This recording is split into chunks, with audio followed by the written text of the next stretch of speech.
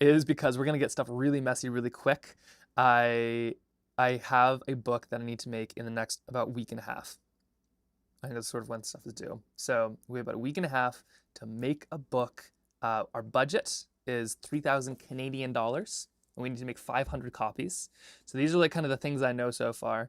And we're gonna turn the story, a little story about forever, into a picture book, and then we're gonna kind of see where it goes. So I don't even know quite where to start here. Um,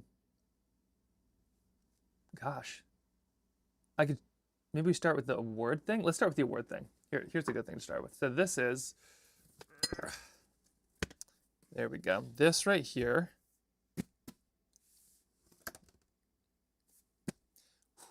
This right here is the award from Banff. This is, it's got a knife somewhere here probably. Here's an X-Acto. So this right here, also, hold on, wait a second. I'm jumping in too fast. Hello, everybody. Let me slow my ride. Hello, hello, hello, hello. How's everybody doing? Sorry, I'm getting like, I got all hyped up because we're gonna do something really big, but it's like, we're gonna have a week and a half of this. It's gonna take forever. Twitch is going. Okay, we got Rocks on board, amazing. Alpha is here. Hello, Alpha. Christine. There is Silas, Helen. Oh, great. Also, where's everybody coming from, by the way? It's kind of fun. Oh, Linda's here. Wow, everybody's here. The whole gang is back together. Not that you ever left, but I definitely like starting this on like this is the first stream of the week. And I definitely like have hyped myself up into like, this is gonna be a wild, crazy thing sort of sort of moment. Okay. Yeah, bookmaking's gonna be, oh, hello, everybody's here. Oh my gosh, this is great. Okay, hey everybody, wow, awesome. Janet's here, Chelsea's here, great. Yeah, it's gonna be super cool. I do just wanna say, like, it's not gonna be a fast thing, I think. I don't know actually, but we are gonna literally start with like the very most basics of, I think today is mostly going to be research day. So that'll be fascinating. Just out of curiosity, like who here has ever wanted to make a book before? I feel like this is kind of like a pretty standard artist dream. At least it was for me. Like I've always dreamed about making a picture book. Probably in part because as a dyslexic, it's like that is kind of like the ultimate book is one that doesn't need words. but yeah. You think it would be cool? Yeah, no, as about you basically make picture books too. You just don't put words to them.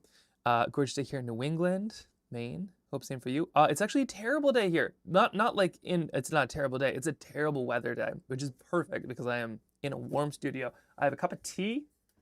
We're doing some throat coat today. Not because I need it, but because it's like we're potentially about to be doing just a lot of streaming. A jellyfish book for kids. I'd love to make at some point. Oh, amazing. Gosh, that would be cool. Having tried to put one child into clothes today, kids are basically jellyfish, or at least like they can sort of remove their spine as needed, depending on what would be the hardest for us. Producer Jen, always want to produce a children's book. My mom has her master's in children's literature. That is such a cool fact. I feel like you should mention that way more often, Jen. But like children's books are one of those cool things. Like they can be as weird as you want them to be. They can be as fancy as you want them to be, but also they can change the way you think about things. Oh, a book about tide pooling. Ooh, that would be amazing. Wishing you all the best. Brave to share the vulnerabilities, persistent creative process. Looking forward to checking in as my schedule. Oh, thank you, Diane. It's gonna be super fun. And I just gotta say, first off, thank you everybody for just checking in. I was like in a tizzy last night. And it feels a lot like an ultra run. Like I used to do a lot of, let me just bring out the shoes. Gotta have the examples here. Whoa, slam, okay. Already, we've begun. I used to do like a lot of ultra racing. These are shoes because of ultra racing. And it was like always one of those things where you'd be like nervous to the point of throwing up the night before because, you know, if you're filming or if you're a racer doing this stuff, you could potentially be in a lot of pain and hurt and, you know, like really put yourself through it if you're doing like a marathon or longer. But also, you don't hurt and you're fine, so why like cost yourself sleep? Or races, like I'd do 5Ks and I'd just be like so nervous about like how it was gonna go tomorrow, and it's just useless. But the funny thing is during the first like the hardest part is getting right up until the start line. And then the gun goes off and you start and you're just like, oh, we've started. There we go. Like, you know, you're in control. If you want to make it hurt, you can make it hurt. But like you've started. And there we go. And I kind of feel like it's like this right now, where it's sort of like, oh yeah, it's just like so much expectations on like what this could be or where this could go. But also I feel like the gun just sort of went off and here we are. It's gonna be great.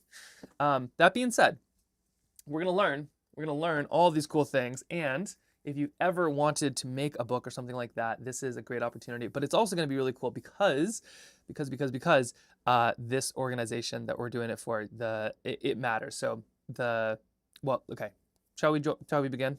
Let's begin. This is kind of what started some of it. Actually, no, this is towards the middle. This is what middled some of it.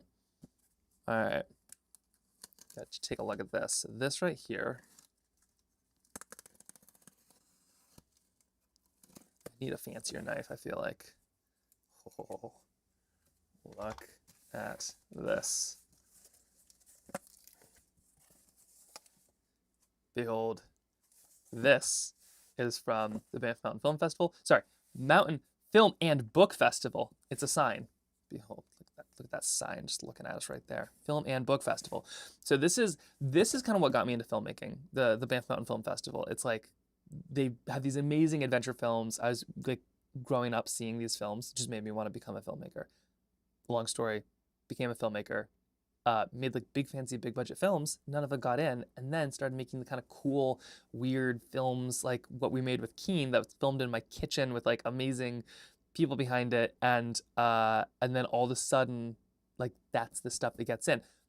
So much so that I didn't expect this. I like to get to Banff was amazing, which we've done 3 times now with our cool watercolor films, but I never expected to win like the Creative Excellence Award. This is the kind of thing where like the best of the best get up on stage and then they give it to some amazing person. And you're like, well, that would be cool. I didn't even go to Banff last year because there's so many things going on. And I thought, oh, there's no way that that's going to happen. And then they text and they're like, hey, by the way, you've won the Creative Excellence Award. I was like, what? So this right here is the Creative Excellence. This right here. It comes in a box, so there we go. One moment. I'm not the kind of person who reuses wrapping paper usually. I don't know if you can tell. Don't need that. All right, this right here is the award, and check this out. So we made the film A Little Story About Forever. Cool. Very cool. Check out this piece of glass. This is the award. And I wasn't even there because I didn't expect this to happen. Congratulations. Very cool. So this is the glass artist who made it. Get out of the way, box. Isn't this sweet? Yeah, this is one of the wildest things that has ever happened. Do we need any of this? Probably not. Good fire starter though. Ooh, it smells nice too. So here is our fancy award. But not only is it a fancy award, it comes with $3,000 Canadian, which is like 2,000 something American. And so the people that made this award possible, Keen, but also the National PFAS Contamination Coalition, because they're the ones who, 3 steps back, maybe 4 steps back. PFAS, forever chemicals. Oh God, maybe 5 steps back. you know what? We're going to make a book about it. You're going to learn all about it. But basically, this amazing organization of affected people and communities who's working to fight this stuff made the film possible with Keen. We made the award. We made the film. The film got an award. The award came with some money. And then I was like, hey, we should do something that gives back to that community. Keen was like, absolutely, let's do it. But instead of just donating the money, we're like, what if we do something? Like, what if we use that money to make a book? And then that book could then go to help support them, but also inspire people and raise awareness and like do good work. So they were all about it. And so now here we are. And their conference is on June 8th. So I need to basically turn this into 500 copies of a book. Sorry, make the book and then turn this into 500 copies of that book to have at the conference in Phoenix by June 8th. So that is the timeline. That's the plan, and we're gonna see how it goes. Also, hello, everybody. If you're just stepping in, yeah, we're gonna do it. So this is gonna become a book. The problem is I don't know how to make a book. I've never made a book. Everything I know about making books is that you don't normally do them in a week and a half, but that's what we have. So we're gonna design, conceptualize, write, edit, illustrate, scan, produce, and publish a book in like the next week and a half. So that's the plan. Let's just put that over here. A little reminder. Actually, I'll stick that right there so we can, that's a good spot for it. Sounds like quite a challenge. Yeah, no, I appreciate it, Rox. It's gonna be a thing. So today's goal is just to kind of dive into it, I think. Let me just go grab a little bit about this. We'll get into the actual film itself. So if you haven't seen it, it's called A Little Story About Forever. It's on YouTube. You can see it on Keen's YouTube, or I think Trailbound's YouTube as well. I think they're connected. So there's a story called A Little Story About Forever. If you want to check it out, it's pretty amazing. And here we go, some fresh paper. And we're gonna get into it here in a little bit. We've got all day long, so feel free to check back in kind of as things go. Step one, I always kind of need things sort of illustrated out. I think that kind of helps. So let's see.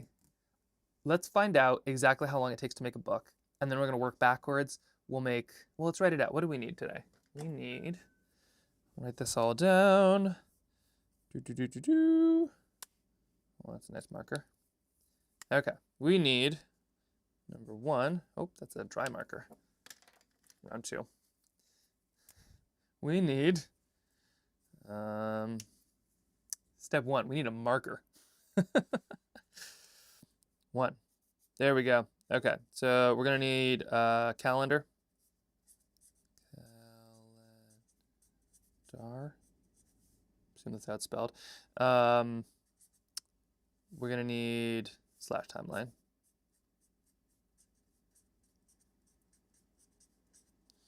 By the way, today you are just gonna get an entire just window into my brain. That is what you've signed up for. Good luck to us all. So okay, we need a calendar and a timeline. We're gonna need the steps of a book. Steps of a book. I'm just gonna put a little, I feel like sometimes I need little illustrations just to make things make sense in my own brain. All right, and that'll be 1, 2, 3. It's weird, but it's like if I just have the words, it's like my brain doesn't kind of go back to them, but this is almost like shorthand where I'll be like, oh yes, like that's what I'll be noticing. And then, okay, so steps of the book, we need a timeline, calendar, steps of the books. We're probably gonna need maybe like budget or something. That's probably useful, right? Budget. Also, this is very much a collaborative process. So if you have made a book, maybe you have any advice, or you have like ideas of things not to do or anything like that, this is not me making a book. This is us making a book. And this is too important for me not to get right. So I'm not going to pretend like I know anything here. It's going to be kind of a wild and crazy run for the finish. So if anybody has any thoughts, or you research something, or you're like, ooh, don't use this company, or do use that company, or something like that, let me know, because we're in this one together. Editor. Oh yeah, we got to edit the book at some point. I mean, that's just under make the book, right? This is just like, yeah, no, you're right. You're right. Steps of the book. Okay, budget. Yeah, actually, editor would fall under steps of the book. Or if anybody wants to edit this thing. Okay, so we got to figure out like a budget for 500 copies. And I guess a printer? This kind of falls under budget, but who's printing? And then book design, I suppose. So book design, layout, like how many pages is this supposed to be? And then we'll break down the story into all of this. So book design. And then number 6 is make the book. Make the book. Okay. That's easy enough. All right. Quickly do some illustrations here. There we go. Printer times 500. We'll have a printer. Do a little Gutenberg Bible printing press here.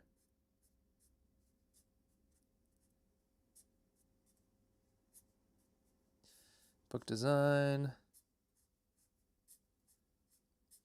And then make the book. Big old question mark. All right. So, how do I want to jump into this? There is just so I don't feel too embarrassed here, there is going to be a ton of like actual illustration and things like that, but the plan is to quite literally live stream for the next like week and a half. So so if anybody needs to like step out, use the bathroom or something like that, we'll let you know if something interesting happens. This isn't going to be like a baseball game. This is going to be like a cricket game. This is going to take days. They're going to need tea breaks. Okay, so which of these do we start with? Probably we should look at what it takes to make 500 copies of a book. I think that is probably the most pertinent piece at some point, because I think in a lot of ways it's impossible to actually do like maybe a full bound book in this time. Maybe it's more of like a zine or something like that. So let's just go see what is actually possible. And I'm just gonna make a little calendar page right here. And let's grab one of these, calendar.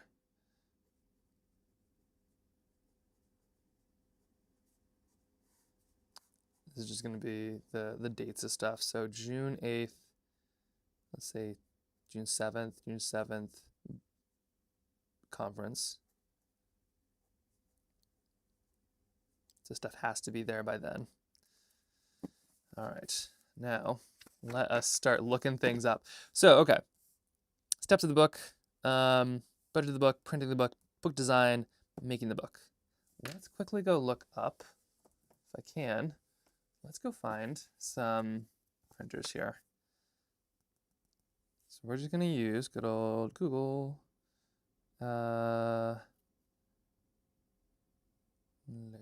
okay, how? I'm just going to quickly just look some of this up. How long to print 500 copies of a book? 500.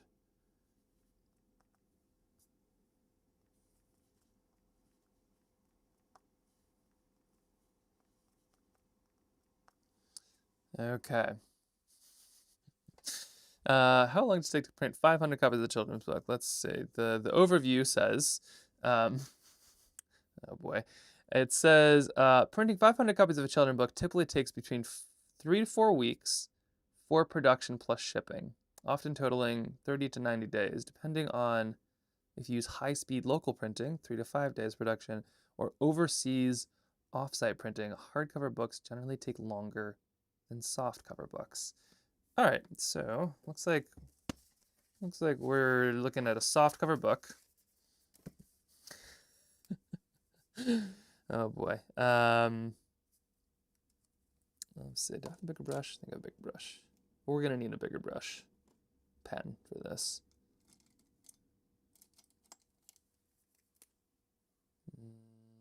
Maybe. Okay, so we're looking at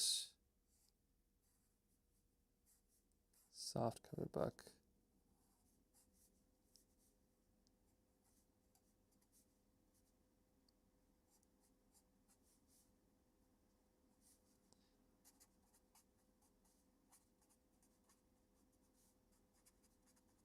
At least a soft cover book. Sounds like that is the the quickest thing to start. We do have a local printer here that's pretty good, but let's just see. Best printer. Gosh, who would best self-publish? Also, if this is like painfully slow, this is how all of my projects start. I've got to just like be totally honest. This is just like Googling.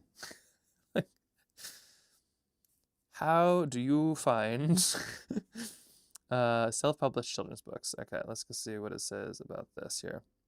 Anchorage children's book printing. Interesting. It's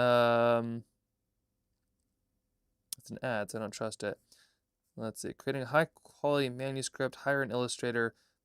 This is what it's saying. Hello, everybody. Hello, Catherine. We are just we are figuring out the wonderful world of printing right now. I'm gonna try to kind of get myself a bit of a, just a little bit of a place to sit in the world here, and then we're gonna make a book over the course of a week. Let's see. Self-publishing children's book involve creating a high-quality manuscript, hiring an illustrator, designing the layout, and printing, distributing, often via Amazon KDP.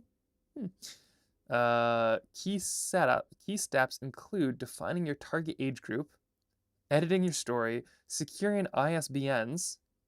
We're going to look up what an ISBN is later, and formatting for print on demand. Oh, interesting. Using tools like Canva or Adobe Design to help the layout and offloading. Fascinating. Okay. ISBN. We're just looking up big old question marks. ISBN. Is that like a serial number or something? It's okay, the whole process? Yeah, no, do let me know if things are going too slow. I can like dance around a little bit too. But I mean, this is sort of, we're all learning here. ISBN, and then they're saying Amazon's, oh, which must be like print on demand. That might be the way to go. So we need 500. Let's quickly look up, what is an ISBN? What is an ISBN? An ISBN is the International Standard Book Number, the unique 13-digit identifier for books used globally by publishers, libraries, retailers. Fascinating. Now, this is oh yeah, ISBN, sort of like a serial number on the back of a book for libraries. Oh, interesting. So if I find like if I grab like Peterson's Bird Guide, you think there's an ISBN then on the back of this? Let's see, Peterson's Bird. Okay, that's a number. Interesting. So this would have, does it have an ISBN somewhere in here? Okay, here we go. Let's see. I feel like I just saw it. Designed. Yeah, ISBN. Look at that right there. Okay, cool. So we need one of those maybe. There it is, ISBN. We could just use theirs. I'm sure they wouldn't mind. Fascinating. So I think that, yeah, it's a barcode on the back. Cool. My suspicion of how we pull this off in everything that I've ever experienced with publishers and brands and all of those things is step one, we make a prototype.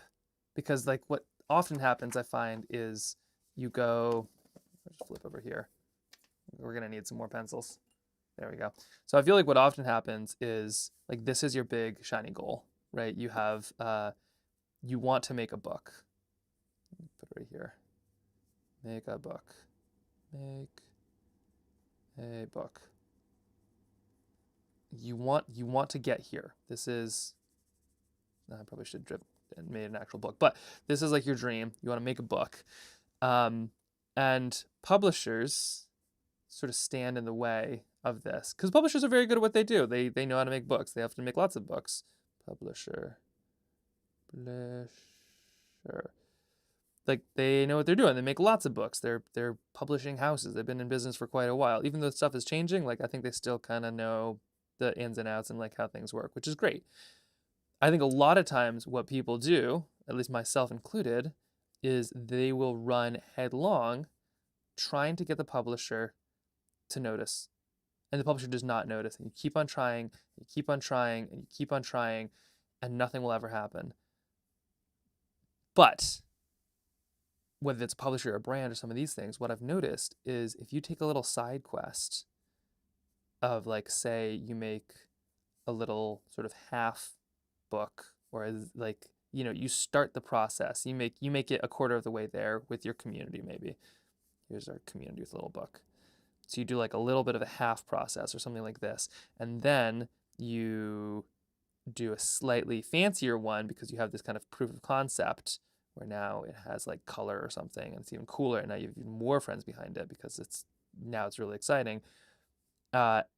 Then the publisher will be like, I see what you're doing here and I like it. And then the two of you make the really fancy one now because your community kind of backed you up and you actually got it to the point where you made the thing. Now it's actually published in bookstores and stuff like that and all that stuff that the publisher does that it would be impossible to kind of self-publish.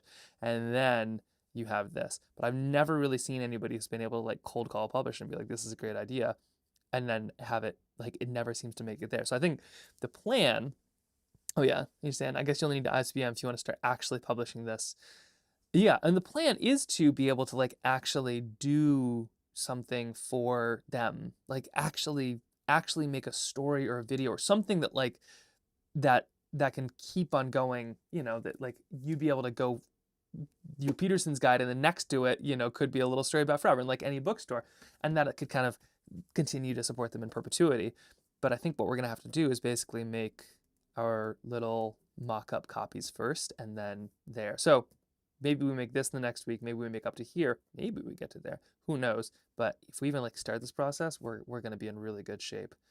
So I just saw there's something, so we got ISBNs, we know what that is now. Are there any librarians here? I feel like somebody knew that really fast. Okay, so let's see what Amazon print on demand is. Amazon is not my first choice, but you know what? That's like, we're gonna figure that out. Hi Max, sending good vibes and productive, stress-free today. Oh, thank you, Karen. That's we're already started. We're getting there. It's gonna be so fun. Amazon print on demand. Let's just see if they can pull off demand like $500 demand picture books. Yep. Okay, here we go. Self-published children's books, Amazon Kindle Direct. Oh, that's a way you could do it too, huh? Personally, for me, a book is a book. Like, you've got to hold the book. I love just, oh, I like, do I have them in here? I like, even, you know, now, pre-kids, I buy picture books. They're so good. But that's true. You could do things on Kindle and stuff like that too, and it could get out to more people. Okay, this says, we're just doing the little thing. Amazon print on demand, POD, print on demand. POD equals print on demand. Demand. That's good to know.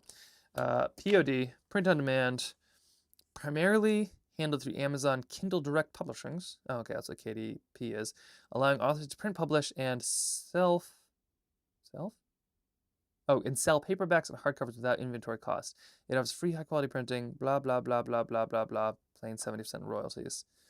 Okay, so that would still be a cut away from them. Also, I should say the plan is that 100% of the profits go to the National PFAS Contamination Coalition. They don't have like corporate sponsors. I mean, they have Keen, which is amazing, but like they do a lot of good work without getting a lot of like help, which they need more of and they deserve more of. So my thought is like this book just exists, kind of like Newman's Own, you know, where it just exists and it gets there to help them.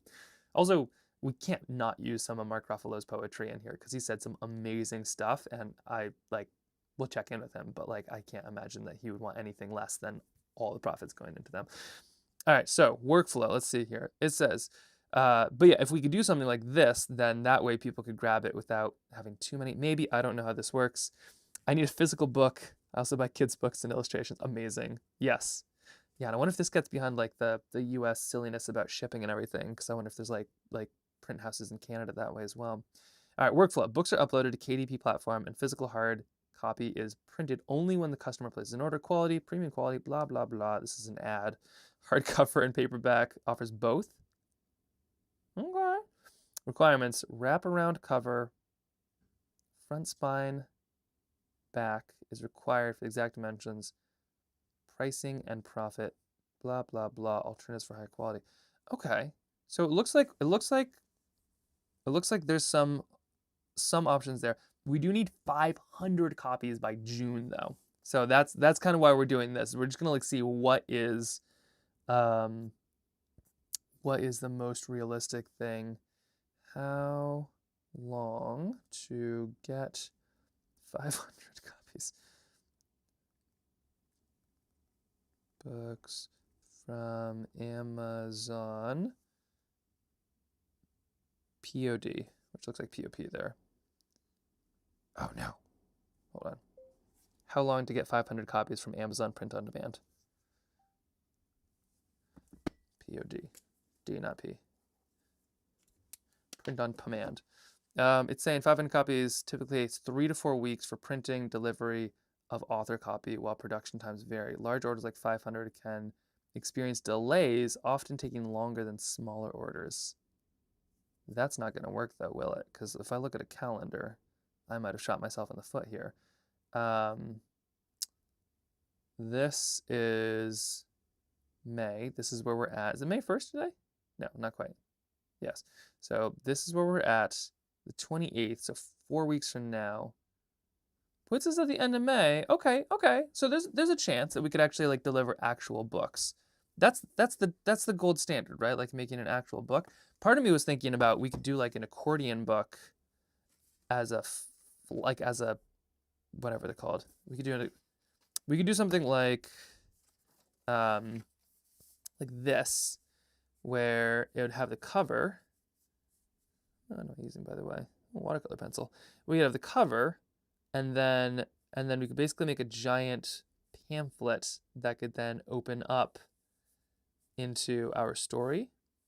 I think it'd be kind of fun. The problem is that would be kind of hard to translate, and from what everybody's saying, like this would be a fun thing, but it sounds like the book itself is like what people actually want. I don't know. Tell me, as a very, very, very small sample size, like right, like the book. We're talking like an actual book. That is what we're. That is the dream, right? Like a book. And actually, that could work well too, because that way, okay, I'm intrigued. As we said, the goal is to basically make a prototype and get to the point where this exists. And then when this exists, people will have more, and we can always kind of redo it, and then to the point where we have the fancy thing. Aiming straight for the fancy thing is a recipe for not getting to the fancy thing. So we're gonna make the unfancy thing first. So interesting. So print on demand looks like that has a possibility. And if we are fast, if we are really fast, we could potentially get them made in time.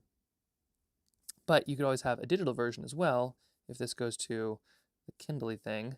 So at least that could be a thing, maybe. Okay, interesting. A book does seem like the dream. Yeah, I think a physical book. We can do a physical book. Let's do a physical book. Worst case scenario, we like make one hardcover physical book and then a bunch of soft covers and or like a prototype, which I can bring down there, I think. Now let's go see if I'm way out of budget. We have 3,000 Canadian dollars, which is how much in the currency of the United States of America? I think it's like $2,300. No, that's voice memos. That's a calculator. Calculator. Fun fact here. So if you use your calculator little button here, if you're on the app, you can click this right here, and it says convert. So you can do. Hold on. Give me some focus. We can do it. There we go. So it's under basic calculator, scientific math notes. If you click convert, then you can have USD to whatever you need. So Canadian dollar, loonies and toonies. So if we do 3,000 Canadian dollars, we have $2,193.46. So this is our budget. Dollar bill, y'all. Also, fun fact: the dollar symbol, this right here, this is this symbol actually means U.S., which is kind of a strange history. So like the S is here, and it used to be because it's two lines, so it's the S and the U, and that's U.S. Stamp it down, which is fascinating. Seems kind of appropriate based on sort of what the priorities seem like these days, but kind of interesting history. Okay, so we have $2,193.46. So that's to make the book. Now I'm not going to be like charging a premium on any of this stuff, like what I actually make, but this is what has to equal 500 copies. Oh, I missed some stuff. Yeah, but a Kindle only option is lovely. Yeah, the Kindle option. I think that'll be good as like people could get it instantly. You know, I think for like a fraction of the price, we could have it. What's interesting though is if we do the Kindle option, I don't think Kindles are color, which means that the book would have to be good enough to be in black and white, which is actually a great way to look at things. So if you look at like I don't know, any picture. So take for example these, right? Like if you take this and you squint your eyes really good, or take off your glasses, contrast, it kind of reduces everything contrast. That still worked great. Picture like this. If you squint your eyes really good, it still holds up a little bit, but it's a bit muddy. Like I could have had this river brighter or these mountains darker. You wouldn't quite like, you know, and it might be a little nicer. This right here, you squint this, like these really stand out, and I think this composition is strong-ish, but that's like a filter you can put stuff through. Is basically, if this was black and white, would it still be interesting to look at? And that's like that's kind of a marker, which would be kind of useful for this, especially if we do the Kindle. It needs to be good in black and white. B and W in case of Kindle.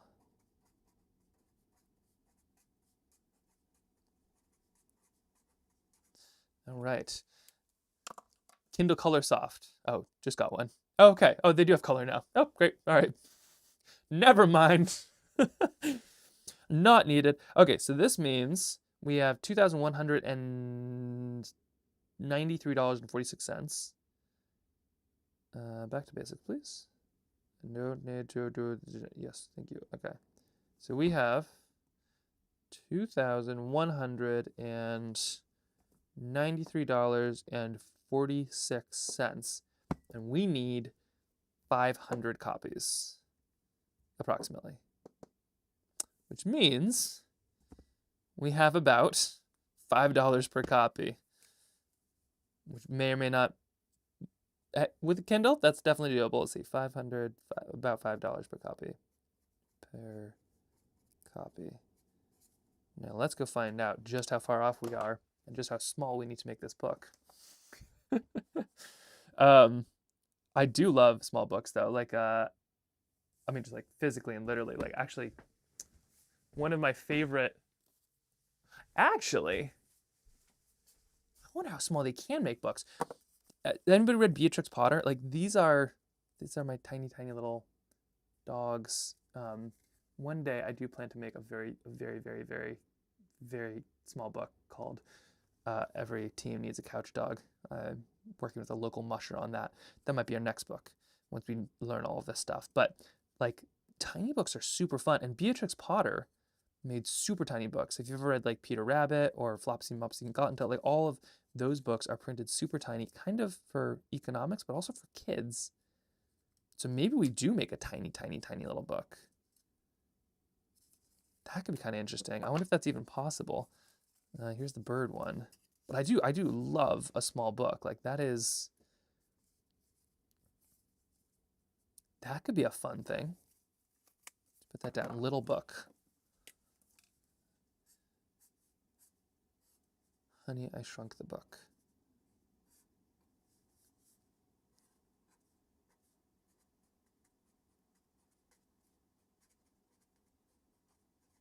But it's got to be the right size book too. You know, like if it's too big, if it's too medium, it's boring, right? Like if you have a book that's like, I don't know, like this big or so, like I don't know. If it's too big, it's like it's not little and it's not big. It's just like, yeah. Ugh. So let's see. Those little box sets, Peter, aren't they? They're so cute. They're the best. We still have our Beatrix Potter set, so small. A pocketbook. Yeah. I wonder. Okay, and we're doing all the learning here. All right. We need back here. Okay. How small can you make POD books? Picture books. It says print on demand, POD, because we're in the know now. Books such as Amazon Kindle typically go as small as 4x6, although common practice recommends smaller sizes for children are 6x6 or 7x7 with an absolute minimum width of 4 inches and height of 6 inches. So it has to be a 4x6 at the minimum. I have just lost my ruler. I had a ruler. It is now gone. What is the thing that I know the length of? We can use a 4x6. Oh, hold on. There's a really big ruler in the back. Don't mind me. There we go. Okay. So this is going to be too big. What size of this? What is the size of the sketch? Oh, yeah. Hold on. You're Nope. Thank you, Siri. Oh, yeah. Trail tiles. Okay. So this one is a 6x9. So that's 6. So it has to be a minimum like 4x6. So this is, here we go. This is as small as a book can get. This is, so here's 4 inches right here, right here. And I'm just going to run this up through there. All right, so this is as small as we could do. But, I mean, that's kind of cute. I don't know. I like that very much. What do you think? We do a little thing for the size? It is literally called A Little Story About Forever. So it seems only appropriate that it would be, in fact, a little story, right? Like, oh, what size of the sketchbooks for the video? Oh, what was the size of the sketchbook for the video?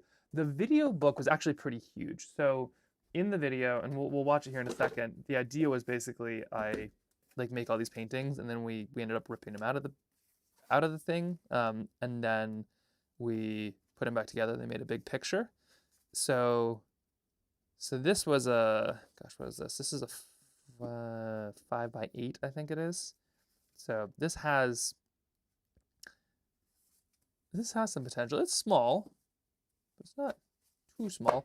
I love the idea of doing like an actual tiny, tiny, tiny little thing. This feels totally doable, right? Like 4x6. That big. You would have a little cover. Got to imagine stuff here. Maybe some words. Maybe have a little kiddo. And maybe in the back is a mountain range and a sunset. I don't know. But like this feels kind of, let's see. I'm such like a physic, like I have to be able to see something in order to like know it. But I think that that could be totally possible. Okay, let's fold it here and just see how it feels. So this, think it's small enough? Oh, isn't that turtle fun? Yeah. So this is, so have you seen the film? Because we're gonna watch it. This is, and my plan is not to turn, yes, like here's the phone that we used to call Mark Ruffalo with. The plan is to not like copy it exactly. So there's some illustrations. My plan is to make an entirely new, like illustrated thing, so that it all kind of works within itself. And then you can see some of these are dark, but then when we put it all together, it makes a giant earth, which is really fun. The eagles. All right. So this right here is what a 4x6 book feels like, which feels little and nice. I don't know. What do you think? Is this small enough? My hands are enormous for the record, so this is, sorry, it's a little. Yeah, this feels like it could be, you could like hide that in a pocket. It's cute. I don't know. I'm liking that. Let's go see what prices are. That's going to determine a lot. Somehow I doubt they're going to be, you know, in the $5 range, but I've been wrong before, like once. All right, we have cost of Amazon POD 4x6 6, because we need to know what they cost, not just like to sell, but to make. And then of course, part of what we're gonna do is figure out like a reasonable price of like, oh yeah, is it reasonable to pay $10 for a book, or you know, or maybe we should actually charge 15, but then more profits go back to this amazing organization. All right, the minimum list price for children's paperback on Amazon KDP is approximately $10.50, with many typically priced between $9.99 and $17. Oh, okay, so to sell, that's what it costs. But that's just selling. So printing costs, they're deducted from the list price, blah, blah, blah, blah, blah, blah, blah. Production costs, port and size constraints, unique trim, ensures fits your design, hardcovers, ISBN, there it is again. Okay, so it looks like a 4x6 exists, and we could put it on Amazon, and that'd be an easy, good way to kind of get it to the masses. But maybe we put it on Amazon, and then we also just like do a like local batch of like 500 or something like that. 200 for Hamilton, Ontario. Thank you. This is so, yeah, I so appreciate the company doing this, by the way, because I would be so terrified. Company, like not company, but like your company on this. I'd be so terrified to do this, kind of just like, this would be a very scary thing. It'd be me and the cat and the Shedio, and the cat's not even here. Okay, so this is 4x6. 4x6. I feel really good about the size. Do you feel really good about the size? It sounds like this is the smallest that you can like go without things being really difficult. Let's go see how many pages are typically made up of a children's book. I think children's books often have like a set amount of pages. Also, the print-on-demand stuff, we've got to figure out a way to make it easy to get this stuff to Canada. I'm sick and tired of the shipping from the US being just so astronomically pricey. So we're gonna create something we can actually get this to. Yeah, so that color books have notably higher pricing costs, which makes sense. How much text are you adding to the book might impact the size of the paper you want. My thought is that I'd have as minimalist text as possible. And so here's my text plan and my book plan. I think we literally make the book. Like, not like we make a painting and another painting and a painting and scan it and do all that. I think we literally just like get a blank sketchbook and just paint it. I have this from my friend Lisa. So we have one of these. This is the Singer, and depending on how we do things, and maybe maybe I make these on trail tiles actually. Maybe that's how I make this book, because that could give us some flexibility. But is this how it works? But yeah, if they're trail tiles, then what I could do is we could literally make the painting, and then I could scoot this over, put this exactly where it needs to be, and then we could like put our text in here. Gotta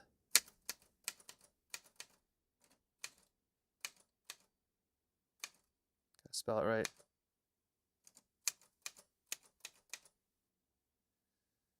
Oh boy, well, I didn't leave enough room. Okay, well that's a good reminder here.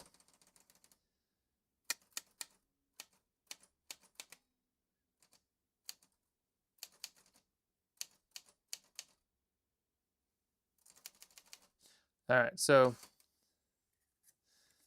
we literally just put it into the typewriter, and my plan is to just actually physically make a book, and then that's gonna be the text. I'm thinking as like little text as possible, so probably just like a little bit on the end, and then we take a bunch of these and then stick them together, and then we have a story. Potentially, I even cut out, if we are doing 4x6s, I cut them out. Or the other thing we could do as well, isn't this sweet? Yeah, it's a singer. Like, it's so cool. Partially because it's like 7 years old, which is awesome, but also because these things they've gone through so much. They just keep on working. The other question too, put this back here. The other thing too that we could do is listen to work from home. Kind of makes me want to make a book yourself. I think we all do need to make books, especially if they can do a good thing. Like the whole process of that film was to make a book. It was to make a little story about forever, and then tore it up. But like it told us that story, and I do think that the book, like, there's so many stories to tell, and everything being digital and everything. It's yeah, I don't know. The world needs more books. So okay, so this is the size. This is 4x6. The other thing we could do is I could have, here, you can get a picture here. So I could fill this in with color, say like one of these. Say like this is the illustration right here. Could be like that. And then below would be the text. So I could basically just make a bunch of illustrations and then put the text below. And maybe we dress up the illustration like some fun little, maybe there's like a Jan Brett style. Does anybody know Jan Brett? She's like, I think I have to bring some children's books in here. Jan Brett is amazing. She's like this great illustrator who do all these really fun things in the margins. So maybe that's what we do, is we do them on trail tiles like this, do the text right here, and then I illustrate the margins with a little side story.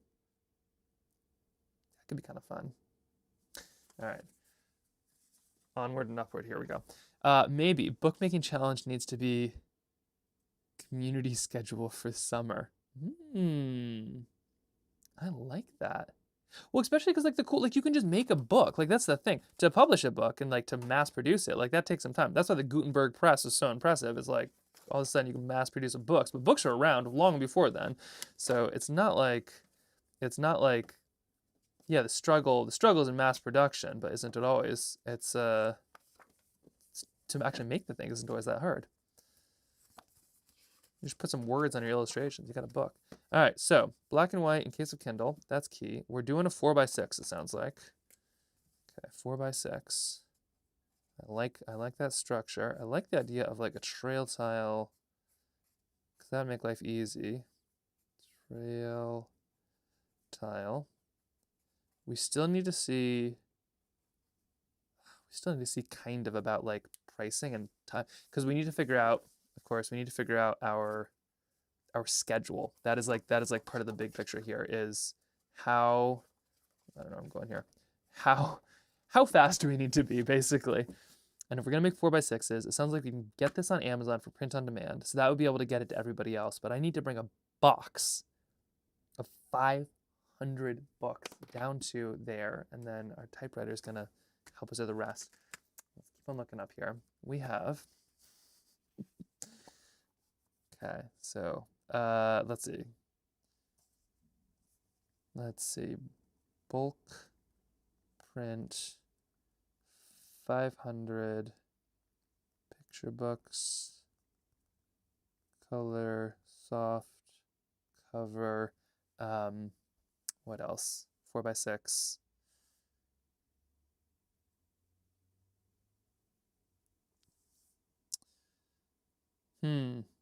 500 books. This one's saying $1.39 each, but I bet that's gonna take a while. Let's call my local printer. We've got a really great printer here in Alaska. They're called Great Originals. Let me go see, because they often would have a sense. Let me grab them. Final proof needs to be sent before May 15th. Okay, all right. Well, let's put that on the list. May 15th. Conference is June. Proof to printer. May 15th. We'll say May 14th just because I need that. Okay. Whoa. Let's call my local printer. They'll have a good sense. They're lovely, but they also call me on my BS if I'm like, I want to do this thing, and they'll kind of be like, that's not physically possible. So let's just Great Originals. They also are fiends about like good paper and stuff, so they kind of know. They know all these pieces here. Okay, they are at, let's see, give them a quick call here. 907. Oh, it's raining outside. It is so lovely. Just like the little sound of rain and just colorful. Yep. Your call cannot be completed as dialed. Please check the number and dial again. No es posible realizar la llamada tal y como se marcó el número. Favor de verificar el número y márquelo de nuevo. I did it right though. Okay, I'm gonna try something else here. Just debrick this. I've got my phone bricked because I have no self-control, and so I have to kind of bricking is like where it basically shuts down certain apps, which in my case includes Google, because I use Google to like look up social media and things, and trying to get off of it, which is a hard thing, but like, you know, more books, less Instagram.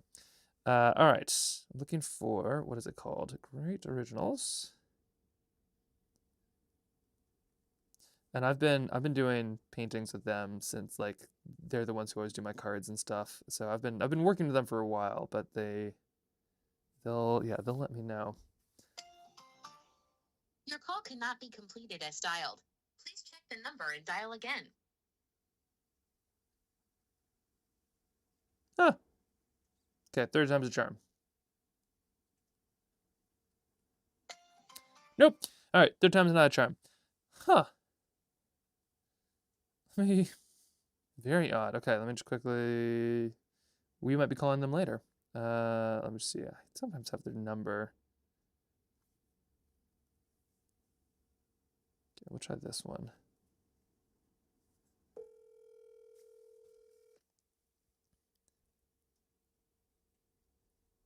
Because yeah, local printer would definitely be ideal. Good morning, Good Originals. This is Dan. Hey, it's Max. I had a question, if you had a second, about printing and scale and books. Okay. Okay. So kind of strange concept going on here. I'm making a limited run of books for a conference, or zines or something like that. Basically, like somewhere between probably 10 and 27 pages. But I don't know, like, is that something that can be done locally, or is that always outsourced somewhere else? Like, is that something that Great Originals does?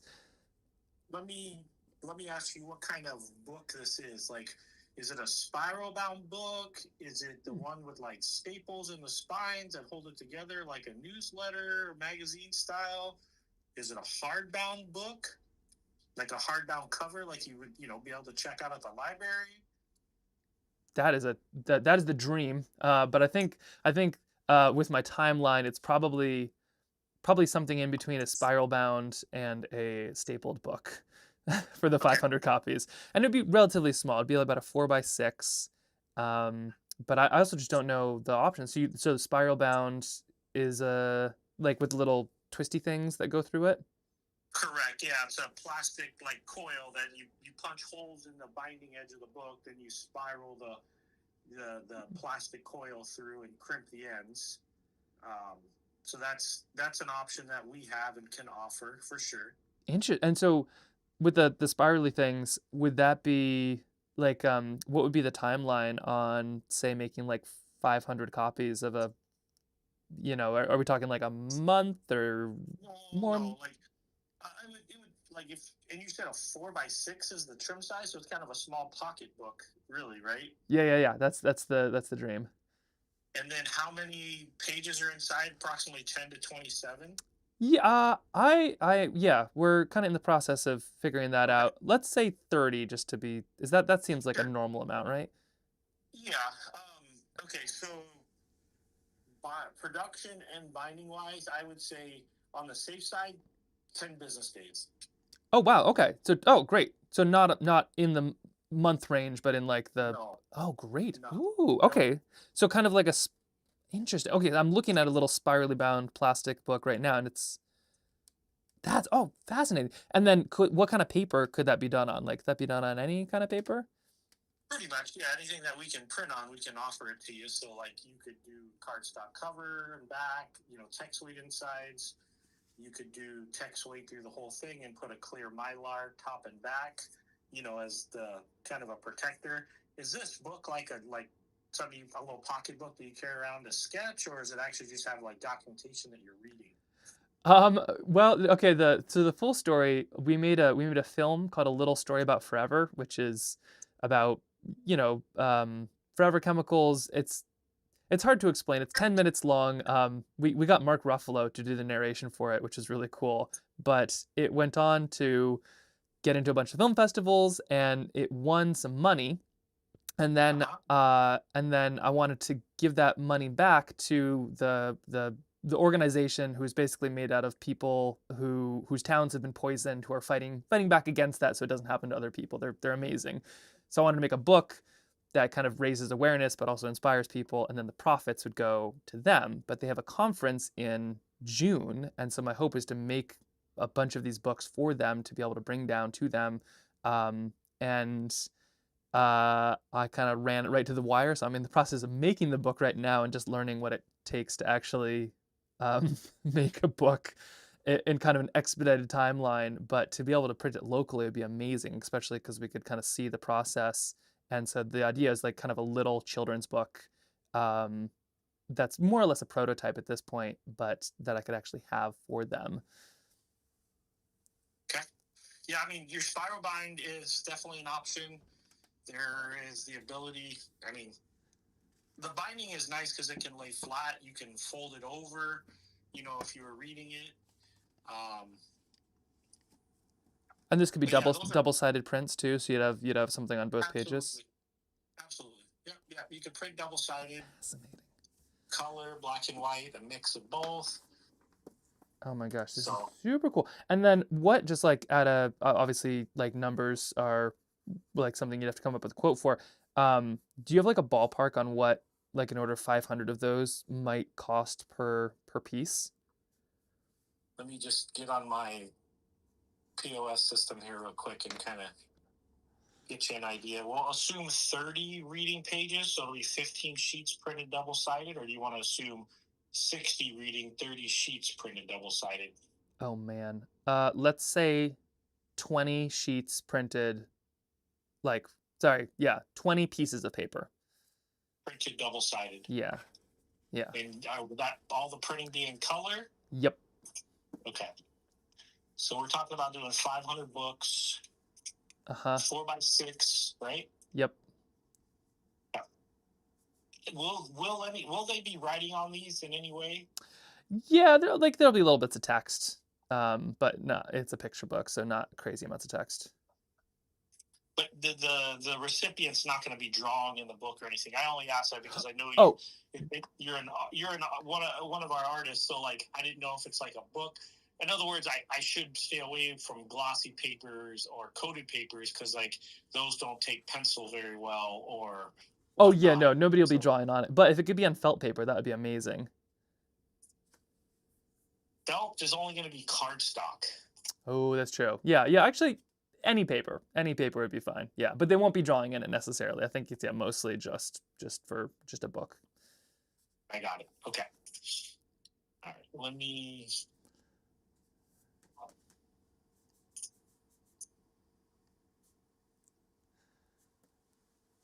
And we said it was 20 sheets double-sided. Uh-huh. Okay.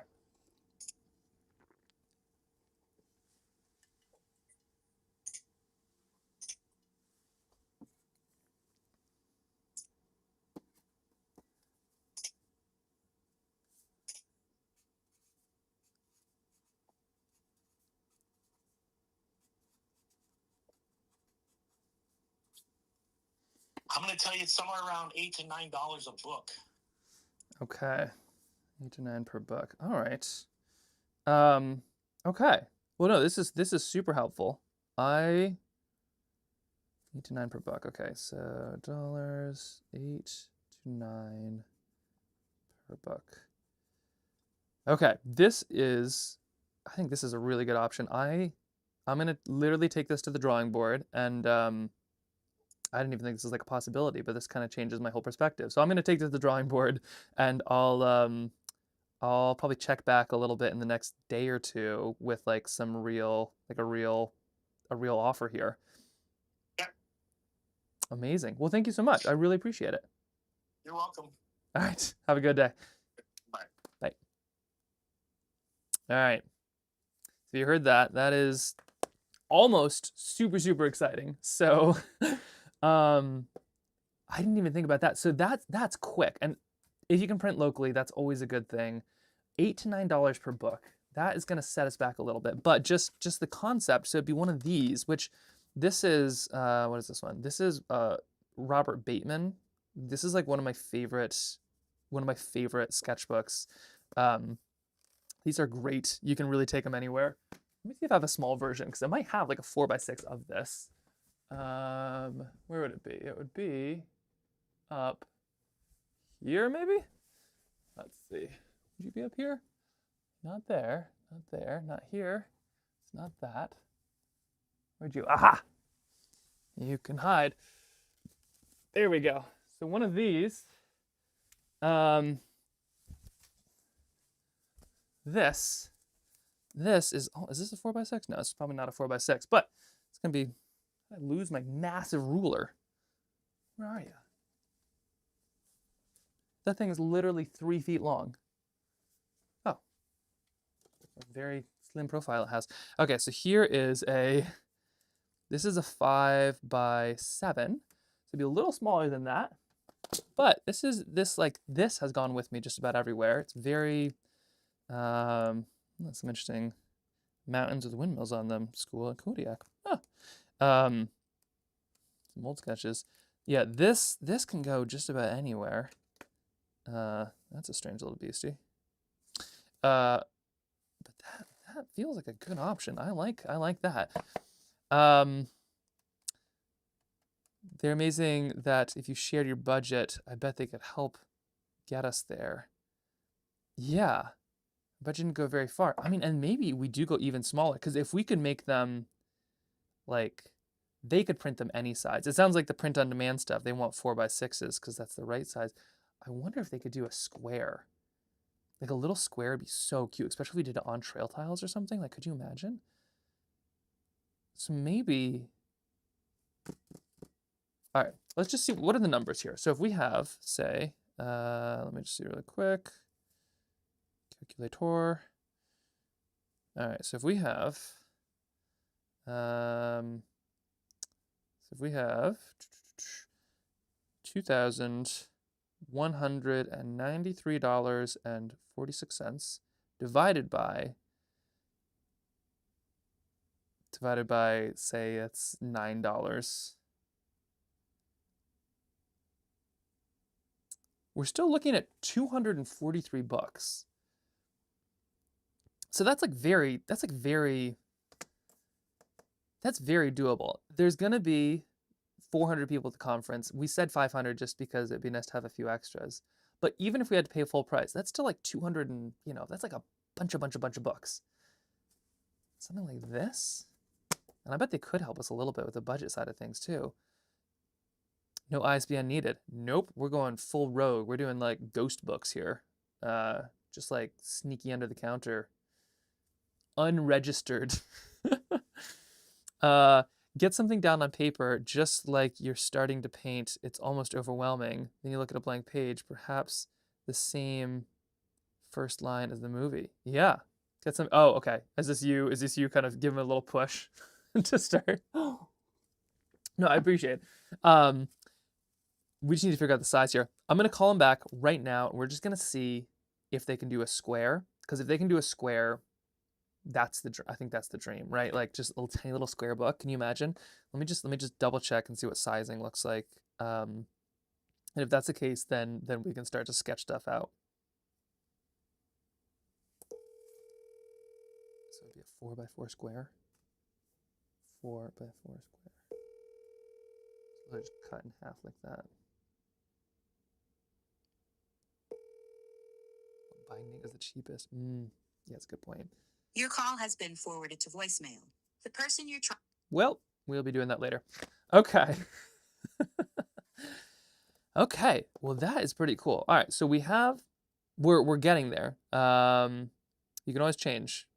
No, it's true. It's true. We have a place that can print pretty quick. I feel good about that. It'd be kind of cool because I can literally go there. We can get proofs that day. They don't have to ship them. It's like, yeah, it'd be Alaska. So, okay, if this sounds good, I just want to get some consensus here. I think we go local. I think we figure out the shipping and I think we figure out those pieces. I think we sort that out, and the budget and all of that. And then the size, I think we do square if we can. And if not, we can always add margins below, make that happen. But I like it. I like it. Make it work local would be great for you. Yeah. I missed it. What are these books for? Oh, so the books are sorry, like restarting the brain here. Basically, we're turning A Little Story About Forever, the film, we're turning the film A Little Story About Forever into a set of books for the organization that made it possible, the National PFAS Contamination Coalition, who does amazing works fighting toxins going into our community. So we're gonna make a book with 100% of the profits going to them. It's gonna be a picture book, so it inspires, it educates, it's fun and interesting. It's gonna be a little tiny spiral bound thing that we just decided, and we're gonna use the prize money from Banff. This came with 3,000 Canadian dollars, so we have $2,193 to make approximately a book for every single person at this conference, and then we'll just have a book, and then as those books get sold, the profits from them will also go to help support them and what they're doing. But we're going to do the power of art, and all of that's going to get there. So that's what they're there for. That's what we're figuring out this whole week. I have about 10 days maybe to make a book, start to finish, a full book. And so what we're doing right here is just kind of figuring out the basics of what it will take to break up that process, which feels terrifying. But it sounds like we print locally. We're just gonna figure out that cost a little later. If we just hide it, then it's gone. And now we need to figure out how many pages the average book has, or I suppose how many pages the average book needs. And then we're gonna start to just create this thing. If it's 4x6, it'll look like this with some fun little bindings. If it's a square, it should be a little smaller. It could be freaking cute. And let's get to it. Okay, great. So, let's see what the average page count of a children's book is. Any guesses? Average page count of picture book, not children's book, because I feel like picture books like really are for everybody. It's not just children. Okay, and lock your answers in. It says that the average page count for children's picture books is 32 pages for personalized photo books. Blah blah blah blah blah. No. We want 24 to 48. The industry size is 32 pages, though they can range from 24 to 48 in multiples of 8 for printing efficiency. Fascinating. All right, so we need about 32 pages is what I'm hearing. This will help us kind of like break things down. So we have page 32-ish. And that's going to be on both sides. That's about 16 pages, I believe. Maybe after that you play the film and we can craft the outline together.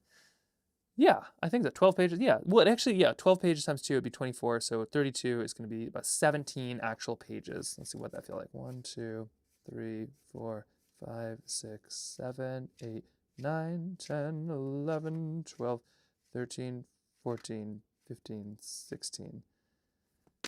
So it'll be about that thick. That's 16 pages.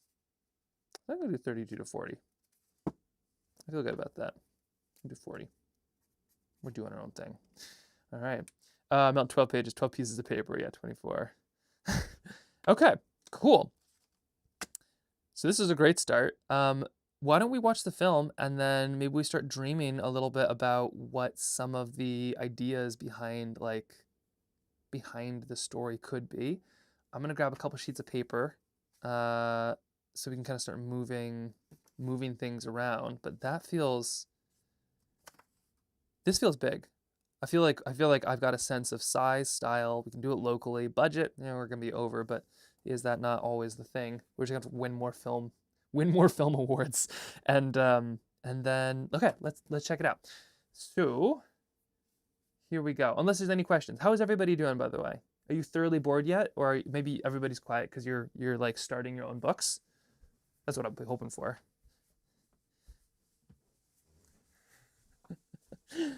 But let's check out the film. If I can remember how to do it. It is, oh my gosh, I'm gonna have to remember how to do this. Let's see, I need to. I'm working on some artwork and listening. Hanging in there, knocking out some stuff at work. Good. No, this is, I appreciate your company with this. It's gonna be good. Okay, so here's the film. This is, if I can figure it out, browser, nope, image. It's not an image, media. There we go. Call little story forever. Okay, and it is browse on my desktop. It's also just on YouTube. If anyone wants to see it there, it is right there. But let me go see if I can find. Bingo. Okay, so here is close file and inactive, show nothing with playback ends, use hardware. All right. We're just gonna see what happens here. Whoop, that's huge. Sorry. All right, you want to turn the last page? Yeah. Okay, here we go. Forever and ever and ever, the end. Small this up a little bit. Really fair. It's like a really long time. I don't really know how to explain it. There's not like a kid's book on that. Why not? I don't know. Do you want to write one? Yeah. Okay. Let's go. I need help.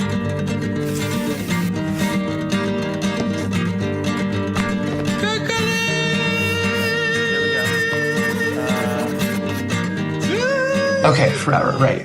How do we start? How long do you think forever is? Forever. Forever, yeah. How long do you think it is? Whole day. A whole day? Yeah, well, I mean, when you're 2, I guess a whole day probably does feel like forever. But I was thinking of things that are like way older, like... Dada. Yeah, okay, well, thanks. I needed that. Okay, sorry about that. Clearly, I'm learning technology. Could you hear it? Sorry, could you hear that film while it was going? If that's the case, I'll toss it right back on. I have no idea. Okay, was it good? Could you hear me? Could you hear it? How does this stuff work? Just to know, we can't hear the video. We can't hear you over the video if you were giving good commentary. Oh, I was very much not giving good commentary. I was just like, what's happening? You could hear. Okay, I'm just gonna put the film on. We can see the film, and then I'll take myself off because it sounds like you can't get commentary. And then when the film is done, then I'll stop. So just to give a sense here. So this is the film. This is a little story about forever. it was made in like here, like in my studio right here, and in my kitchen with my son and Mark Ruffalo. So here's the story. Also, just to check in on how that you were on Instagram and you just picked up watercolor. First off, we just need to hype up Justin a little bit. That is super exciting. Watercolor is so fun, but also so scary. And this is kind of one of these examples. Like this film I made it with watercolor because I didn't know how else to explain these things. So it's a little janky, it's a little all over the place. And then when like we got Mark Ruffalo, you know what? The film explains it. That's why we make films and books. So we don't have to like keep on explaining stuff. Let me, okay, here we go. So take some notes. Let's watch this film. And then we will start to sketch out some of the loose ideas of what this book could be like. Does that sound good? All right, here we go. Take some notes for sure. All right, step one, just jump right back on. And I'm just going to grab our story. Okay. Now I've actually got to get it again. That's the other reason I want to make a picture book, is because like I am so not there with computers. All right, and we are going up and running, and oh, there we go. Okay.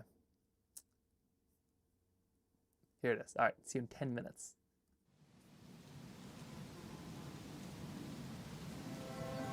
All right, you want to turn the last page? Yeah. Okay, here we go. Forever and ever and ever, the end.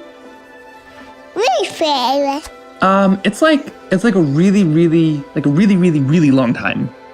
I don't really know how to explain it. There's not like a kid's book on that. Why not? I don't know. Do you want to write one? Yeah. Okay. Let's go. I'm gonna go.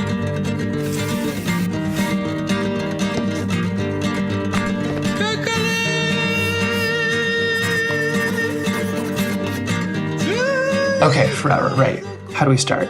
How long do you think forever is? Forever. Forever, yeah. How long do you think it is? Whole day. A whole day? Yeah, well, I mean, when you're 2, I guess a whole day probably does feel like forever. But I was thinking of things that are like way older, like... Yeah.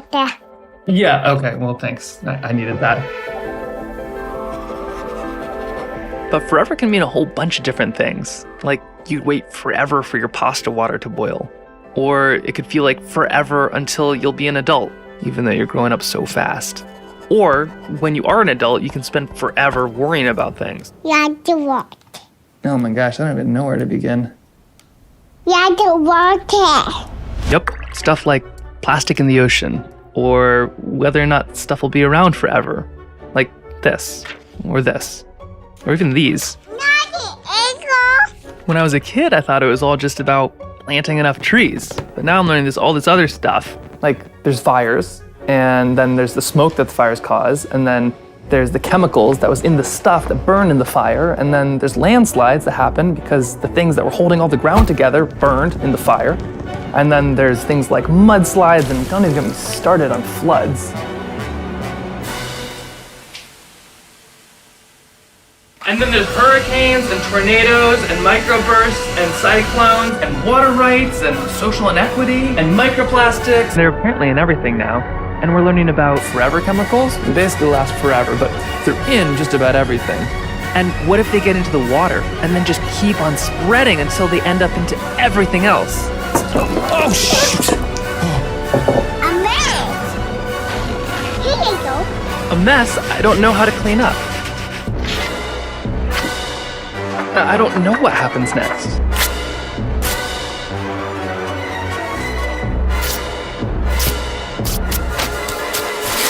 And I just worry what you'll be left with. And what you might lose. Forever. And that's what I worry about. I just hope. So what, am I supposed to just draw some phone and call some scientist or hero who knows what's going on? Of course. Oh. Okay.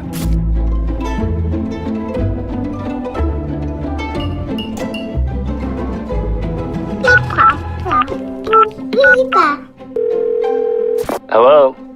Wow. I can't believe this works. Yes, it works.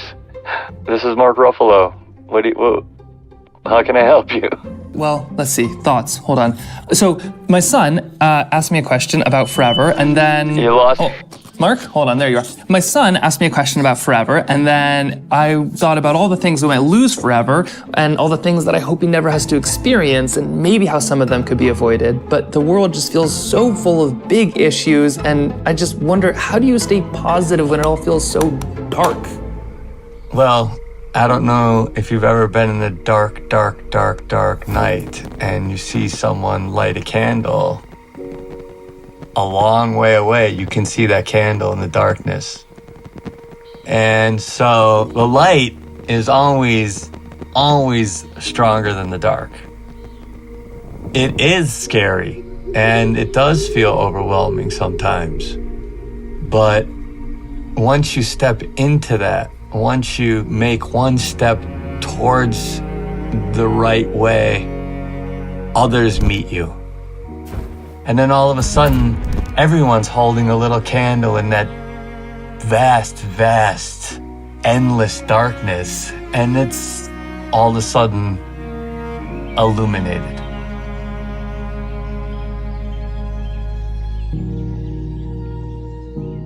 But what about the issues that are like literally invisible, like these PFAS, forever chemicals? You know, I can barely wrap my own head around it, why they exist, what to even do about it, let alone trying to explain it to a 2.5-year-old. These are chemicals that were used to make things waterproof. They were used to make things grease-proof, so they put it in food packaging, and it was a great invention at the time. It made things very durable. They made it to paint tanks so that tanks and boats would never rot or rust. But what they came to find out is the very things that were wonderful about these chemicals were the things that made them so harmful. Because in the natural world, water washes away the stones, it makes sand, it's the great solvent of the planet. It cleans the world, it cleans our bodies, it cleans everything. And these things, these chemicals, are absolutely resistant to water. They last longer than the cliffs on the sides of the ocean. They last longer than the rocks that are tumbling in the surf. Those things can be broken down by water, but this can't. Where do we even start? Well, Thanks? Well, first, it's a big problem. But you see other heroes, like the lawyer and the farmer. They started something to stop all of these chemicals from going into our water and our food and our air. And that's become huge. They started with 2 people, and then there was hundreds of people, and now there's thousands of people, and now there's millions of people throughout the world who want to stop these chemicals. And so I thought, well, how can I contribute? What do I do? I'm not a painter, but I'm an actor. And maybe I could tell a story about these 2 guys that I think were really inspirational, these 2 heroes. And maybe other people will see my story and say, I want to be part of that. I want to join that little army of goodness. Yeah, oh my goodness. Sign us up. But it's not like anyone can fight it all, right? How do you choose what to do? Life is full of big issues, and we're always, at some point or another, put in a position to have to maybe fight for the things that we care about. And part of that is first caring about something and loving something enough to fight for it. And that will always be part of being a human being, and that we accept that. And that's what makes us love the things we love even more.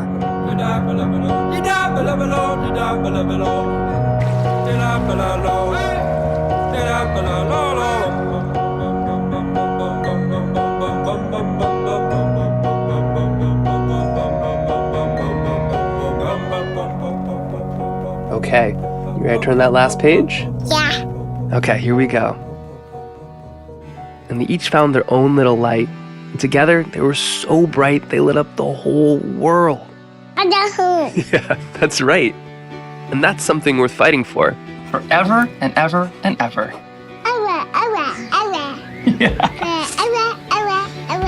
Again. And again, yep, and again and again and again and again. That's right.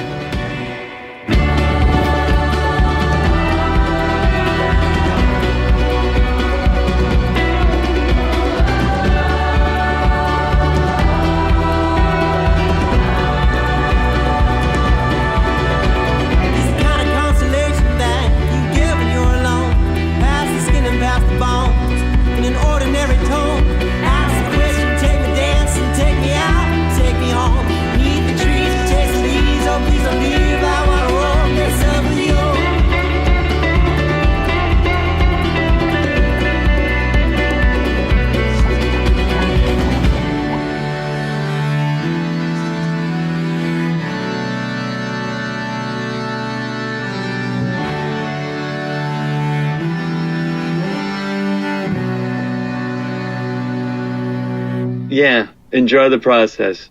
And how'd you get my number anyway? I painted. Makes sense.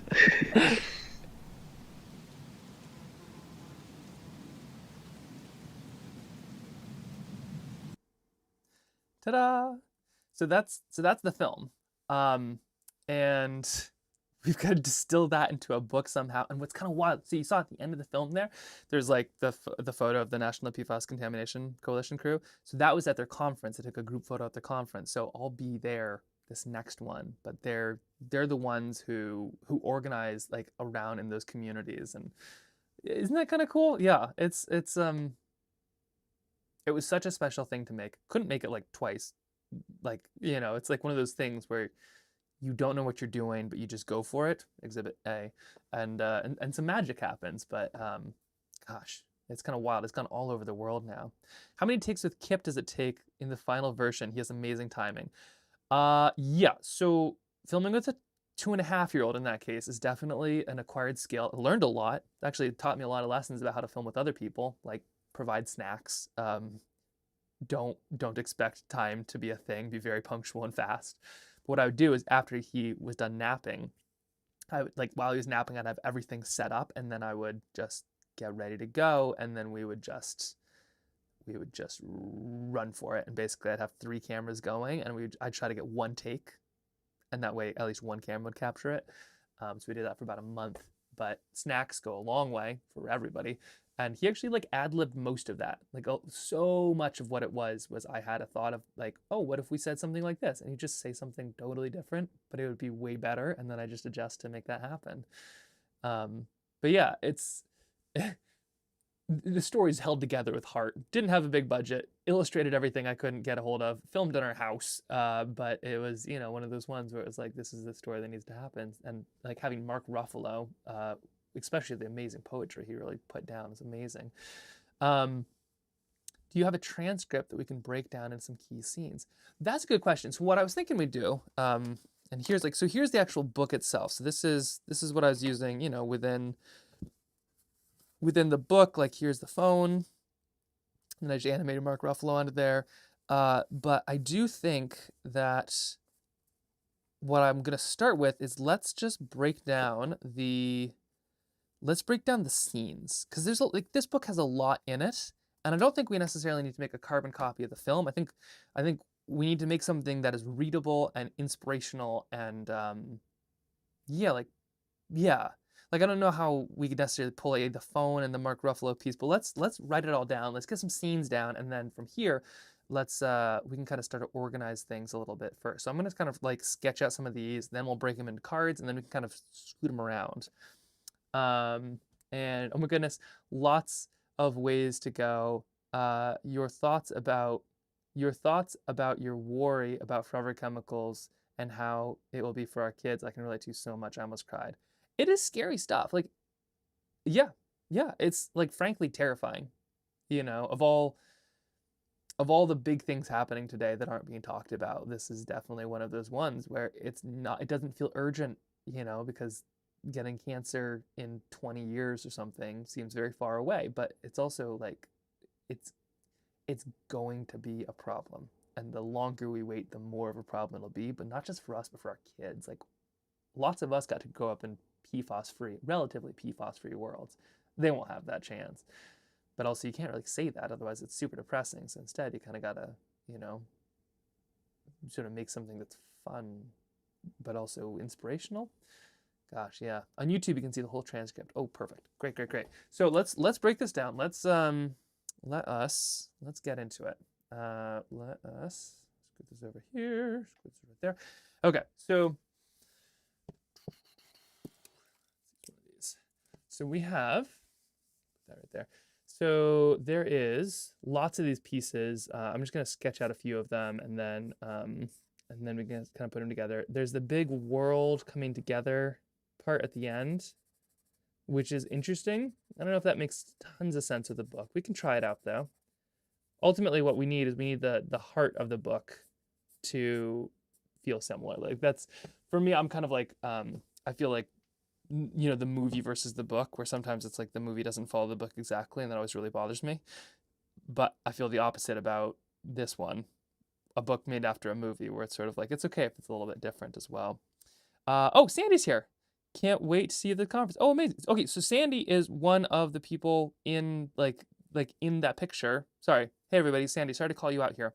In the chat, Sandy on YouTube is one of the people, like one of the leaders of the National PFAS Contamination Coalition. So that's cool, Sandy. I was hoping to maybe like chat with you probably a little bit later this week. We just spent the first part of the morning figuring out the size and all of the details, which has been fascinating. So we've got loose things on budget, on scope, and I think what we're going to be doing is tiny little 4x6 books, something about this big, and then potentially doing like a little bit of color here, words here, and then a story in the margins. So right now we're just figuring out how to kind of break down the story into its components, and then figure out what will actually make it in the book and what will maybe be a little bit different, which is always the hardest part. But yeah, anyway, Sandy's the best, in case anybody needed to know. So we have, okay, so there's like a bunch of parts of this. So there's potentially the, a bunch of pictures coming together part, and I'm not gonna actually write these down. I'm gonna sketch them out.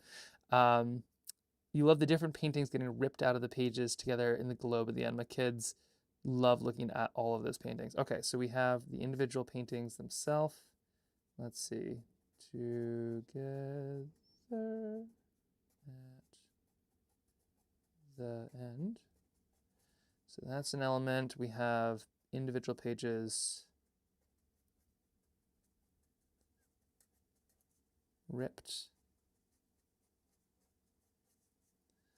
That's definitely a part of it. There's the dad-son combo, and I think this is something I feel kind of strongly about in an interesting way. Is there's like the parent-kid dynamic.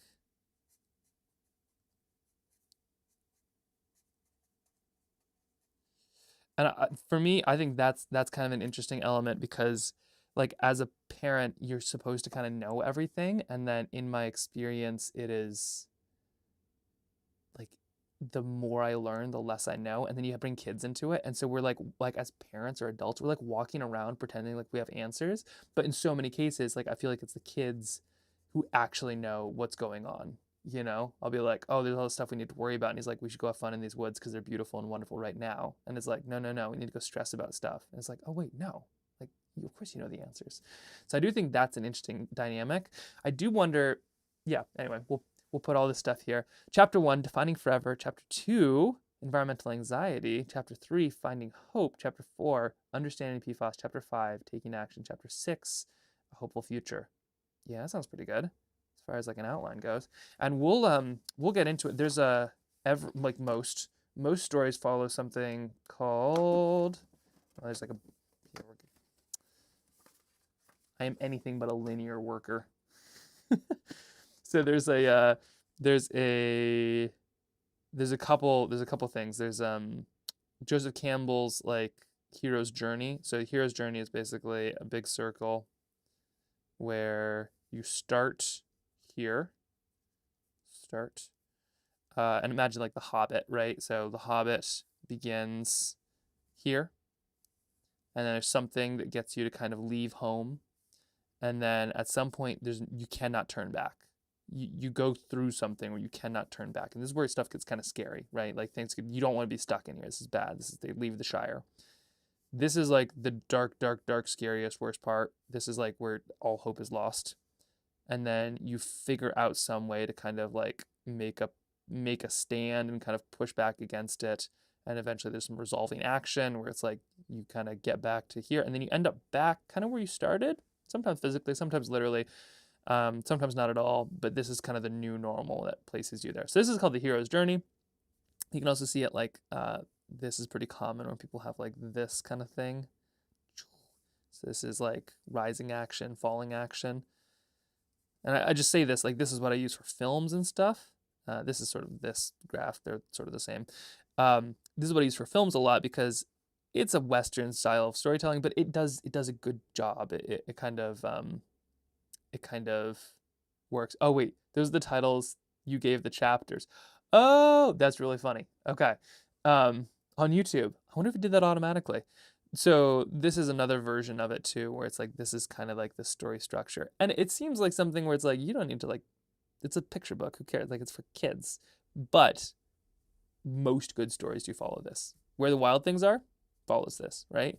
He starts at home, bites his mom, doesn't get dinner. Eventually he goes across the ocean, literally leaves home, does all this stuff. The monsters are like, I'm going to eat you up. And he's like, no, you're not. I'm the king of the monsters. And he kind of gets bored and then decides to go home, ends up back in his own bed where his food is still warm because his mom does love him and she bought him food.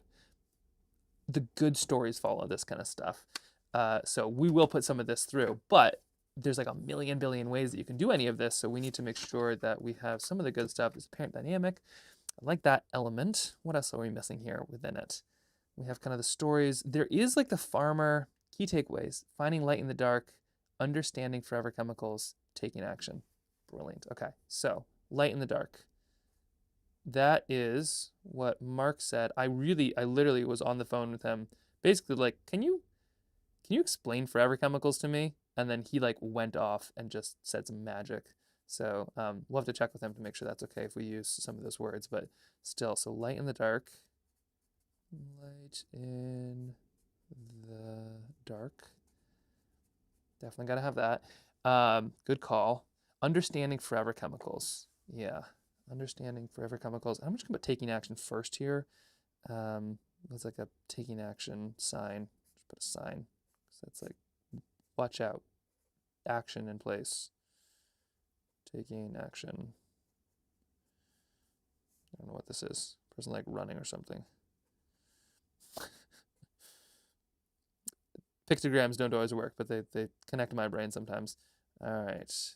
Taking action. Great. And then what else do we have? Then we have, yeah, understanding forever chemicals. I think that's a big piece of it.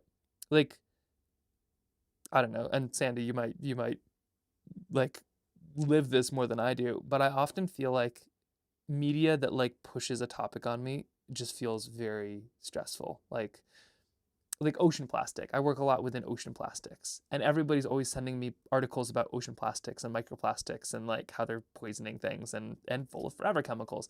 And it's like, I don't want to know that. Like, I know that. I don't want you to tell me that. Like, what? I don't want to read that. I know these things, and like, stop pushing this. Like, obviously other people need to know it, but it's like, I don't need to be more stressed out. Like, I'm doing what I can do. I don't need to be more stressed out. But people also need to know this stuff. But it's kind of honey versus vinegar. So I think like this is one of these stories too, where it's like, we can make a story about how scary and terrible these things are. But if we can make a story of honey instead, about like yeah, there's some really terrible things, but then people did something about it, and how cool is it that they did something about it? I think that's like the real kind of winning way.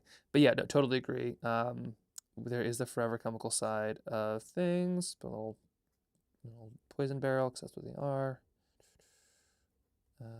Gotta get some of this, although they didn't label that. They're just like, it's fine, but it wasn't fine because they were greedy and didn't want to pay to actually clean up their problems. Okay, forever chemicals.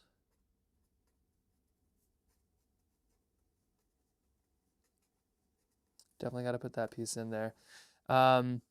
You've blended the scary with the hopeful. That's the secret sauce. Yeah, thanks, Sandy. No, I do think it's like, it's something I'm learning, especially from your community. Like, it's spending time. It's so, I feel like it'd be so easy just to like drift into like the negative, but it's so cool. I feel like the way that you and the rest are kind of leading with the light, and how do we visually show that, because that is like, as scary as stuff like forever chemicals and like all the challenges they pose, every solution comes from a big challenge, and this is a massive challenge. So really, this is an amazing opportunity to like do a lot of good. You're doing good from a problem that frankly shouldn't have existed in the first place, because some people did real bad, not a lot of them, but that doesn't mean that it's not an opportunity for us to come together, which is so cool. Okay, so we have obviously got to talk about those. There is the farmer element. So there's the farmer aspect. That's something Mark Ruffalo talked about a little bit. He actually talked about a lot more. But there's this lawyer, Rob.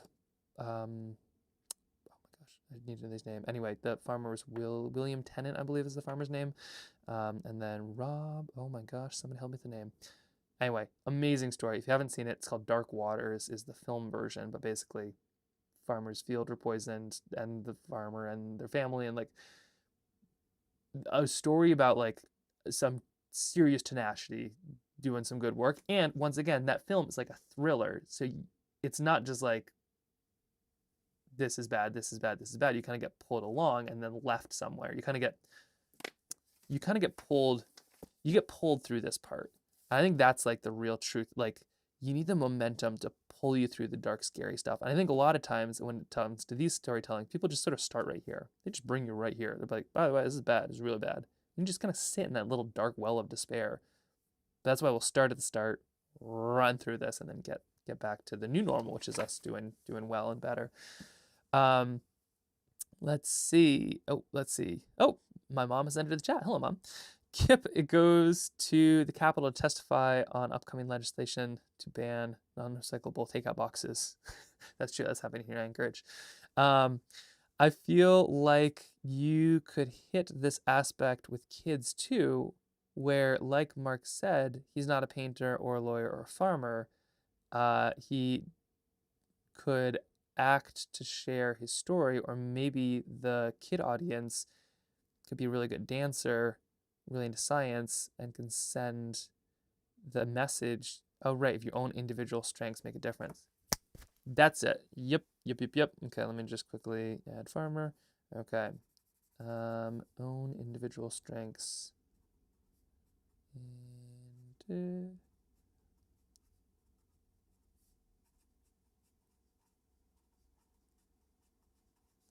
make a difference.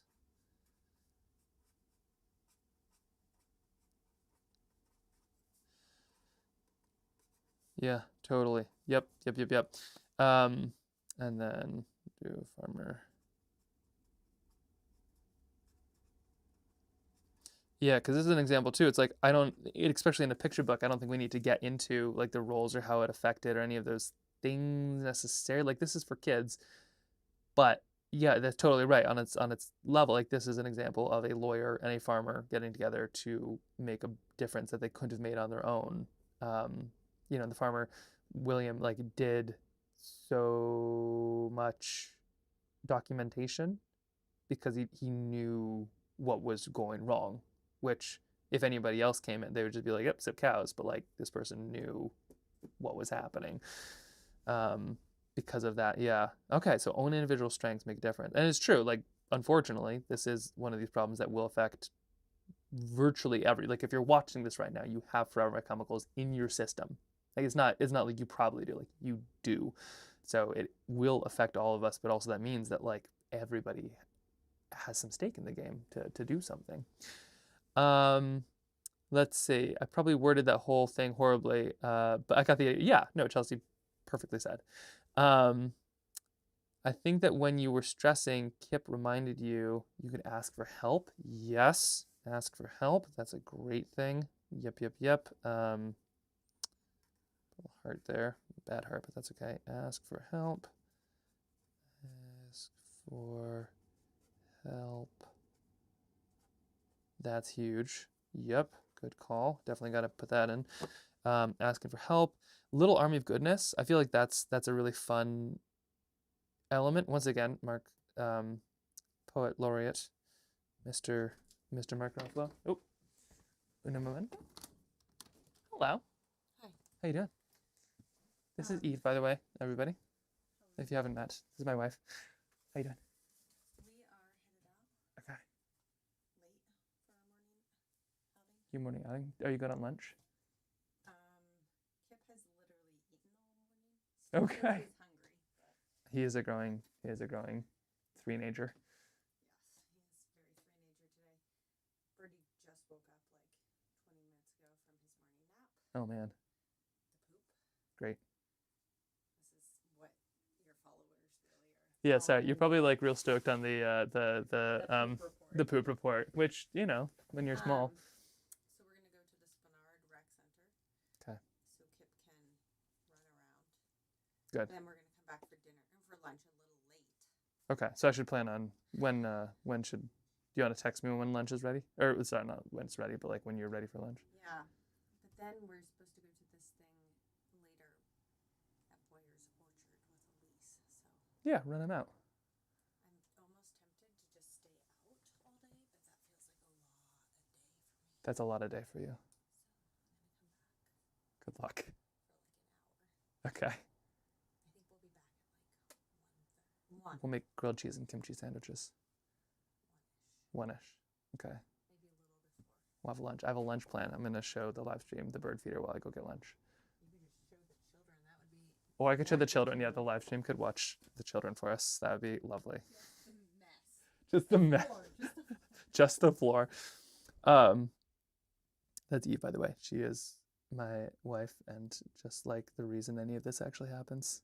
Like behind every successful piece of any art, there's like a community, but usually there's also like a strong and powerful woman. Actually, sorry, fun aside, every film is like, every good film, especially the classics ones, are all edited by women, which I don't feel like gets nearly enough credit. You know, it'll be like, wow, cool, the first woman director, like, you know, wins an Oscar or something like that. But like what we don't talk about is like Star Wars would be garbage without the women who edited it. And not just like, you know, taping the film together. The way these directors film is they'll just like let's film everything. It's all art. They'll film, you know, 9 hours of like footage, and then like the skill, as somebody who edits, the skill it takes to take 9 hours of footage and make it into a cohesive like 90-minute story. That's what we're doing right here. That is skill. But it's like, it's all like, all the Family's directors are these like, you know, big shot guys, but it's like your work would be unwatchable without the women behind it. And in a lot of ways, that is Eve to so much of what I do. If you see something and it was successful, it's because she cleared the path for it to happen. Okay, as you were saying, so ask for help. Ask for help. That's definitely part of it. The little story about forever, the little army of goodness, that I think is a really fun element too. I think that's kind of, you know, talking about adding your own skills too. So I feel like that's a big part. Gotta add that in. Little army of goodness. Little army of goodness. Very cool. What else? What other pieces do I have? Strengths and differences. I mean, yeah, there's the ask for help. There's Mark. Put a hat in here because I don't know how to draw hair. There's There is Mark Ruffalo, like calling Mark.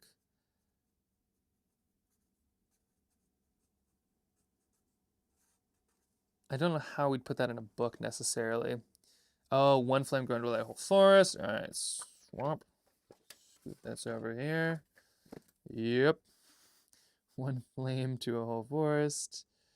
That I think we could almost put verbatim, you know? One flame to a whole forest lit up.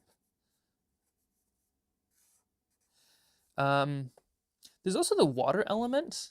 That's kind of a really interesting piece too. Like the water sides of things are like that's something that Mark was talking about. We talked for a couple hours, but we probably only like filmed for the first little bit. But the water, he was saying, or maybe that was on an email. Water. He was saying like it all comes down to water, kind of like the from everything he's sort of learning and seeing is like it's gonna come down to water, is the contamination, but also the purity. Like we are mostly water. The world is mostly water. It is how stuff kind of zips to and from. It's like the planet's circulatory system, and when things are contaminated or not contaminated, it is because of the water. And this is a waterproof thing. Like the whole idea behind this was that it would be waterproof. Like that is why it was made, is to waterproof stuff. So I'm not sure how much we want to get into the actual chemical itself, or if like this is even too highfalutin already. We might want to stay a little bit more surface level instead of getting too deep. But like from what I understand, the water element and the watercolors, like the water. There's something about the water. Something in the water. Totally agree. I learned to edit about 10 years ago, and it made me more aware of how important editing is and how much it affects the viewing experience. It really, I mean, it's really incredible. Like this is what we have 30 pages, right? 15 actual pages, 30 sheets, or 40, we're gonna see. But like, yeah, this is definitely gonna be the hard part, is like, yeah, pulling that story down a little bit. Okay, anything else? What other pieces? I guess there's other environmental sides of things, like that's an element as well. Some trees here, got this happy trees.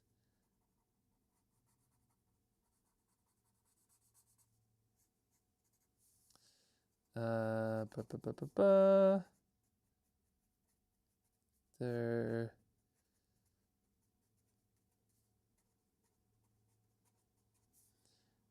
Issues.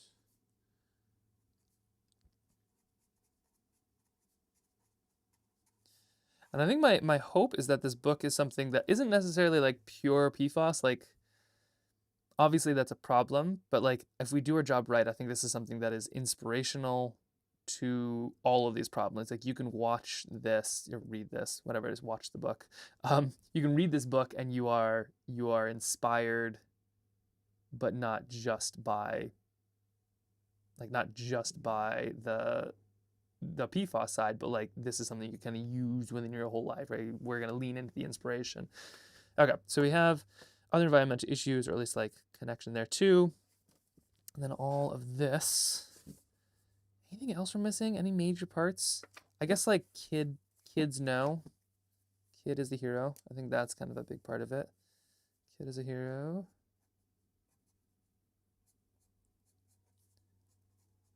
Kid as the hero. And then dad sort of spiraling out. Let's see, there's water, those elements, farmer side, a little army of goodness. That's a bunch. That's a bunch. All right, so the next step is gonna be, you can relate spiraling out. Yep, right. That's the other thing too. A picture book has to be good enough for a parent to read it. Let me go see, do I have any in here? We have a lot of picture books, and most of them are inside because they are read constantly. Let's see. No, I think I have mostly the boring books out here. Well, okay, here's a very loose example.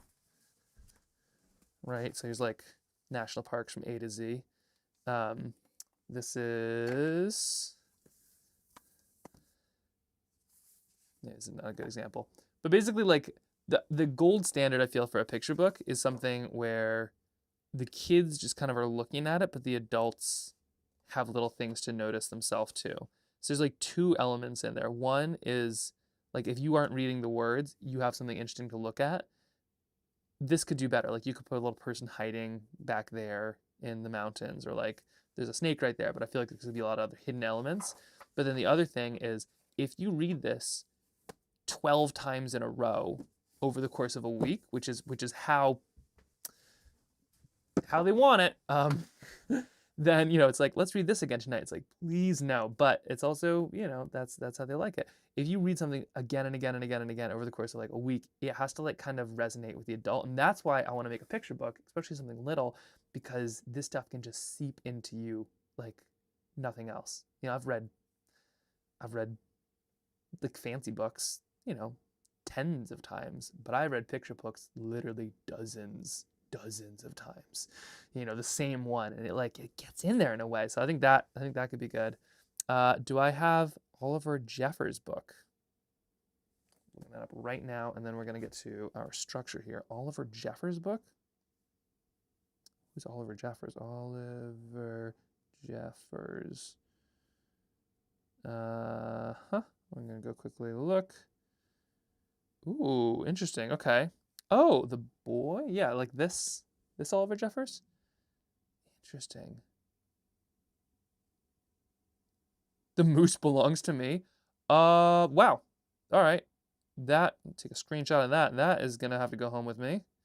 We've got a great bookstore here. Lost and Found. Oh my gosh. Okay. We might have to have like story time before. This is gonna take like a week plus to like do. I think we might have to have story time before each day. I'll bring the book next. It sounds like lunch is gonna be a little bit late, so I'll bring in some books. One of Kip's favorites is called Happy Healthy Lead Free Me, which was sort of where this idea came from. It's like a little board book my wife got at a public health conference about lead safety, but he loves it. So I can tell you all about lead safety now. He's got a great Substack too. Oh, amazing. Okay, so we have all of these, and I think the next step is going to be to basically build one of these. So this is sort of like the story arc. This is sort of where everything goes. And we'll put cards. What I'm picturing is we kind of just line up the cards. We'll see what we keep. And then we can kind of line those up in order. And then depending on what makes sense or what we like, we will then organize those. Yeah, per that. Okay. Let me just quickly see how this is doing. How's everybody doing, by the way? Sound good? Things good? Are you good? I love that one. We'll Build. It's a really great one too. Oh my gosh. Heart in a Bottle? Oh my gosh. This is dangerous. You realize like the last time this happened, I went out and bought like $200 worth of sketchbooks because we could do a live on it. Technically a write-off, but what I'm hearing is you're telling me that this man's books would also be technically a write-off. So I should probably get them all? Every single one of them? I mean, who am I to disagree with the crowd? Like, this is, you know, the Kindle version is narrated. Kindle versions are narrated? What? That's taking me out of that's taking my job. Although there is a funny thing, I am now experiencing, like, as a dyslexic, I you know, struggle with reading and writing. I can read well enough. Like I can read, especially if like I'm told to, you know, here's a page, like read this in front of the class. Like I could do it. The comprehension always struggles, but then like reading a lot. And Kip has just hit the level of the books that he's reading where he wants books that are just like a tiny bit beyond what I can comfortably read. So we're gonna make something nice and simple with lots of pictures because that's what I want. Doing good. Book process seems to be trucking along. It is moving. We're doing research, reading Takes energy from me too. It is so draining. And yeah, you're totally right. If buying books is research, we should probably just go to Tidal Wave, which is their used bookstore, and just buy a bunch of books. Okay, let's break this down. So I'm gonna take each of these, and now I'm gonna put, this is just my process. Now I put each of these, I'll put them on a little trail tile, and then from there, we'll kind of create like an actual story arc map, whatever it's called. And physically, I might actually just make one of those. So we have, let's see, I have some old used ones. Do I want to use the fancy ones or not? Just don't mind me. Just sneak my way over here. No, these are all nice ones. Where's the rest of these? Yeah. We'll just break up on a tin of trail tiles. Here we go. We'll do the fancy stuff. The nice thing about this is like it's very thick paper, so you can use two sides of everything. Usually I just use one, and then it's like, well, that's great, but we'll do the double. Okay. Let fun begin. All right, so this is definitely, this is gonna seem like extra, but for me, I really like, I'm such a visual person. I just need to have it made up. So I'm gonna go literally type out, also because I love this thing so much. So we're just gonna quickly type out just a few of these, and then I'm gonna illustrate a couple more. All right, so I think I can just sort of like scoot this in. Does that work? Yeah, that's great. All right, so we have together at the end.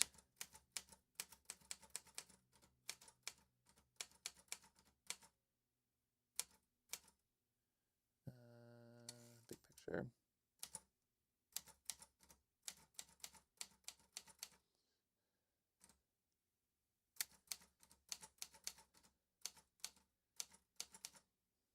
All right, to the end, big picture of the earth. There's one. Light in the darkness, candle. That's definitely got to get in there. All right, let me just put that here. Here's my margins. Light in the darkness, candle. Oh yeah, this is from Aaron. Yeah, Aaron is the best and sent me a typewriter. So Aaron, amazing watercolor. So we have a fun little watercolor group. And if you're not already, so we have a fun newsletter that you can join, and that gives you access to our Discord, which is like a giant group chat. Anyway, Aaron, we have these lovely meetups. Has like 27 typewriters. She gets them to her kids and things in school. She's a teacher, and I was like, that's so cool. So she like brought this refurbished one to me, which is the coolest. It's a Singer, and I hate my own writing, which isn't fair. I think I think words have always been a struggle for me, but like for some reason this makes it super fun, or at least fun enough for me to care. So now, like, look at this. We've got this nice little, written out. I need to focus. There we go. So now this is going to be the part of the earth, big picture. So I'm going to literally kind of type all these out, and then we'll kind of rearrange. So yeah, Jen totally needs a typewriter too. They're the best. Okay, so ripped pages. Oops. What happens when you mistype on a typewriter? Because we just keep on going. Out of a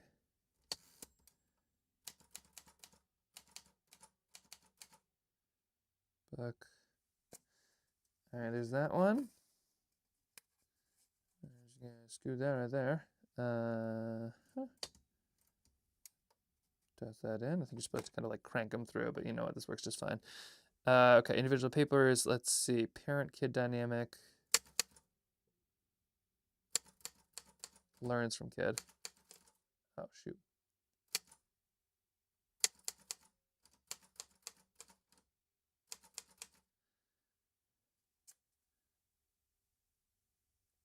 This is why you have two this is why you have two sheets of everything. Parents learns from kid. We gotta scoot that around. Here we go. Oh, this is so okay. Now I'm seeing how this works. Okay, great. There's a backspace one letter, I think, Type over. Oh, interesting. Okay, so that's how it works. We're gonna try this in 1 second. Huh.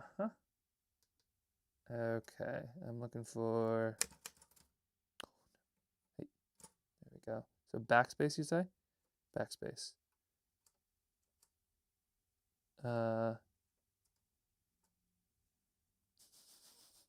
Backspace how? Tab? No, not that. That's shift. Tab. Oh! That's okay, that's what tab does. Paw.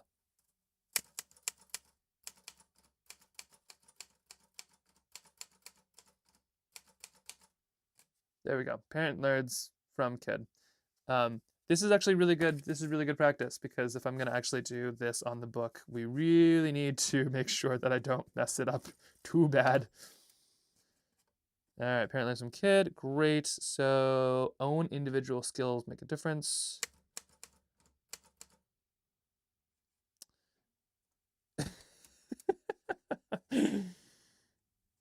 Our own skills. What am I doing wrong here?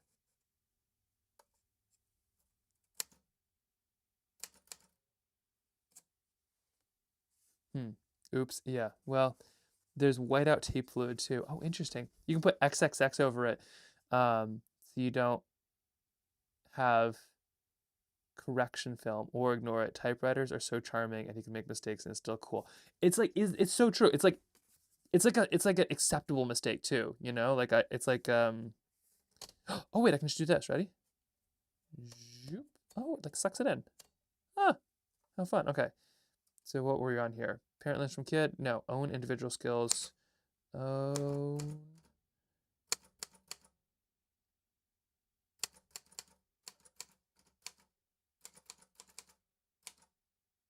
skills.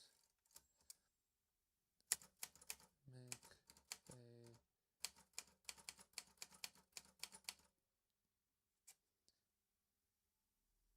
There's some real good misspellings going on here, but I'm liking it.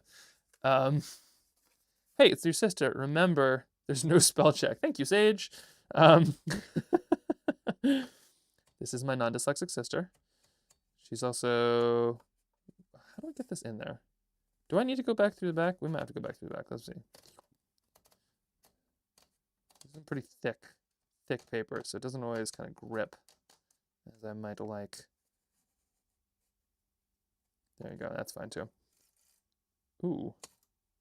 Hey, that's not how it's supposed to happen. Okay, that's fine. Where were we at? Okay. Forever chemical info. What's happening here? What am I doing wrong? Is this just not sticky enough? Is this too sticky?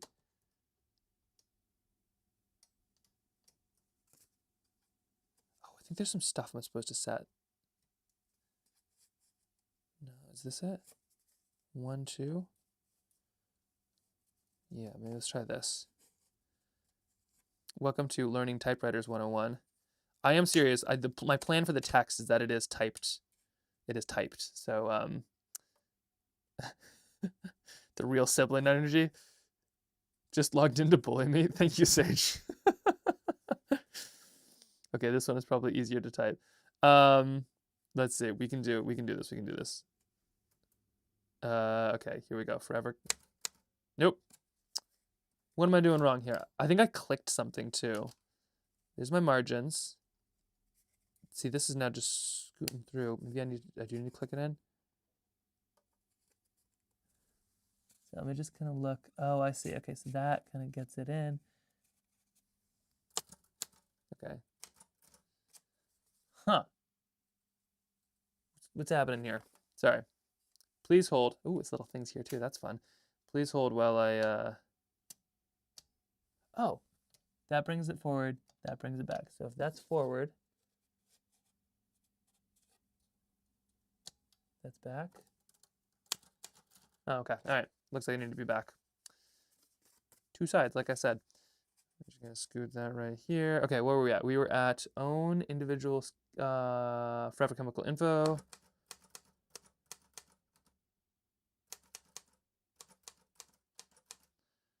Education.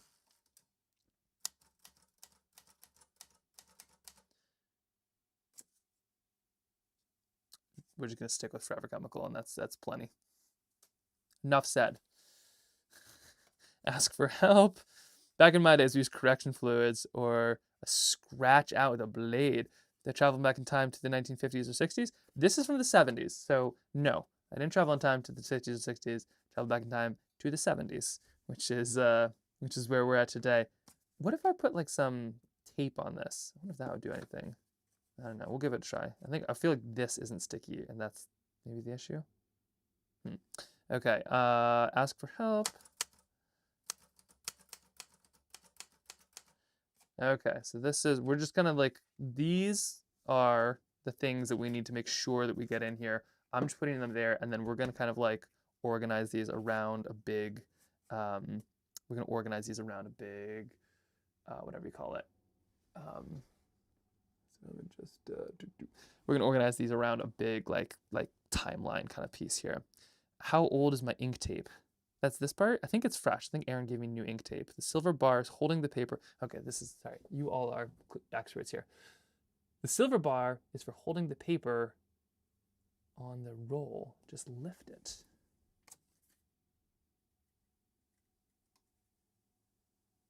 Oh, what? So could I? Huh. Does this? Huh. Okay. Yep. Okay, now what is the backspace? How do I backspace?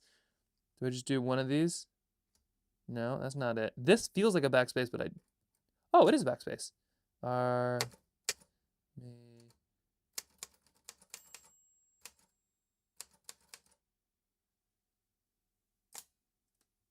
very, very, very cool. Okay. Oh, we got this. We got this. This is great. Now put it back on the paper. I think it's actually working really well just without it, especially because these are kind of off sizes, but taking action.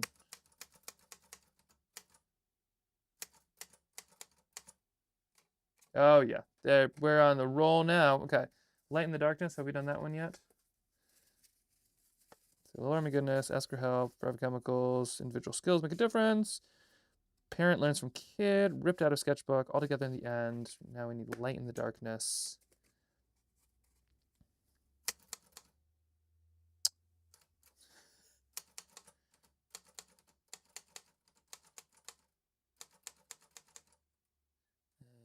Candle in.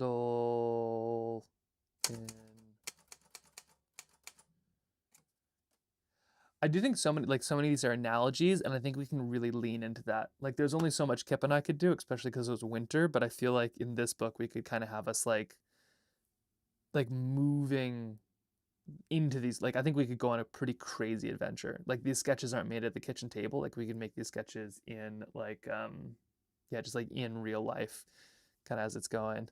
Okay, here we go. Light in the darkness, little army goodness. Do we want to connect with Mark in the book? Maybe. Although Mark is the dad too of dyslexic kids, I will say, which is pretty awesome. The best kind of dad. Actually, I don't know if my kids are dyslexic, but anyway, we could make it, I think the more generic we make it, the better. So it's just like parent, maybe, is the trick. So there's no need for calling. One flame in the forest, water. Water is the issue, perhaps? Nope, you don't get to go up. And kid is a hero. Okay, any other stuff we're missing? Go to the moon. Go to the moon. Oh, Kip would love that. Interesting. Yeah, that's a good point. Okay, so we've got like a little stack of these. Put this back. And now we need to create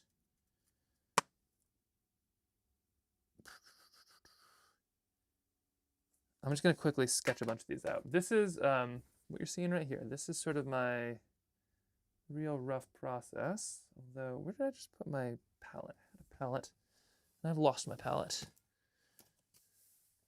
Huh.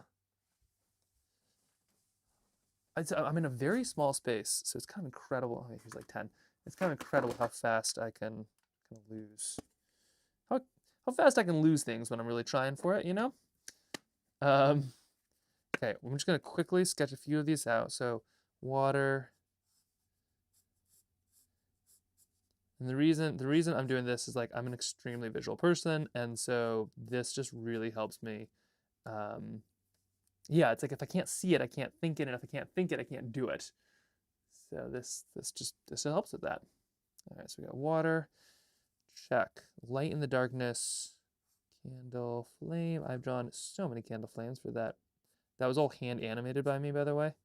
I didn't know how to do any of that, and so much of that was just like, I guess we'll draw every single frame, like every single frame of Mark talking, and I just drew it. Taking action. I don't even know what you put for that. What is a taking action image? Like doing something. Maybe as a person with a bag or something. Taking action. We'll have a little garbage bag that you're holding. And we'll have a little person taking action. When I was in school, I used to feel like I had to take normal notes, you know? Like it was like if I wasn't taking like typical notes, like what was I doing? I was like wasting my time. But like this is the stuff where this will hold all of the idea. And it's not like something I can share, but this is, you're seeing my process. A little army of goodness. That's just what you're gonna get. I don't need to explain myself, but I kind of feel like I need to as well, because it's like you're also patient. Okay, a little army of goodness. We're just getting a little bit of everybody here. That's definitely an element that we need. And oh my gosh, I love this element. Look at this. This feels so like the sketched to non-sketched feel feels great. And I do think, here's my thought, is that we do have, if it's a 4x6 book, I do think we do something kind of like this. This is loosely 4x6, but like, here you go. Whoop, whoop, whoop. So I do think we have something where it's like the illustration, which is kind of what we'll be doing here. So this is the illustration, and then there's some words, so kind of typed out. Not too many, just enough. And then down here is like the side story. So what, like we'll have kind of an arc within an arc. So there'll be kind of a longer story of like, I don't know, if we're going on a hike, or whoa. These. Oh, so okay. Pages get torn out, right? And as they get torn out, they're blowing away. So it's us searching for the pages, like in the film where, you know, we kind of went on this adventure to go get those pages back. That could be it, right? Like all the pages get torn out and are blowing away. And then this bottom part, which would be in black and white, would be the side story of going to go get the pages. And then this would all be typed. Oh, that could be fun. Couldn't that be fun? Okay. This is great. This is great. We're doing good. Okay. Ask for help. That's a big element too. Got to get that in there. Like, I'll be asking for help. Band-Aid. Band-Aids are love, especially when you are 3. Band-Aids for life. Gotta get that in there. All right, ask for help. Forever chemicals, scary stuff, but that is the theme. We're gonna make a hopeful book about forever chemicals for kids. This is exactly what this is like. This is the biggest challenge. It's gonna happen. Okay, let's get some of that there. Let's see.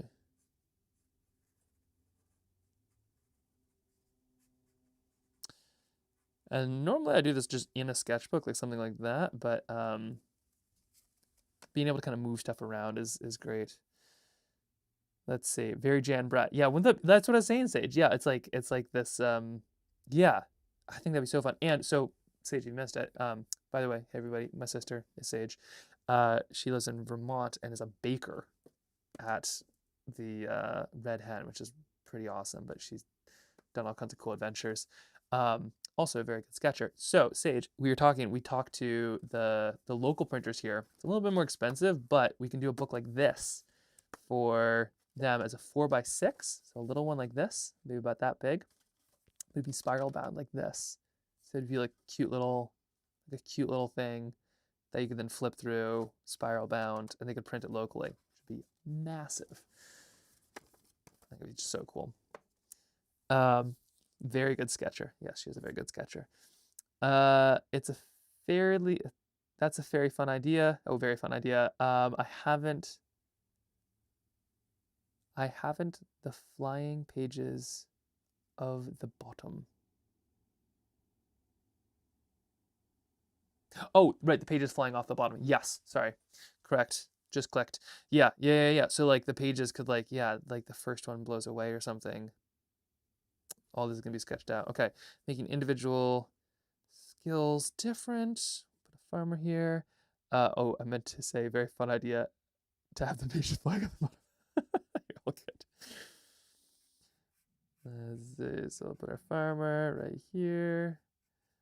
And some cows in the background because we like cows.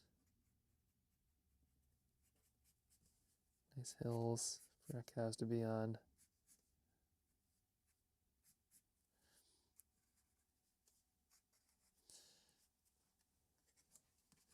I also find that from a sketching standpoint, like a lot of times the ideas come when I'm doing something rudimentary. Like all this is technically there, but the process of me sketching this out, like the rest of the brain catches up and then the big ideas come, which is kind of a funny thing. Oh my gosh, I love this idea of like a counter story. Like, yeah, like a silhouette.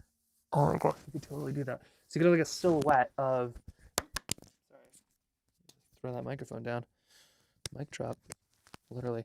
Because right, you could have like this story, like it could be the lower half would just be silhouette. So Beatrix Potter style, you could have like pen and ink silhouette, and then it's like the silhouette of these two doing whatever adventure they're doing in search for those pages, and then together they come. Yeah, so maybe they try to make a book, something spills, they tear all the pages out, they blow away.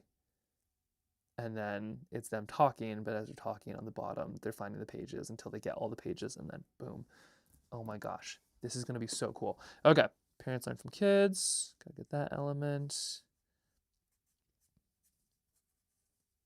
And kiddo. The funny thing too is like I'm a very decent artist, I think. But when it comes to like quick sketches like this, I've learned like the hardest thing is just like, oh yeah, just like make them rough. Like they don't need to be good, especially in this phase. And apparently my grandmother was like one of the worst for this too, like a Pictionary. You know, people would just be like, whoo, whoo, whoo, and then she'd like be actually like, drawing out the thing, which you can't do in 30 seconds. Ripped page out of sketchbook. Oh my gosh, this is gonna be so fun. But there's something to be said about just going very loose. Ripped page out of sketchbook, and then together at the end, big picture of the earth. Put one of those there, and do one of these. Good call on the moon, Sage. That would be fun, especially because Kip would be hyped. He's all about the moon right now. He got to see the Artemis mission loosely. Not all of it, but enough of it for him to be like, every morning he asks if we can watch the astronauts take off. And it's like, they're not doing that for a little while, Kip. Okay, so then we have this. And then, right, the sub-story below. I'm just going to put that on. That is such a, oh my gosh, I'm so excited about this. Sub-story below. Definitely have to get that in. That'd be so interesting. So we have story in a story. How do you spell silhouette? Well, it's like, I gotta go. Margin story.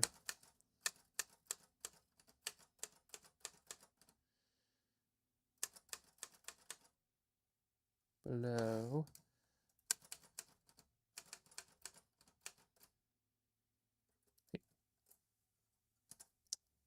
below the main nope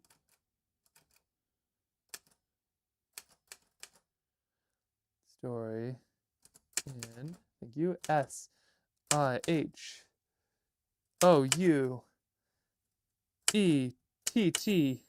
Who picks those words? I mean, I know they're all French and stuff, but like, my gosh. It's wildness. Okay, so we got that. And margin story below in silhouette. So we'll have our book. This will be in color. This will be typed out. And then we'll have a little story below. Oh my gosh, this is going to be so fun. Cool. All right. So I'm going to color some of these in. And then from there, we're then going to start to break up some of this into the kind of the sort of dynamic sort of story progression. Seems like a lot of work for a children's book, but like, trust me, this is good. We're doing good. We're doing very good. All right, I need a little bit of water to paint with. And we're just going to add little bits in here. This is just, actually, hold on, I'm kind of curious. Is this ink waterproof? Let's find out right now as soon as there's focus.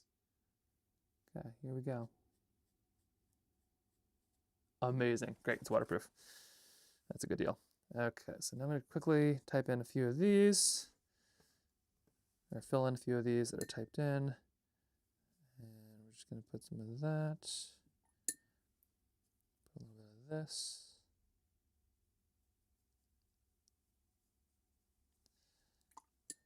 But it's like there's this magic trick with watercolor where it's like if you can sketch it, it can be real. And that's what I love so much, is like even just this, right? It's like so simple. Here's just a page, and I'm going to put a shadow on it. It's going to be a lot of just like adding shadows. But like, boom, that is real now. So we got this one, and a little bit of blue. I feel like there'd be kind of a call and answer too in it. Yeah. Oh, okay, bye. Nap time for bakers. Have a good nap, Sage. She gets up at like 3 o'clock in the morning. It's bonkers to go bake. But then she's done at like 11 or noon or something like that. What time is it right now? That's like 3 actually. But she'll take naps, like long naps in the middle of the day. So that way she doesn't have to go to bed at that would be like 6. That being said, our kids go to bed nice and early too, and they also stay up late, but they're growing their brains. She's just baking bread. Okay, got our earth right there. Earth. Lovely. Put a little bit of a silhouette, and then we'll make the rest dark. And by silhouette, I mean shadow. For like doing little sketches like this, shadows are kind of my favorite addition. They just like quickly bring something into the space. Okay, ripped out page of book. So let's put some sky or something like that. Okay, a little bit right there. And then I'll fill that out in a second, but in the meantime, shadow, shadow.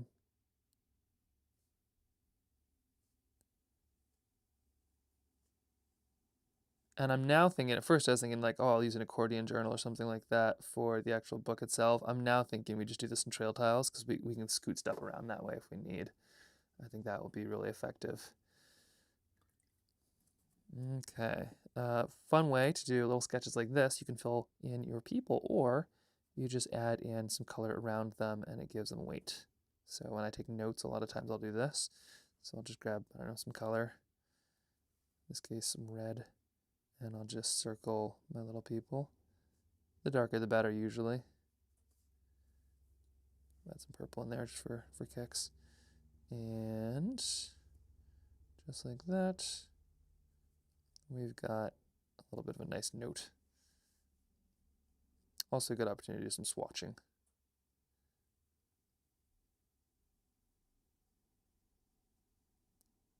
But yeah, it's strange. It's like if I put time into a sketch, it gives it value in my brain. My brain pays attention to it a little bit more. And I remember as a kid, we were doing letters or something, like we had to write, something, and I did it really small, and every single letter was a different color, and I was doing all this stuff in class, probably, annoying the teacher a bunch. Anyway, she took my paper and she threw it away, and I was furious. I'm just like really disappointed because I was like, that was amazing. And, because she wanted me just to write for the sake of writing, but writing was hard, so I wanted to do anything else. And I was realizing like what matters is for notes is something that you'll look back at. And if you look back at words, great, that's awesome. But if you won't look back at words, find something else you'll look back at. And that, in this case, like it has to be colorful and slightly beautiful or just interesting for me to re-look at anything. So if I'm not going to make it interesting and beautiful, I may as well just not take a note at all because it's a waste. And then, if I am going to make it, I may as well make it interesting. I'm picturing my niece holding an accordion style book and how quickly it would be in pieces. Yeah, I think we're gonna have to do like a standard book. I think that's the only way. I think that's the only way about it in this case. It'll be good though. It'll be good. We'll make sure it's like nice paper. Okay, and then we got our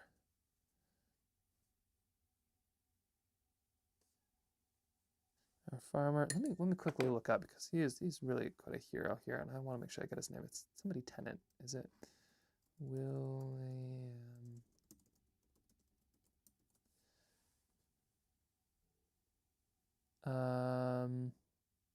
Nope, not 19th century. Let's see.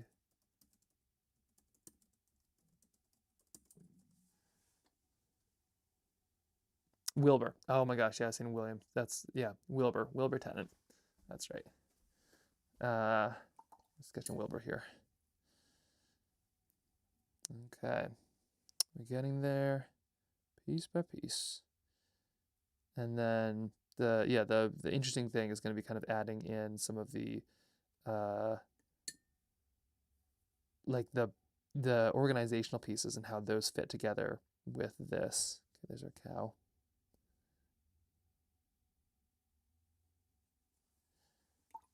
And let that dry. Boil barrel o' poison.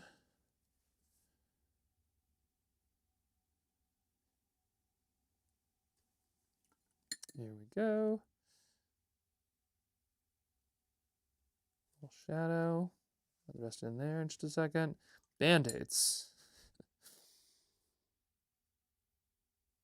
I am really, I haven't done the typewriter before. This feels really good. I really love the idea of this, like as the words for the book. This will be perfect.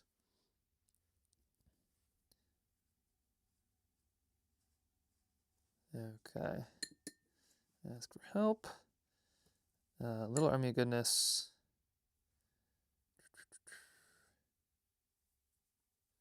We'll just put the background here. And then the plan is then potentially at this National PFAS Contamination Coalition convention or conference to potentially sketch out that little Army of Goodness in person with everybody there. Could be really fun too. Maybe do that live. All right, so we'll figure this out. And then the words, and yeah, this is all just the structural stuff. I'm slowly learning that patience is important with this kind of stuff, but there we go. Little Army of Goodness. I kind of like that ending too, especially kind of puts us all together. No one's alone in this stuff, which is true. In a bad spot, nobody's gonna get out of this kind of PFAS side of things, but it means that you're in good company. Okay, a little bit here. There we are. Put a hard hat on you. And candle flame.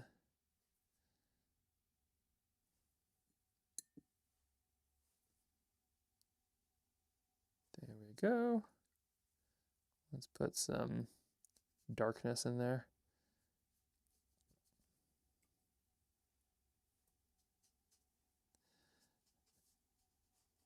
Yeah, come to think of it, so the ask for help thing, we will need to have somebody in there. I think that's going to be key, of like a Mark Ruffalo type or something like that. I think that'll be important, because that's going to be a big element. Just like curiosity though, like what is, I assume most of us are adults here. What is the picture book that sticks with you the most?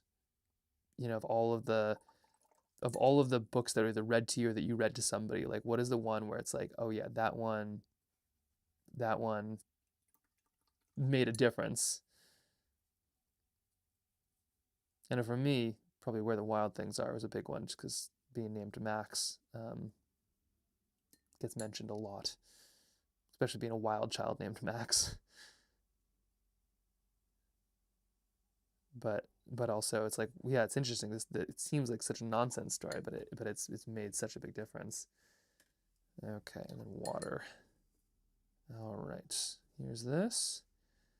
Okay, now once these are dry, we're gonna jump into the actual story structure here.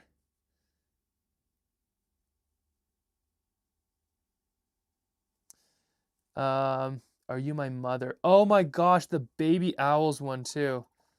Owl babies is so good. All owls think a lot. Yeah, Are You My Mother? Yeah, that one. They usually have so many lessons, just kind of like, tossed in there. Okay, so here's what we got for a lot of these. This is just like the loose topics. So this will help kind of me determine a lot of like what counts and like the beats that we need to hit. So here's the start, and then from here we'll now kind of build out a lot of where we're going.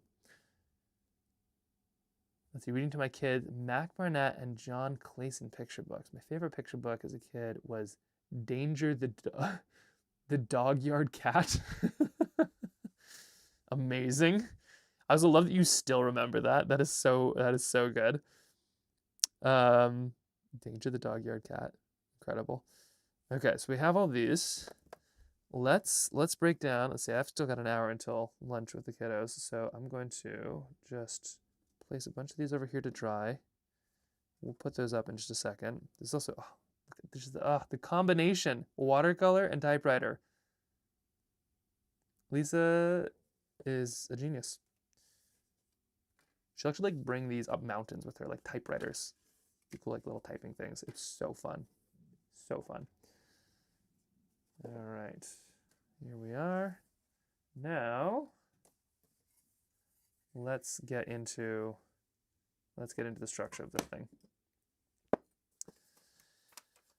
Okay, so we're thinking.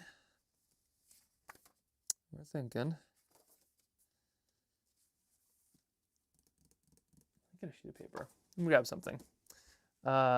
We need a. Let's see, that's a print. Probably shouldn't tear that apart. Definitely shouldn't tear that apart. There we go. 2 of these. So just for very loosely, we're looking at a story arc. Something like this. This is sort of what it would look like.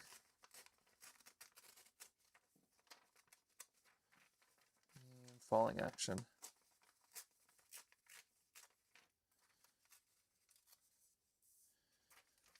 There we go. Story arc. Now, so we have our loose story arc here, and then I'll need some little. There's a little sheet of paper. I'll need a couple of these. There we go. Slice this up.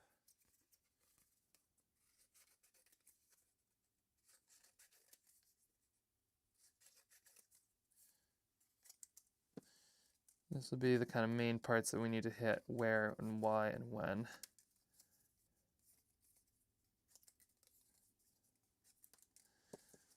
So you can imagine this as like a tension graph, right? Of kind of like something happens in the beginning, where are we starting, and then kind of where it goes. These, we'll write some little things on here really quick when we have them. So we can end at the ending. That's usually a good spot to do it.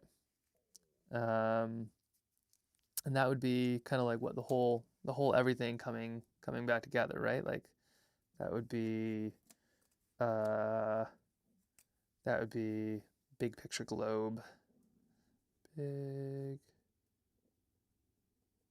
picture world globe.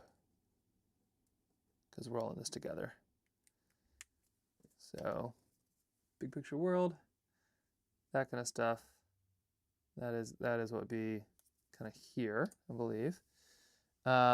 Just checking to make. Did you hear my stomach? Sorry, you said just checking to make sure you ate lunch. My stomach has just been like growling a little bit, and it's like I hope this isn't coming through. I have not ate lunch. I will be eating lunch at some point, but it sounds like the kiddos snacked hardcore. So I think we're gonna kind of push through for a second. Maybe I should go get a little snack. Let me see what I got.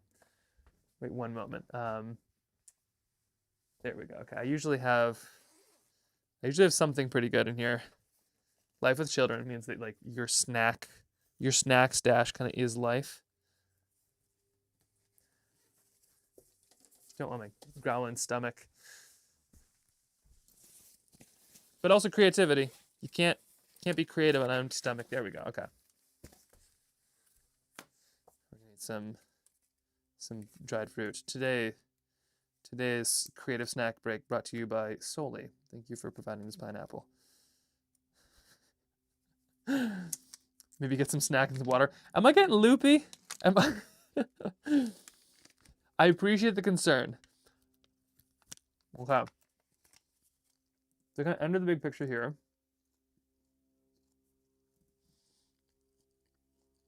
Stopping by. Oh, Austin. Hey. Thank you. Oh my gosh, Austin's on by. Hey, Austin. What a fun thing. Austin's on YouTube right now. Really cool filmmaker. Speaking of like good stories, actually, speaking of somebody who'd actually know this stuff, Austin Meyer, awesome podcast too, if you get a chance. But documentary filmmaker and Nat Geo Explorer, but just like a really good storyteller who like knows the beats of like how to tell compelling stories and make you care about things like animal rights or like, you know, like how to relate to people. So that's what we're working on right now is we just spent the day figuring out we have our kind of like loose things that we're going for. We know our book structure, and now we're gonna use all the elements of filmmaking to be able to tell like what exactly like our story's action is, and then in the next, we'll talk about like exciting action and stakes. We basically have 10 days to make a book to get it proof printed and ready to go, which is gonna be exciting. So, I've been told to eat snacks because it's probably getting loopy. It's more that you're currently snacking and don't drink lots of tea. I should drink more tea. Okay. Anyway, thank you for stopping by, Austin. So we have, all these. So this is everything coming together at the end right here. This is kind of a little army of goodness to be right here. The margins below the story be right here. That's going to be its own story arc. So the margins kind of have their own, it'll be their own arc where it'll be like trying to find the pages, you know, bears, moose, whatever it is. And then eventually that will kind of reconnect here. So I love the idea of like we lose the pages here early on, potentially. And then it's finding all of those. So lose pages, and that could be kind of that could be the beginning action.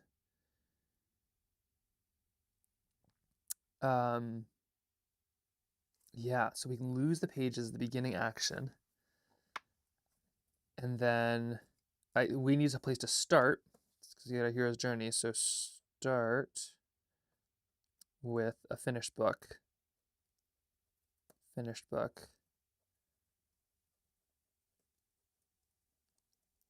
And maybe that's what it is. It's like the parent is finishing the book and then everything goes wrong. And basically the kid is falling around as the parent just sort of like spirals out, but then they end up with this. So we'll start with the finished book.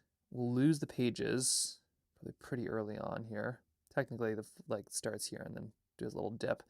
We'll lose the pages. The pages get found, and then we'll be on adventure to find pages, which the kid will insist on. So we'll go on adventure to find pages. That's going to be here. So we'll go on an adventure to find the pages, and then that will kind of like on the adventure that creates, that's the ability for us to like kind of think through things, kind of see stuff coming together.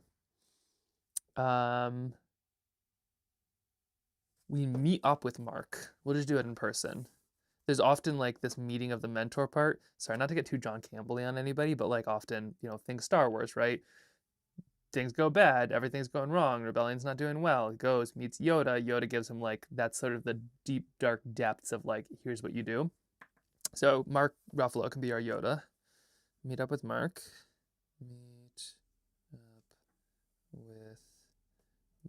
And it doesn't necessarily need to be Mark. It could just be like a person who gives us this advice. But yeah, things kind of spiral out here. We'll meet up with Mark, and then and so the whole time we're looking for the pages as we kind of go through. I feel like toddlers would love a story that starts with forever and ever and ever, the end. That's an idea. Fun fact, so that was originally what I wanted him to say.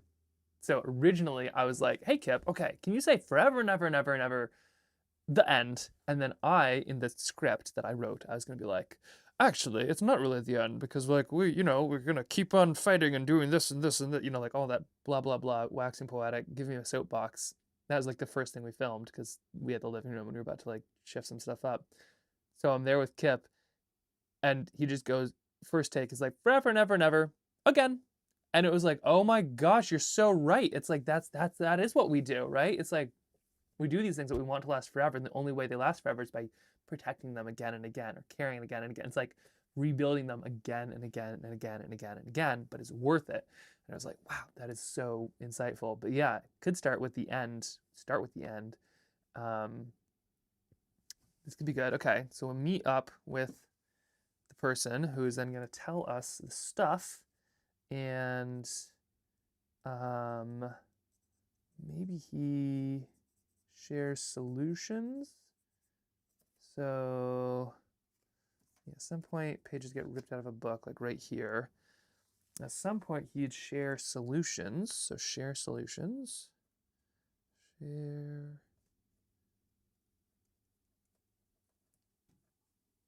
To move forward. Past dark. And in that case, maybe Mark doesn't talk about forever chemicals. Forever chemicals are in here. So this would be forever chemicals here if we wanted them. So we'd have to get deep into it, and we can do our own exposition. Let's see, by the way, I think the link keeps on getting scrubbed from the chat. So if you'd like typewriters and art, Aaron, with dots between. Oh, yeah, Jen, would you be able to post about Aaron's, if you're there, Jen? Yes, sorry, it gets scrubbed in the chat. We'll make sure that gets fixed. Yeah, Aaron is amazing. We'll have to do a live with Aaron. Austin says, P.S. in my most recent short doc, I used compositive hard drawing illustrations over live action footage for the first time.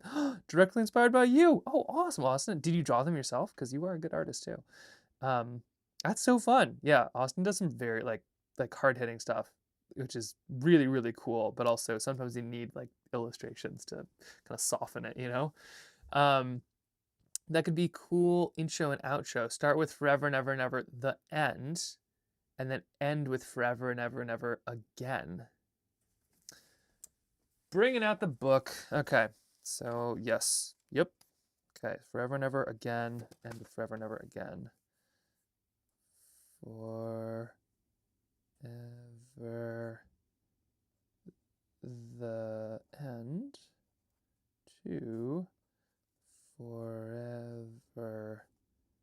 again. Now, just so you know, because you did suggest that, you are going to have parents write to you, or they're going to write to me, and I'm going to forward that mail to you, because most stories end with like, and then the truck went to sleep, because most parents are like, please go to sleep. So if you have a book ending with again and again and again and again, it is going to be read again and again and again and again, and parents are going to be furious and hide the thing. But I think you're right. I think that could be really cool. Kudos for making the important video and a book. You do great. We'll keep on going. Oh, thank you. Thanks, Valerie. I appreciate that. It's gonna be fun. This is gonna be a good thing. It's gonna be a good thing. But yeah, okay. So end with the end. Begin with again. Yeah, I love it. This is great. So forever chemicals would be here. Forever intro / expo position. So that's going to be here as we adventure to find the pages. You can always think about too, like the more adventure you have, the more honey you have, the more like medicine you can hide in it. So that we'll put right over the adventure. That'll be good. We still need some reason why the book kind of is made and then torn apart, or like in our case, like stuff got spilled on it.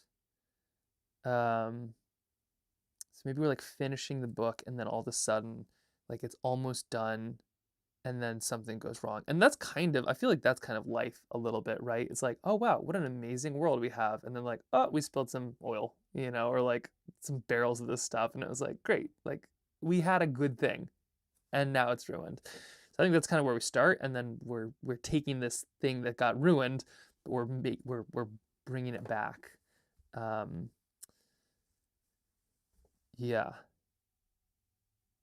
Okay, so we have some of that. This is good. Hide an animated for it, but yes, I definitely need to add whimsical and joy and a touch of to draw people into caring about chickens. Oh, I haven't seen this new one. Yeah, anyway, Austin Myers, amazing podcast. Check out his YouTube too if you ever want to be a documentary filmmaker or just see some cool stuff. He's doing really cool work. I haven't seen the chicken video. I'll definitely have to check that out. Oh, you found her. Thank you, Jen. Oh yeah, so this is also Aaron, Wandering Typewriter, if you're looking for the inspiration behind the typewriter. But I honestly haven't put these on a trail tile yet, and I am obsessed. Like, this feels so good. That mix of typewriter and like quick sketch feels so good. This is definitely the style of our book already. Thank you, Aaron. Okay, so we have a loose structure. We have kind of where some of this is going. I feel like we've got some of the big pieces, which feels really good. Now, I think it's just a matter of, kind of breaking apart. Oh yeah, here, we got to put our little sub.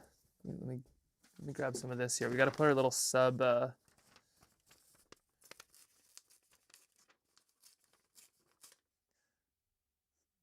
Those. And then here, opposite but equal in the scope of the story. So parallel, I guess that's what you call it. Parallel will have so pages rip. I'll just write it out. So pages rip.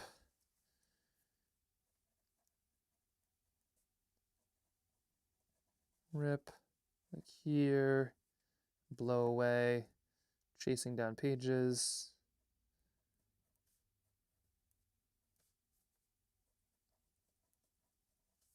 Things get hard.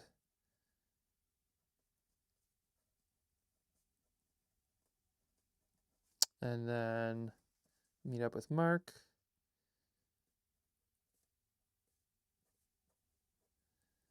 Mark kind of is the stand-in for like all people who are mentors or helpers. So that's kind of the role I think this could play is, like the person who can kind of set you on a little bit more productive of a path, which happens to me and happens to a lot of us, I feel like, where it's kind of like, ooh, things are feeling rough. And then that person can kind of come and be like, have you thought about it this way? So /mentor. And then all three. Search. And then getting back to house.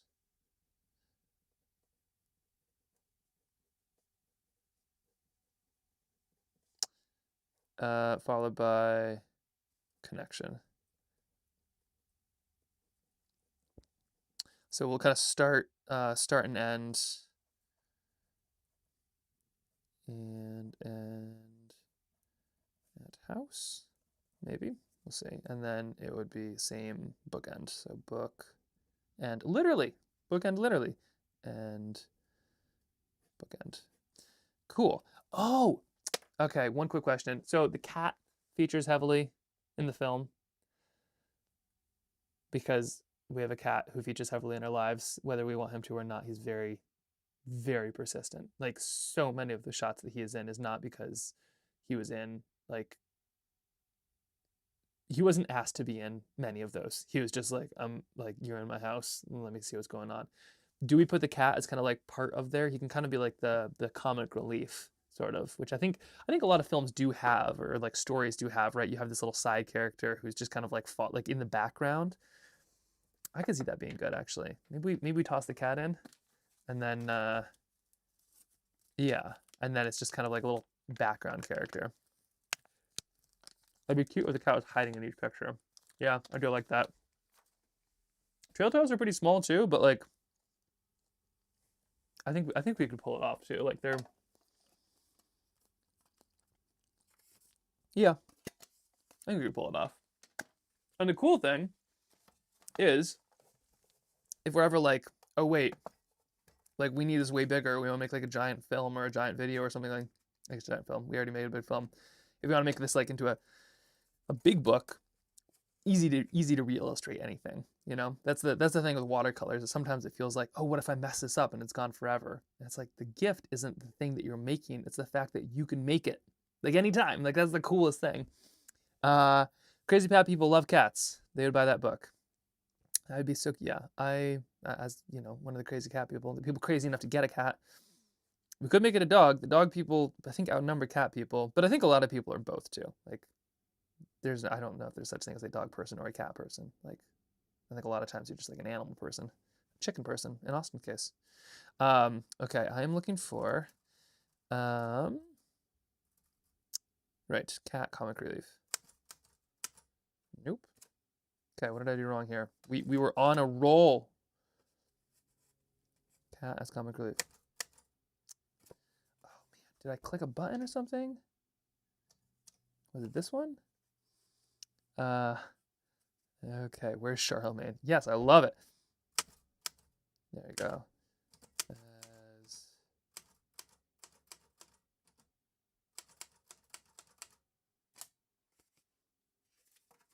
Okay. Cat as comic relief. Great. I'll just add what's something the cat would do as comic relief? Put him upside down here. When in doubt, make an upside down cat.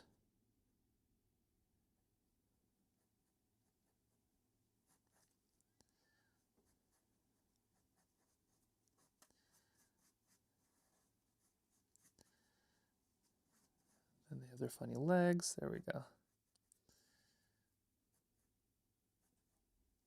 And I'm having him bat at my little letters that I misdid right here. In the end, the cat has the last page in its mouth. Yes, no, absolutely. Well, the cat, because like the pages are blowing away, so it's like we're chasing the pages. So even the silhouettes, we can have the cat like chasing after the pages. This will be great. I love where this is going. Okay, cool. So we got our cat. Also, this, I feel like this is clever. I need you all to appreciate my cleverness. Look at that. See, messed that up. Now I'm having the cat attack it as if it's like a bee. Something like that. Okay. Quick little sketch of the cat. Gotta get that tuxedo cat energy in this book. Great. Okay, very cool.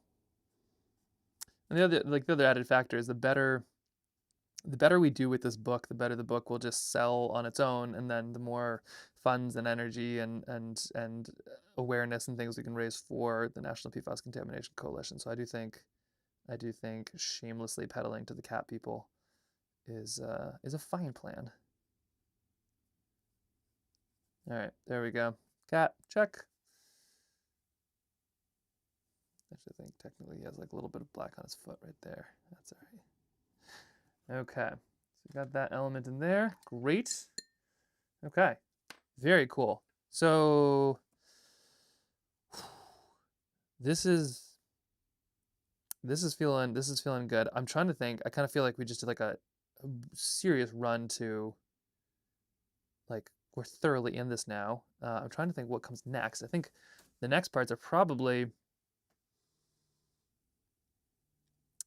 like writing out like a storyboard a little bit. I think that's probably the next thing, is just I don't know if we do it with these or something else, but like I think a storyboard is probably the next piece, and we just kind of sketch out some of those elements.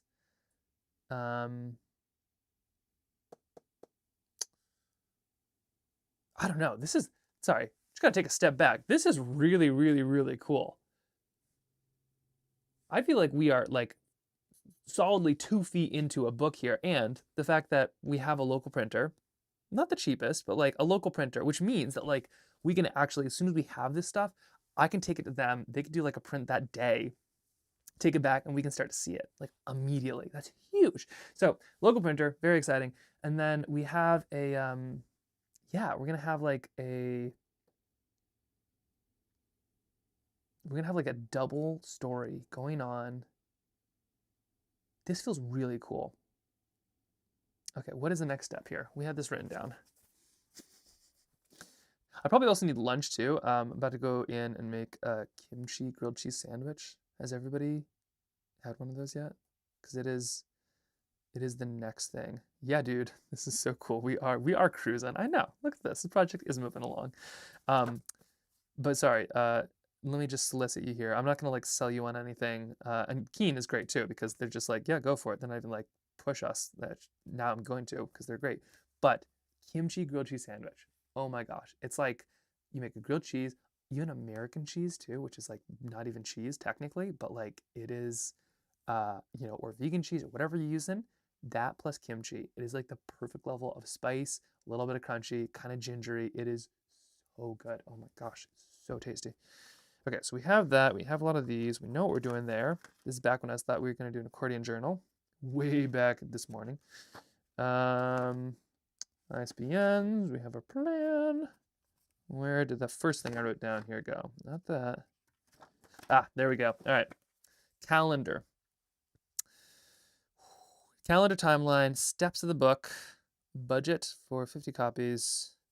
So we have, let's just cross some stuff out here. So budget for 50 copies. We have the budget for 270 copies. We're gonna figure this out. That's the most reasonable thing for timing and everything else. And it sounds like what we could do is we could then take this and put it on like a print on demand site like Amazon, and then people could get individuals in their own time as well, which could be great, especially for those of us who live in Canada and don't like paying exorbitant rates for shipping or those hassles. All right, printer. Yeah, I feel pretty good about it. Yeah, I think it's great. I think it's great originals. They're local. They're good. We like them. I trust them. So that happened. Great. Book design. Obviously making that.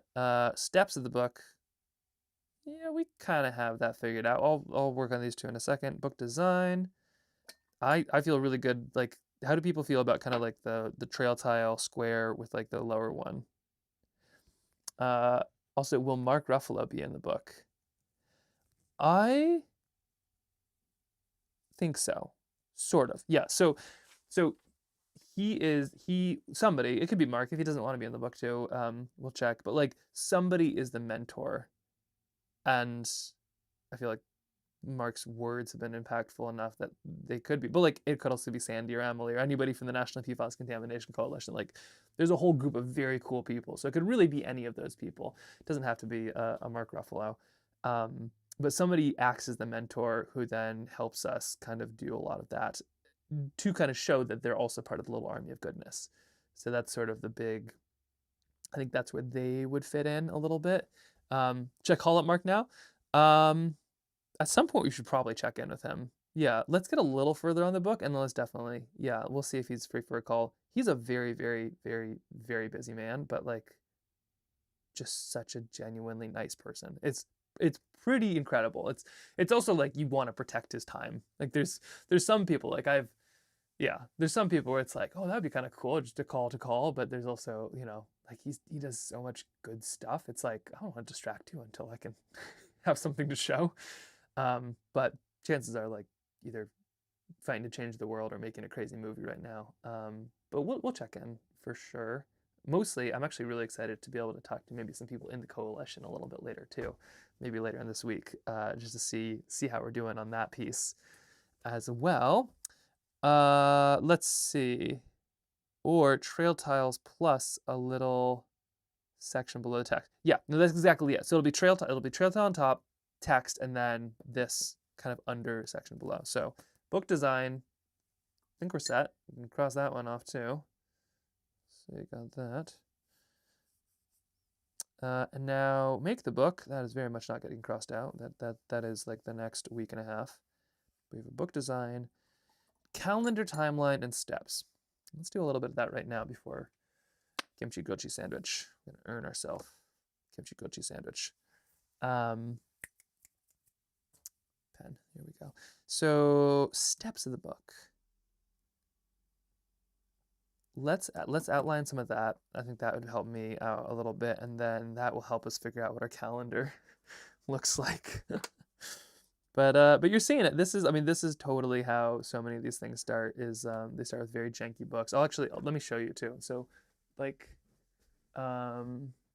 so those you see up there, like all these things. This is like a lot of.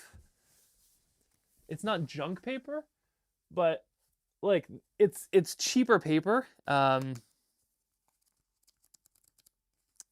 a good example. It's cheaper paper, and it's just got like this is the kind of stuff where so many like ideas can come together. And I do think it's like we're always told to like organize stuff and put it on certain things, but like just being able to write something out. And with sketching too, like if you can sketch it, it can be real. Oh my gosh, here's when I was trying to learn how to draw faces. Bad painting of Jeff. Jeff who? Like that I don't recognize is not a good sign. But yeah, in so many ways, it's like just being able to sketch stuff out is what if you can sketch it, you can see it, and if you can see it, it's real. Oh yeah, one thing Mark was talking about too is like we love the places, we protect the places we love, and we love the places we're in, or something. Yeah, something like that. Like it starts with love. I think that's a big element too. Yeah, that to the list. Mark Ruffalo, super wonderful guy.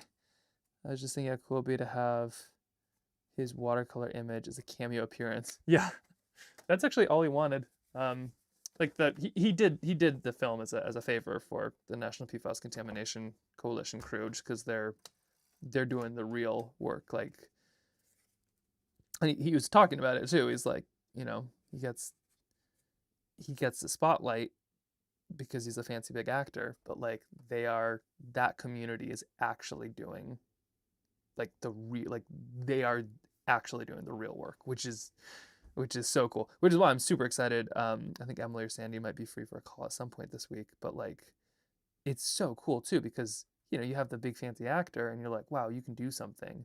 But then when the big fancy actor is like, no, these are the people that are actually doing something. And to realize that like it doesn't take much, talking about the little army of goodness, like it doesn't take much to actually get together and do something in your local community. But then if everybody does something in the local community, that's how you change the global community.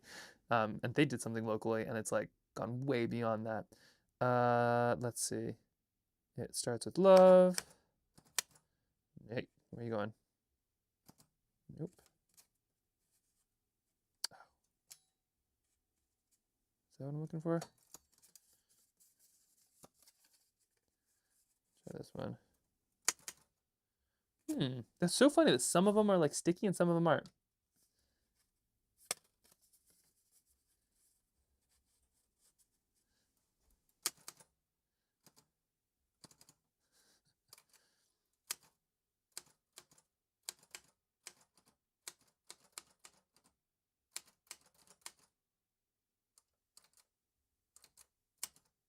Oh, look at that. Backspaced myself right into the right spot.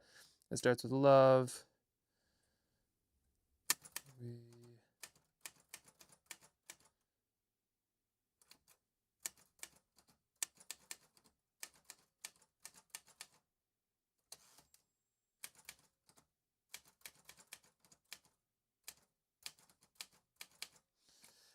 Yeah, this is an element too where it's like talk about kind of like bad scary things. I've often felt a little bit concerned about like, oh, there's all this stuff happening, like who am I to go on a hike, or like do anything? And that's where that phrase came from, or like that sentiment, that idea of like, well, these things start with the places we love and we protect the places we love. And it's the same, right? Like, the farmer, like Wilbur, like he loved his farm and his cows and his family. So when something happened to them, he protected them. If it was like a vacant lot that got infected with this stuff, no one would care. So the first step is to kind of care, and we care by doing fun things and getting out there and love. And like that's use the silver bar to hold my paper. Yes, sorry, I will be doing that.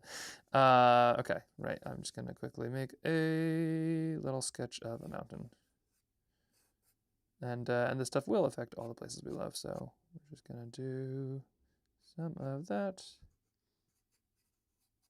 Just getting all the ideas that need to be gotten down on a sheet of paper. Oh my gosh, I just love, speaking of which, love this typewriter text on this stuff.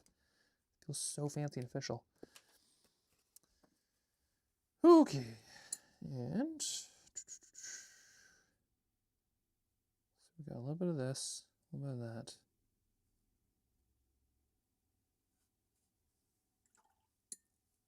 Does this make anybody want to make a book more, or is seeing this process make you less interested in making a book? And if so, what book would you make? Oops, okay.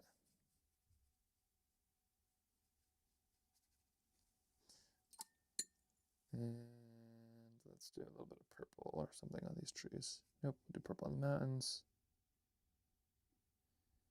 Oh yeah, but I was gonna say, Mark did this video as like a favor for, the people who asked him about it on the National PFAS Contamination Coalition. But all he asked for in exchange was one painting, which is just like the sweetest thing.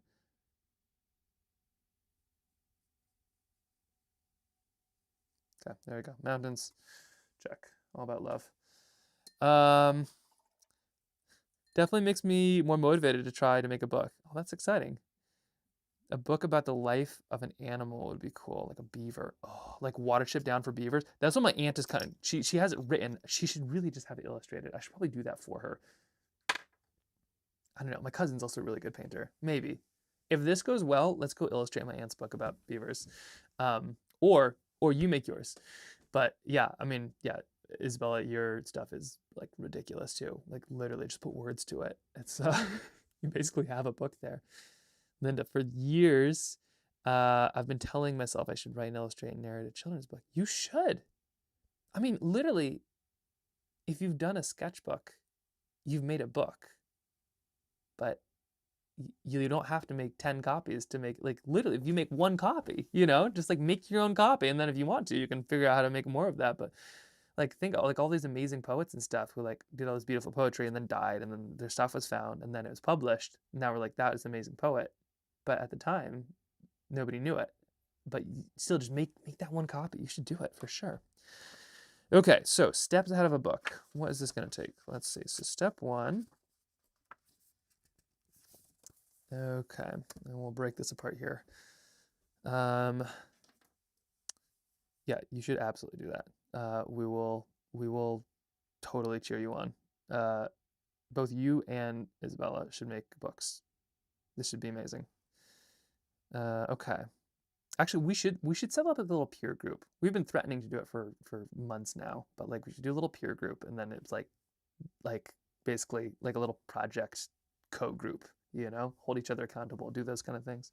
A question that was asked while reading my 3-year-old niece, what would you do here? I love the idea of being able to read this, and asked her, what places do you love? Yeah. Yeah, exactly, right? Like, sorry, okay, I'm just having a thought here. Maybe the book is like me and, or, you know, like parent and kid are out doing something, and like the book is being made of a place, like a place at home. Should it start at home? Maybe it starts outdoors? Sorry, I just got like a glimpse. Like, do you ever have those where you're just kind of like, oh my gosh, I just saw a page? But like maybe it's outdoors in a beautiful spot, and the book is being sketched of this beautiful spot, and then you know, you realize it's being contaminated in some way, like a barrel of something's leaking there, or the book falls, and then all of a sudden, like the book gets contaminated and the pages get torn out, or something like that. I'm gonna take a second. I feel like I just saw like one of the pages of the book, and this is kind of wild. Yeah, and what can we do to protect it? Yeah, no, it's interesting. Okay. First off, I'm gonna South Park storytelling method. This is a okay, so this is kind of, there's a video on it, but this is something that I found kind of interesting. Speaking of stories, so South Park, love it or hate it, it's a very successful show.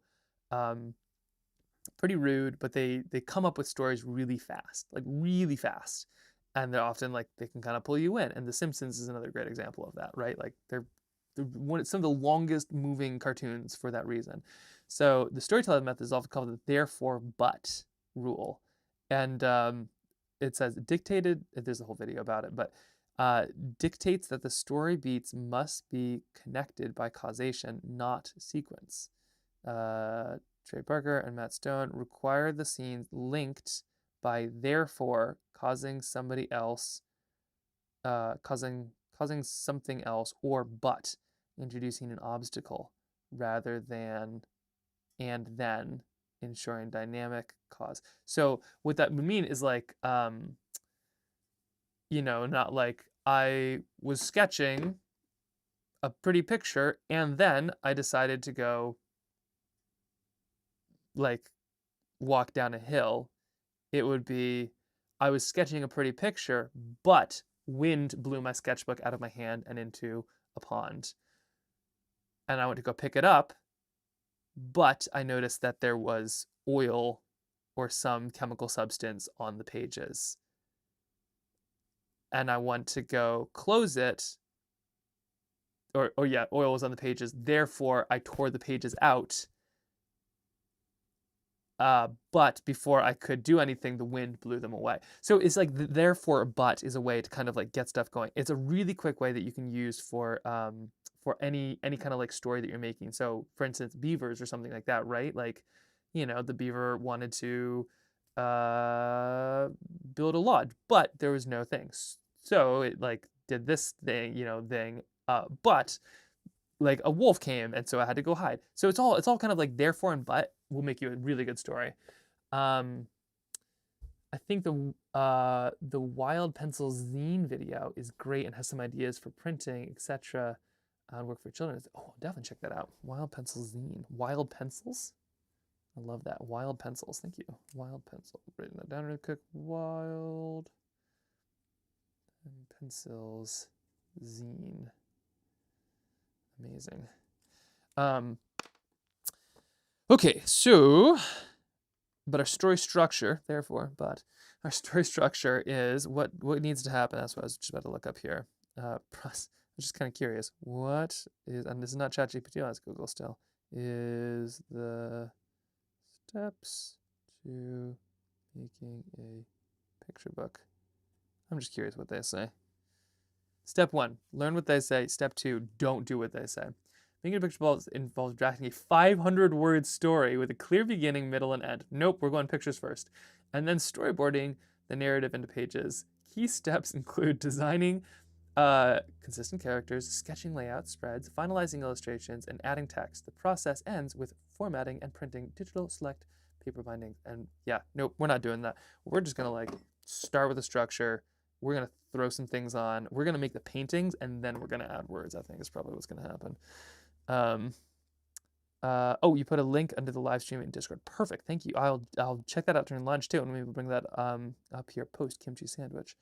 Wild pencil zine en route through the mail. Can't wait to get it. Oh, so cool. What a great name too, Wild Pencil. All right, so what I'm thinking the steps of this are gonna be, at least for us, just thinking out loud here. I believe. Our steps. I think we storyboard it on index cards.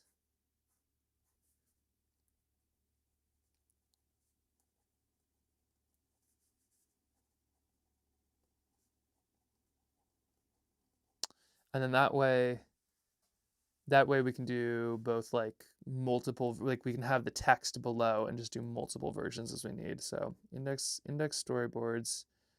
I'll go find some index cards during lunch. And then from there, we then,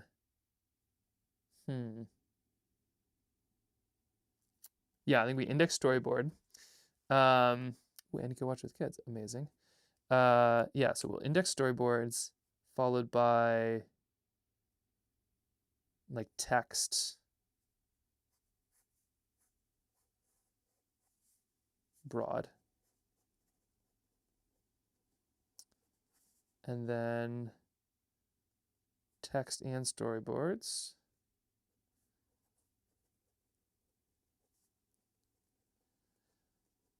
And this is going to kind of give us like some loose senses. For instance, the cat doesn't come into any of this until a little bit later. And then from there, we're going to go, yeah, text and storyboards. Then we're going to test on 3-year-olds. Test for toddlers. So this little small book.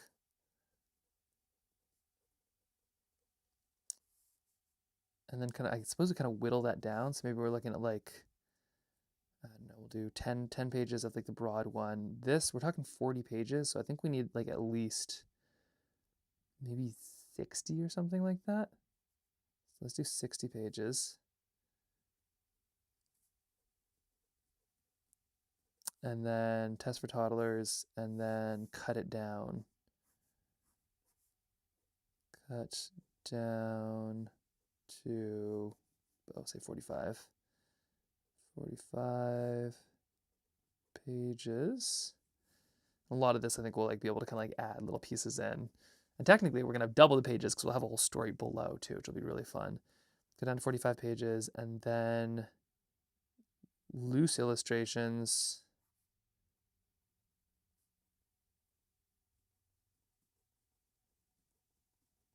Followed by like the rest, I suppose. So anyway, this is plenty. This is plenty as a start. We'll see if we can like iron out some of this in the next, yeah, gosh, how many days do we have? Not many. Okay, this is gonna happen. This is gonna be good. All right, well, this is good. Okay, so I think what I'm gonna do is I'm gonna go get some lunch because I think I am kind of like hitting those doldrums. But I don't want to stop the live because we are kind of on a streak right now. We're kind of rocking the system. But I fed the birds recently, so I'm just gonna, let me just go put a little thing right here. Out to lunch, be right back. Just don't mind me. Write a little out to lunch note. Is this one that I needed? Okay, so you're saying I need to put the bar back on? think this is the solution. Like this.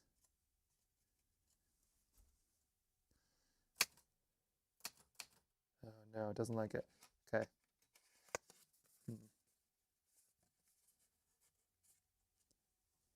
Let's try this here.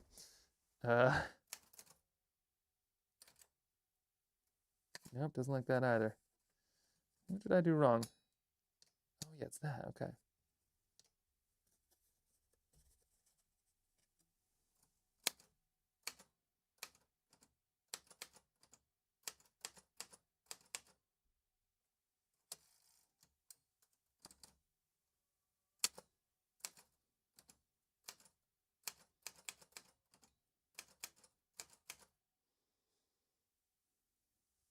Okay, out to lunch, be right back.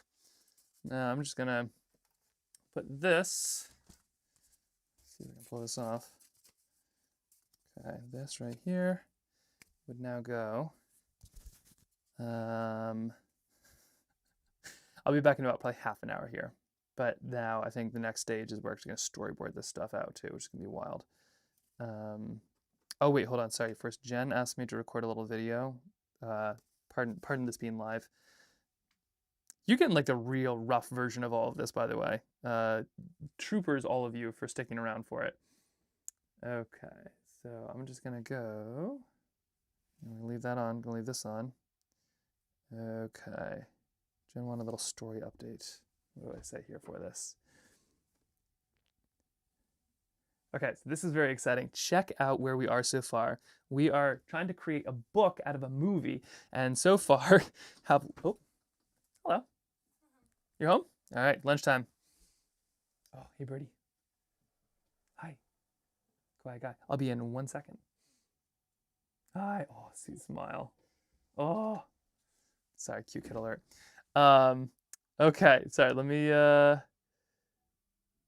okay. Oh, I'm so glad. Okay, first off, thank you, Isabel. Like, I kind of worry where it's like, how boring is this for you? But we're just gonna kind of keep it going. It's really fun to be able to share this process. Like, as a person with ADHD too, being able to kind of body double and know that there's people there mean everything. And I'm just, whether people tune in for a bit or part of a day or not at all, like, it's so cool to be able to share this. Now, please forgive me as I do the most embarrassing thing, which is social media. So, no memento. Okay, I need to do this. Okay, so we're turning a movie into a book, and this is where we're at so far. We have like a lot of the main pieces that are kind of all ironed out of how this film is going to become an actual picture book. We have a loose storyboard that you can kind of see coming together on our arc. And for supplies, we're using watercolor and then a friend who gave me a typewriter. So the plan is to literally just like illustrate and then type out the words and then give ourselves a book that way. But it's going. We're kind of thoroughly into it. I don't know anything of really what I'm doing, fully learning along the way and just live streaming the process. So if you want to come join, we're getting there. I'm so sorry. Now you get to see the process of social media. The nice thing too about, like, the nicest thing for me about live streaming is that like you have to be fully authentic. With social media, you can do multiple takes. Eve came in the middle of that one, and it's like, oh, better redo that. But like the beauty about live streaming is it's like you can't fake it. Like my friend Maya was talking about that. She's like, you can be fake for 10 minutes, but when you're streaming for 3 hours, like people see, and that's fine. You're not perfect, and that's exactly what it should be. Okay. All right. So let me see if I can do this fancy thing. I gotta send this photo to. One moment. Do one of those. Do one of those.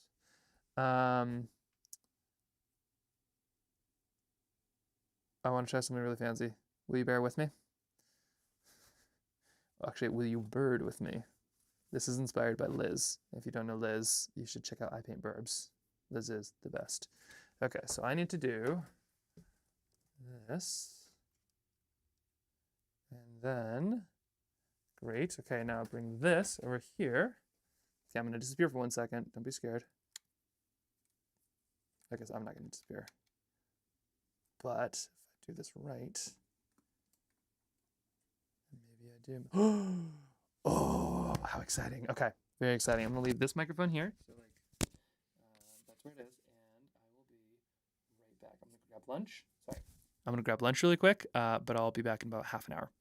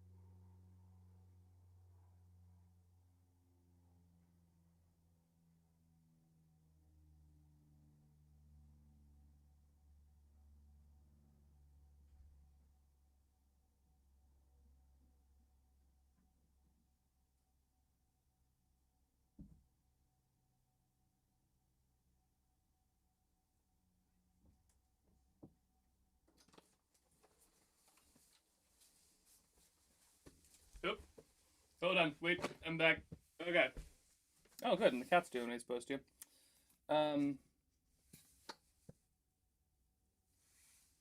Has he been there the whole time?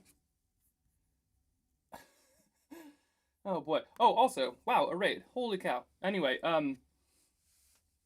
as the sign said, I was out to lunch. I'm no longer out to lunch. So let me just switch things over here. We're real professional here. Oh dear. Oh, be it Easel. Hey, how's it going? Yeah, sorry, cat butt. Let me bring him back in. Today we're making a book. So this is the plan for today, which is as you can see, been kind of an undertaking. In a wild way. Like, we have some plans. Oh, sorry. Let me just clip this big on. Yeah, so in the last like little bit, we've had some wild stuff. What were you working on today? I feel like you're always doing cool stuff.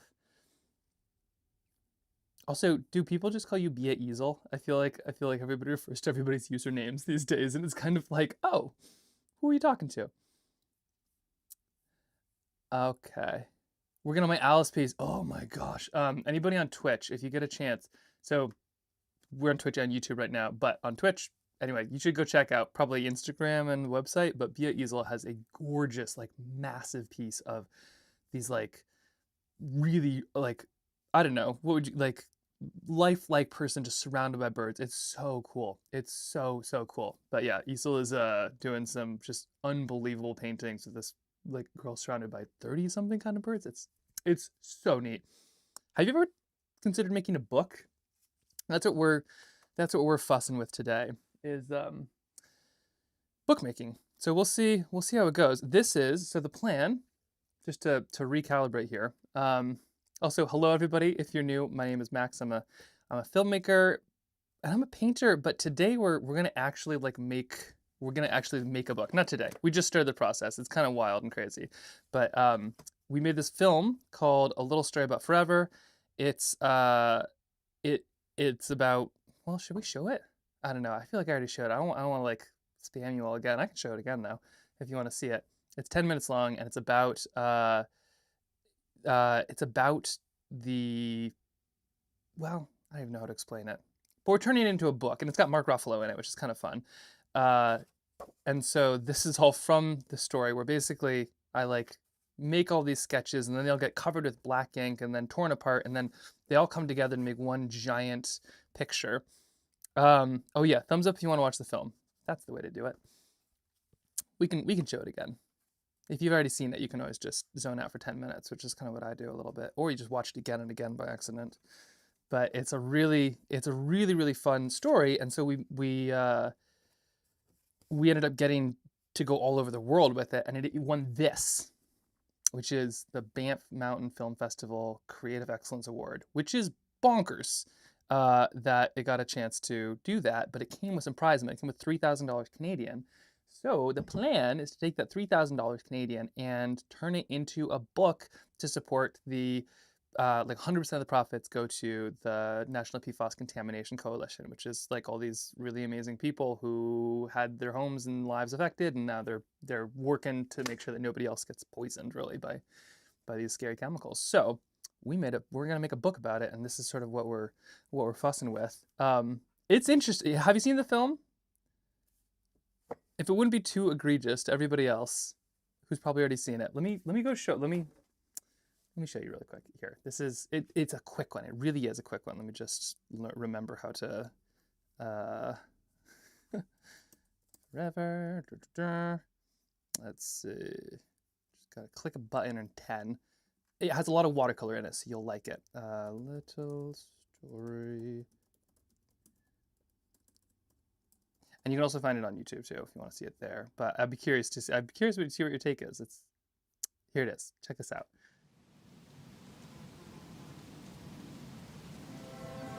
All right, you want to turn the last page? Yeah. Okay, here we go. Forever and ever and ever, the end. Really fair. It's like a really long time. I don't really know how to explain it. There's not like a kid's book on that. Why not? I don't know. Do you want to write one? Yeah. Okay. Let's go. I'm gonna go.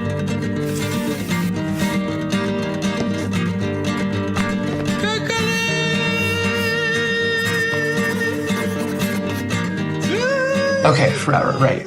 How do we start? How long do you think forever is? Forever. Forever, yeah. How long do you think it is?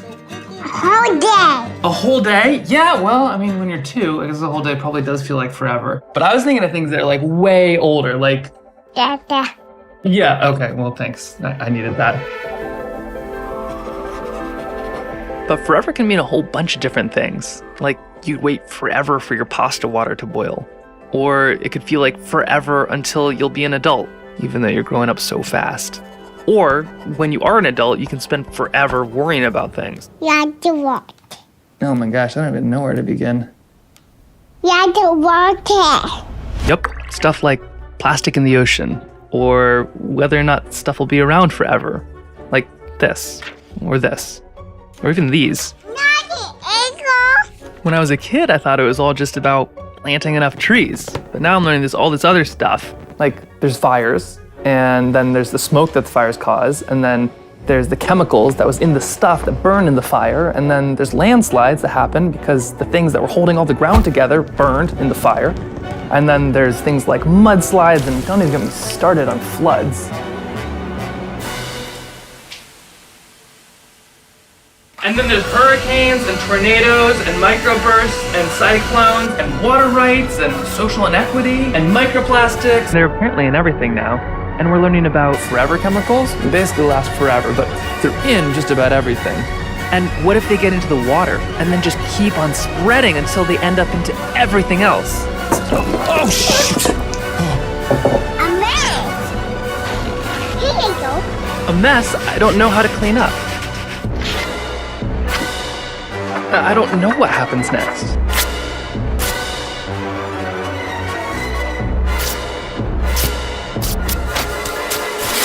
And I just worry what you'll be left with. And what you might lose. Forever. And that's what I worry about. I just hope. So what, am I supposed to just draw some phone and call some scientist or hero who knows what's going on? Of course. Oh. Okay.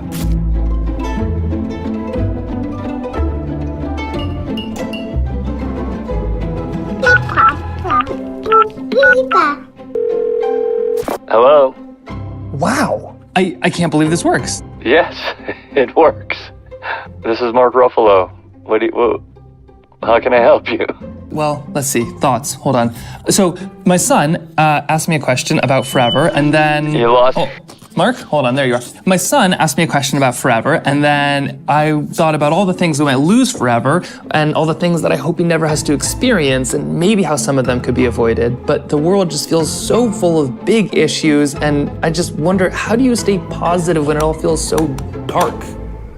Well, I don't know if you've ever been in a dark, dark, dark, dark night and you see someone light a candle. A long way away, you can see that candle in the darkness. And so the light is always stronger than the dark. It is scary and it does feel overwhelming sometimes. But once you step into that, once you make one step towards the right way, others meet you. And then all of a sudden, everyone's holding a little candle in that vast, vast, endless darkness. And it's all of a sudden illuminated.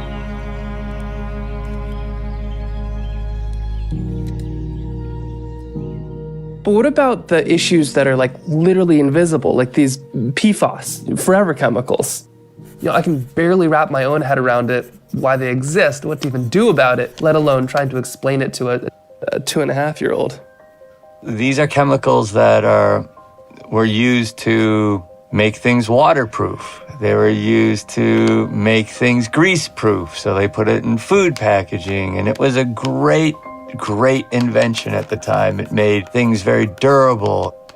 They made it to paint tanks so that tanks and boats would never rot or rust. But what they came to find out is the very things that were wonderful about these chemicals were the things that made them so harmful. Because in the natural world, water washes away the stones, it makes sand, it's the great solvent of the planet. It cleans the world, it cleans our bodies, it cleans everything. And these things, these chemicals, are absolutely resistant to water. They last longer than the cliffs on the sides of the ocean. They last longer than the rocks that are tumbling in the surf. Those things can be broken down by water, but this can't. Where do we even start? Well, Potato. Thanks? well, first, it's a big problem. But you see other heroes, like the lawyer and the farmer, they started something to stop all of these chemicals from going into our water and our food and our air. And that's become huge. They started with 2 people, and then there was hundreds of people, and now there's thousands of people, and now there's millions of people throughout the world who want to stop these chemicals. And so I thought, well, how can I contribute? What do I do? I'm not a painter, but I'm an actor. And maybe I could tell a story about these 2 guys that I think were really inspirational, these 2 heroes. And maybe other people will see my story and say, I want to be part of that. I want to join that little army of goodness. Yeah, oh my goodness. Sign us up. But it's not like anyone can fight it all, right? How do you choose what to do?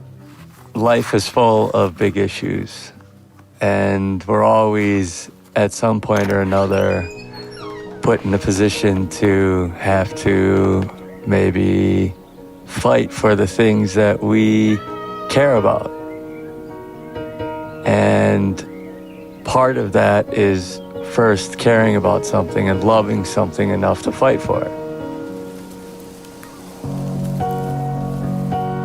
And that will always be part of being a human being, and that we accept that. And that's what makes us love the things we love even more.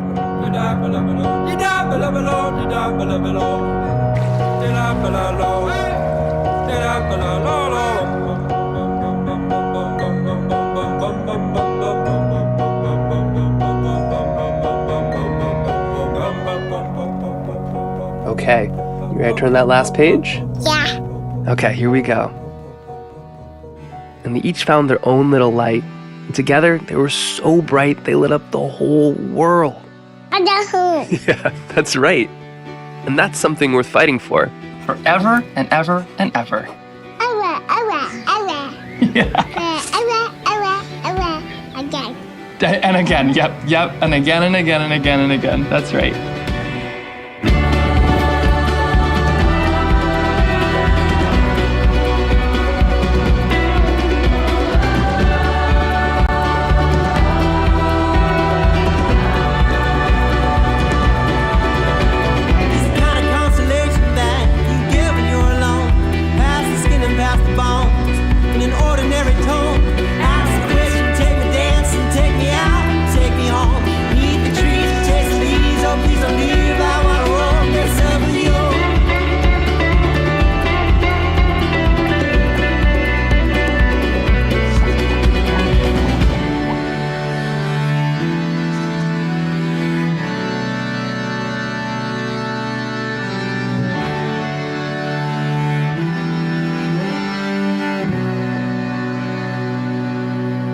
Yeah, enjoy the process.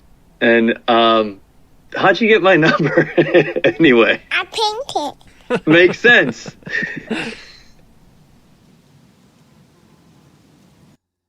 I just have to let it play out till the end because the cat part is just so funny to me. So cat, you probably got like more of an up close version than you probably wanted of the cat there. But it's like filming with a cat and a 3-year-old is like they're gonna be in your shot regardless of whether you want them to or not. So you may as well plan for that. But anyway, so that's the film. This is the book from the film. And the number one question I'd always get from people is like, oh, is that a picture book yet? And it's like, no, it's not a picture book. We made a movie. And then they're like, what's a little story about forever? Why isn't it a book? So when we won that money, it was like, let's do something that can give back to that community. And we're going to make a book. So we've just been like storyboarding and figuring it out. And yeah, so I've got, about hour, 2 hours left in today. And so we made some big steps forward, kind of figuring out what the main themes are, like all the little pieces. And the plan is to use trail tiles and a typewriter and to just literally make the book and then, and then figure out how to make another 500 copies for the other stuff.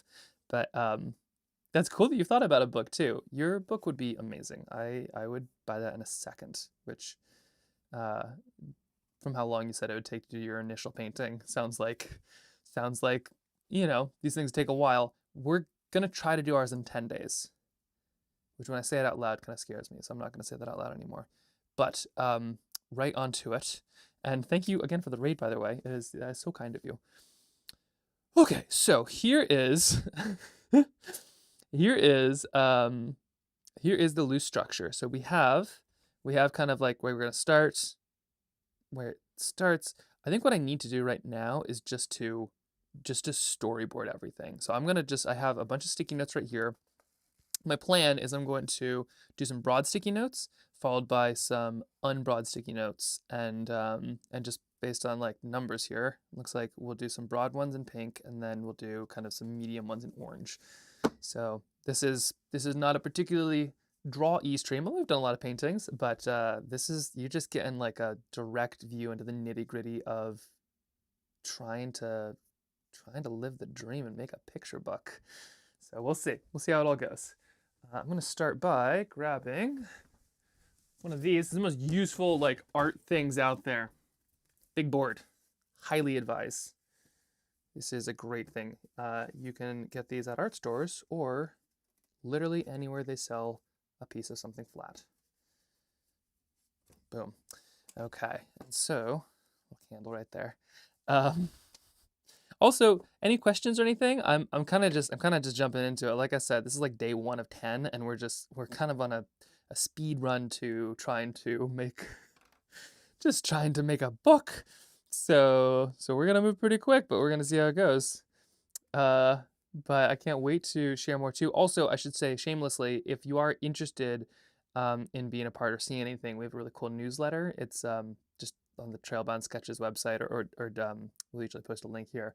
But we have a really great free newsletter, and we just send fun art stuff out by email like once a week. That's kind of how we usually do it. We're on social media and stuff too, but let's be real, it's kind of nice just to like have somebody send you the stuff. And more importantly, the newsletter, as soon as you sign up, it gives you access to our Discord, which we kind of keep under wraps a little bit because we don't want too many bots, but we have an amazing Discord. It's just the coolest people doing the coolest stuff, and that's where we'll talk about if we do end up making this book, and if you're ever interested in one, that's where it'll exist, or at least you'll hear about it first.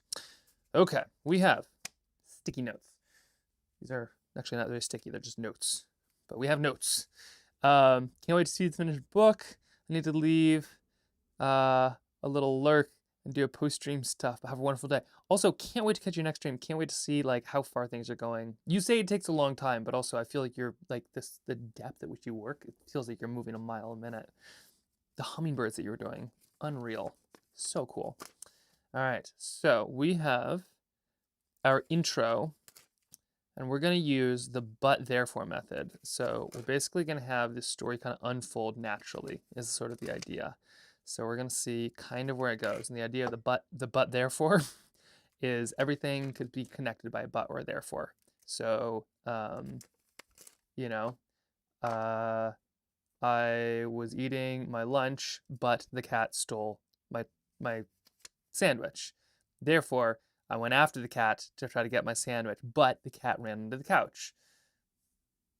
Therefore, so it all kind of connects, So that's kind of where we're going with this one. We'll kind of see how it goes. All right. So to start, we have oh boy, I've already forgotten everything. It's the problem with moving fast. Also, sorry, I should have mentioned too, the stakes are crazy high. Because like not only is this for a really important community, we have to make something good enough that like, we can hopefully use Mark Ruffalo's like amazing analogies in there as well. We want it to do well enough that I could sell and help support them a little bit, but also, most crucially, I need to make something that my 3-year-old is willing to read again and again and again that doesn't drive me bonkers. So it's not just like pressure test, it is like, yeah, the stakes are crazy high for picture books, It's got to be good for adults. It's got to be good for the cause. It's got to be interesting enough to read a billion times, and it's got to be fun enough for a 3-year-old just to like look at and read with their eyes. So pressure. All right, so we have, we're just gonna kind of sketch out a little bit of where we're headed right here. This is like a less fancy pen. And the goal right now is just to get the beats. So then we'll kind of lay these out like this of kind of our story arc. And I'll be doing this all week long and probably next week as well. So if you need to zip, I get it, but also don't forget to check back. It'll be kind of cool to see the progress and the potential deterioration of my mental state.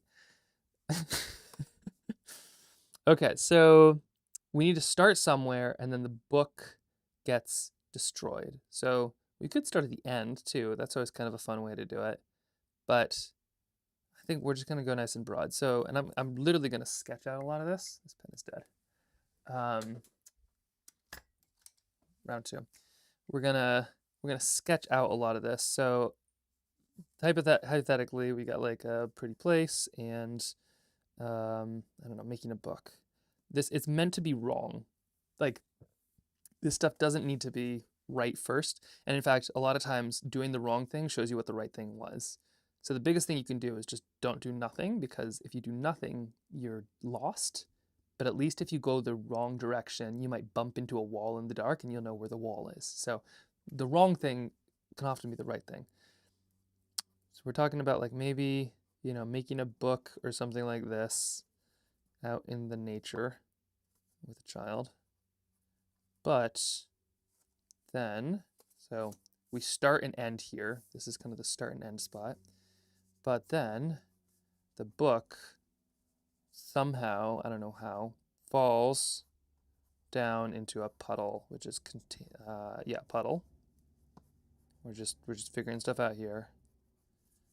And we go to get it, but it is contaminated and ruined. And it's got all kinds of mud. It's got all kinds of mud on it. I don't know, maybe it's like toxic mud. This is a story about PFAS too, so it's really got to kind of have the, it's like a toxic barrel or something like that. Anyway, somehow these pictures of this really beautiful place gets ruined. At somehow, like, yeah, so this is bad. And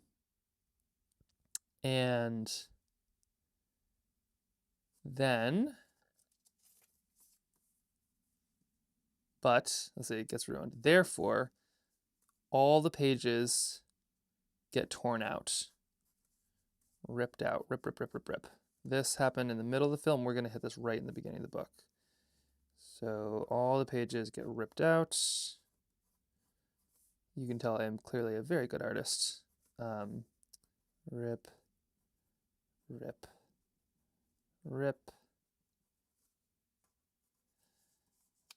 Until we're left with one page. This is the speed at which we're moving today, by the way. We're going wild and crazy. There's no time. So all the pages get ripped out, rip, and then we're left with one page, maybe. How's that sound? So one page and a cover. Oof. I think I might have used up all the creative drawing pieces today. Left with one page. I'm gonna go like this because we're going sequentially, so we just need to kind of basically cover up whatever's next. That's kind of a way to write a story. Also, just curious in the chat, because there's some new folks here. Have you ever dreamed of writing a story? I feel like now that I'm actually doing one, it's so cool how many other people are like, oh, I would totally make a book about beavers, or like, what would if you have, what would the story that you would make? Like what book is missing in the world that you have yet to put together? Because I am so intrigued. There's such cool stuff going on here. Okay, so everything is ripped, rip, and then we're sitting there with all the ripped pages, and they blow away. Blow away, all gone. Very sad.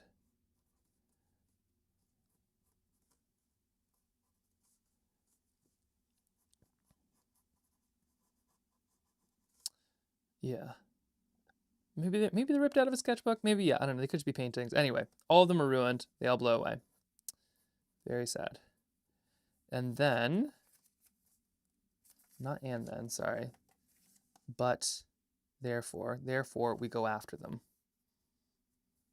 So me and the kiddo going after these pages.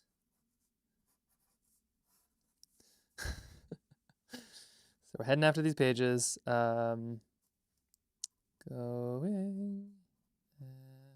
after the pages. And then, let's see, we have 40 pages too, for the record. This is like all of this has to be done in 40 pages or so. Some could be kind of mixed. You know, like this page could be kind of two. We can kind of get a lot of pieces in there, but not nothing. Okay, so then we're gonna go after these pages, and then so we're going after these pages, and we find them in different places. And the whole time, I think, so the kid and the parent are having this discussion. What I'm going to kind of line up right now is kind of the story at which that could happen. So there's all these like pieces of, you know, how they develop and how they grow in this part, but like there's the conversation that happens as well. And I should mention too, there's an undertone. The whole book, sorry, this is going to be kind of wild and crazy. So the book is going to look something like this. It's going to be, there we go. So it's going to be spiral bound. So this is loosely what the book is going to look like. We just talked to a local printer today. They're kind of the only ones who can pull this thing off in like a week. So the book is going to look something like this. But what we're going to do is we're going to do trail tiles. So I'll paint that up, put that somewhere like this. And then right here, we're going to have written text. So it'll be, you know, let's just create this. This is, prototypes are meant to be seen, not talked about. So then we'll have this typed up. Scoot that down here. So this will be typed up. Let's see. Words. Nope. Hey, what's going on here? Try that out.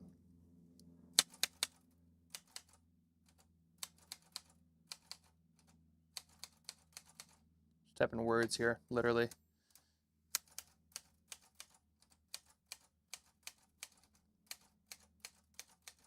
All right, so I'll have words, quite literally. That will be right here.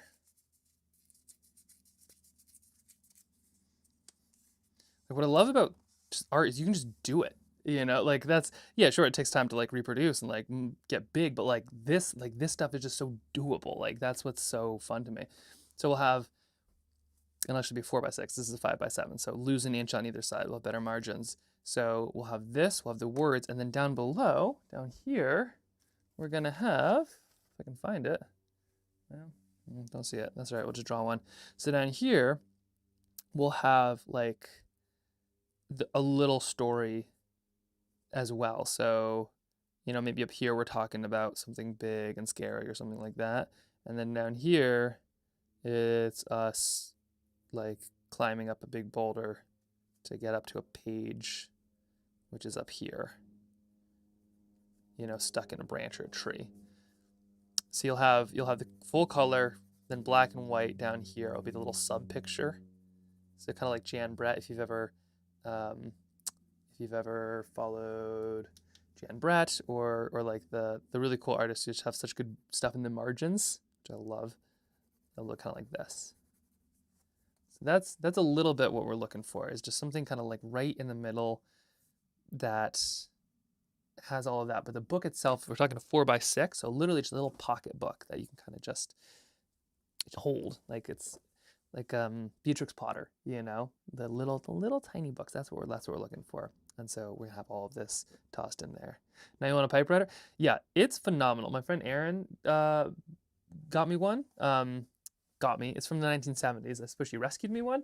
So this is like the coolest thing I own now. And I have kids. No, I take it back. My kids are also very cool. And they love the typewriter, but they are not from the 70s.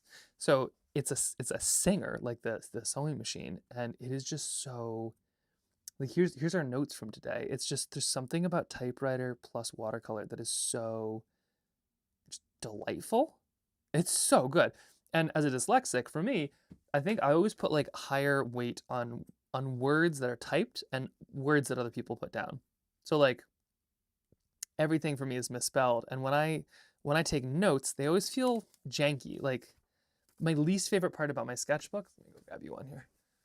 Like my least favorite part about this one. Like my least favorite part about my sketchbooks are this. Like I love my sketches. For some reason, my words just, they make me feel like they make my sketch feel insecure, which is a weird thing. It shouldn't. Like these are some very good sketches, and I had a really good time. And it's helpful to have like little words, and I want to have little notes and memories. But it makes it feel, yeah, I don't know, like it makes it feel. It's like having a lisp on the paper, or something like that. Not that there's anything wrong with somebody having a lisp, but like I can only imagine that it would be kind of self-conscious. And for me, this is like an indelible one. That's just like a constant reminder of like, oh, yep. And it, like, I don't know what it is. There's nothing wrong with like little notes here and there, but I love a typewriter for just like, it makes me feel, it makes, yeah. Maybe I shouldn't, because maybe I should just like learn to love my own handwriting, but there's something about a typewriter. And the fact that you can misspell it. No red lines. No red lines. If it's however you spell it is how it's spelled. That's it. Boom, done. You know? Like, I kind of love that you can misspell it and that it's like imperfect and still, yeah. Oh. It's good. Your words are you, so it's beautiful. That is, thank you, Becky. That is what I should take. Yes. Yes. I won't even argue with you on that. Although I want to, but I'm not going to. But that being said, typewriters, very fun. So, still just learning how to use it. This thing is 20 years older than I am. But back to this. So this right here is what we're looking at for kind of the prototypey, testy version of everything. So we'll just stick that together, give it a shot, and this is what the story would be. Look, so we have the sub story too, which is kind of us in search of these sketches. So it'll start after the sketches get lost, and then the whole story will kind of be us looking for them in different places, and then having these conversations, I suppose. So I think that's kind of what we're talking about here. There we go. Prototype. That's how it all starts. So we'll give this a try. And theoretically, in 10 days, this will be a book, just for the record. I should not say stuff like that outside. Whew. It's going to happen. So we're going after the pages. And then that's kind of where this will diverge. Let's do some separate ones down here. This will be blue. We'll make this the lower pages. There we go. So the blue ones, well, we don't really, basically like everything here will have a a parallel thing where, say, we're looking for the pages and we're underwater as scuba divers, then in the black version, it will kind of have us scooting. Sorry, that's a loud plane. Can you hear that? We live below a small plane airport, and I just can't forget like just how loud little planes are. They gotta trim their prop. Okay, so we're going after pages, and so now this is just like in different locations and different stuff. So, but here's the emotional arc, because that is what we need to cover right now. So here's the arc piece. So we lose the pages. We need to talk about forever chemicals as we find these adventures, and then eventually we'll find Mark Ruffalo, or at least some kind of mentor who's up there, and it'll be really cool. Oh, belated hello from the Be Easel sketch. Oh, hello. Welcome, welcome. We are making a book in 2 weeks. It's a little wild, but it's gonna happen. It's gonna be really fun. But many good artists. If anybody doesn't follow either on Twitch or on like all the other channels, Kelsey Snow does some. Sorry, Casey. I don't know why I put an L in there. Casey Snow does some amazing artwork. Have you ever wanted to make a book before? What's like, if you were to make a book right now? Maybe you have made a book. What would your go-to story be? Okay, so we have. Let's see, we're going after the pages, and oh shucks. Oh yeah. But the book. We need to know. So we're going after the pages, and that's when we have big scary talk. Big talk about big scaries. Talk about big scaries.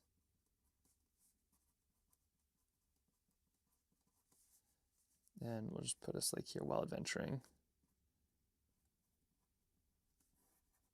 So while adventuring, big talk about big scaries. My target was children's books for a long time.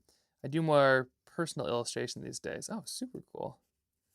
Your target was children's books. Does that mean you have done children's books?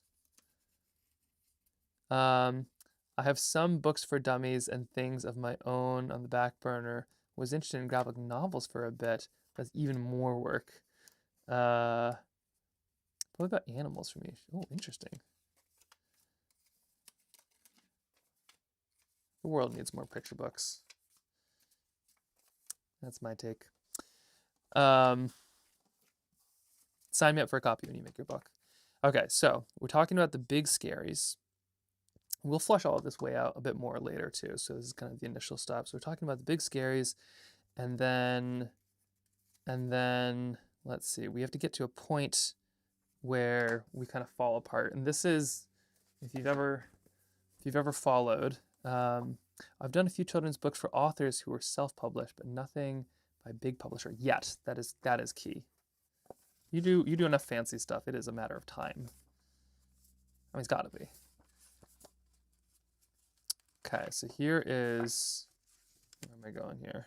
Here's the actual size, by the way. So this is the actual size of what the book would be. There we go. Okay, so this is kind of the graph here. So right here, most stories follow this kind of pattern. You kind of start at sort of a place, and then you go through this huge journey. At this point, you can't come back. You kind of push through it. You get here, and then things resolve, and then that's like the new spot of where you end up. So in our case, we kind of start when this is sort of the start, things sort of blow away. So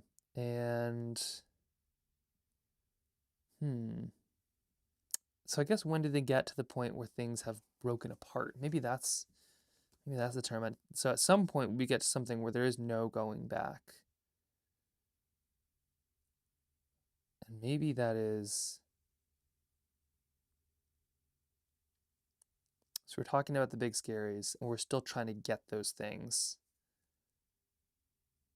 And then I think the scary thing is like the stuff that we sketched is contaminated. So we find it and it's contaminated maybe. Let's see. We find it and it is But we want this about forever chemicals. Thinking on live. Let's see, Book Dummy. I've done a few children's books for authors self-published. Book Dummy, a mock-up of a book idea. I've made a couple of those, and I haven't refined that I've pitched. Oh, fascinating. All right, hold on, we gotta write that up. A book dummy. This is their list of terms. That is really interesting. Book dummy. Where's our terms? Book dummy. So this is a book dummy. So we might need a new list of terms. We'll just add them to our other list of terms. Book dummy. A book dummy is kind of what we're doing now. Fascinating. So this is a book dummy. Draft equals book dummy. I think I would consider myself a book dummy, considering that I have like gumption to think that we're going to be able to do this in a week and a half. But let's see how it goes. Okay, so we have. It's worth thinking about like these things in big terms and like little paper big terms at this point, because the big structure, all the details will fall into it. If you have like those big brushstrokes down, everything little can kind of find its place. But you have to get those big brushstrokes down. So what is it? So we find, maybe we work from the end to the beginning. Maybe we do that. That's something that helps. I also think it's important to remember, I say this out loud for myself, is that you have to have forgiveness and patience and this kind of stuff. Like, it is vital that you kind of give yourself space to fail, but then like recover from that as well, which is probably not going to happen in 10 days. But I think we have a lot of fun, and that's kind of what counts. If you're interested in kids' books, I haven't looked into, and you haven't looked into Skibui, you definitely should. They have loads of help for people wanting to get into bookmaking from both the art and the writing side. You probably find a local group to make. Oh, how interesting. SC, what does SCBWI stand for? And now I'm going to guess. Some cool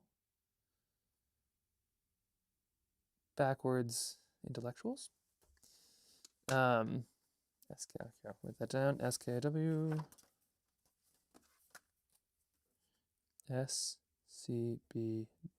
We'll get into that post this. Very cool.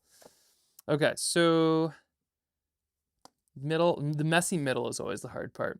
So, Society for Children's Book Writer Illustrators. Oh, that's amazing. How cool. Oh, thank you, Rox. Wow. That's a thing? Oh my gosh, I have like a cool handshake or something like that. Actually, do you? Is there like some secret? Is it like a Freemason kind of thing?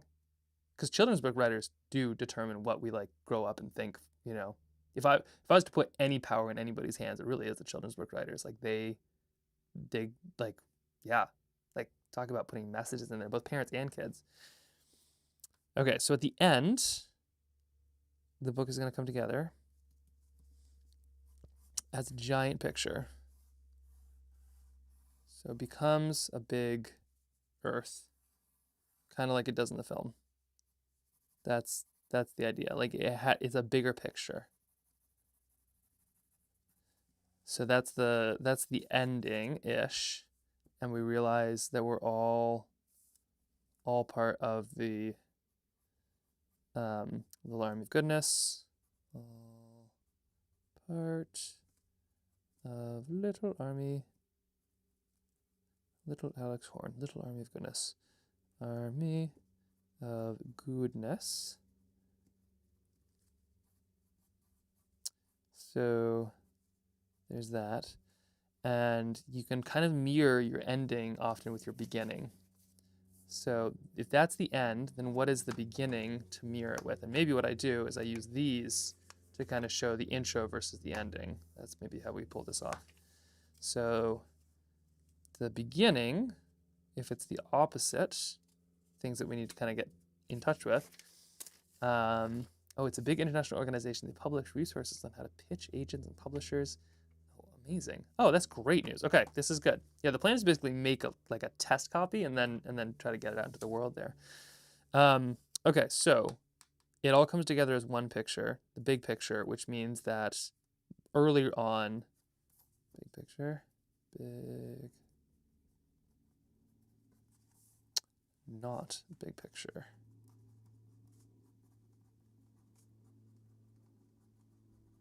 So that means that earlier on, this has to feel like it's not the big picture.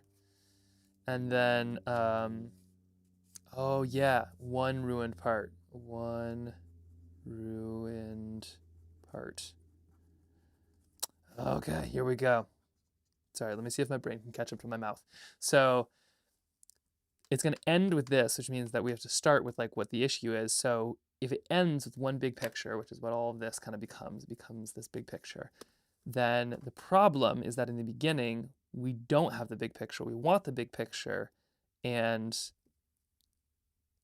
one ruined part feels like we'll never get to the big picture. But in fact, it is the trying to fix the one ruined part that all comes together, and then we have one kind of whole. So that will be there. The Army of Goodness piece, the opposite of that would be basically like the Da Vinci Code, but for our book. The opposite of Little Army of Goodness would be feeling alone. And yeah, feeling alone, feeling like you're taking on the world alone. Get a little atlas over here.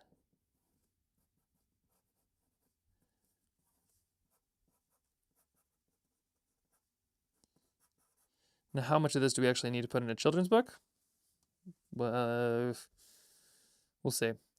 You can only put as many like layers and feelings as the story is adventurous and good. So if you have a really fun adventurous story that like on its like face value is just really fun and exciting, then you can kind of weave as many of these little things as you want into there.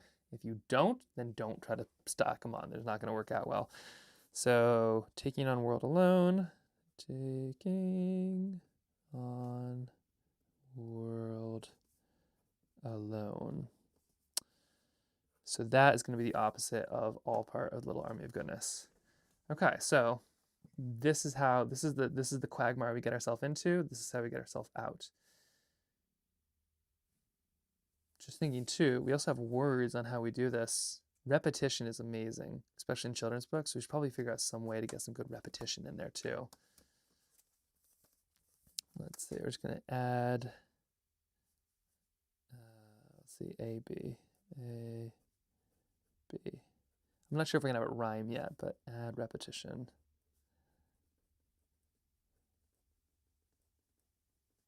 I'm going to write it twice because that's funny. Add repetition, add repetition, add.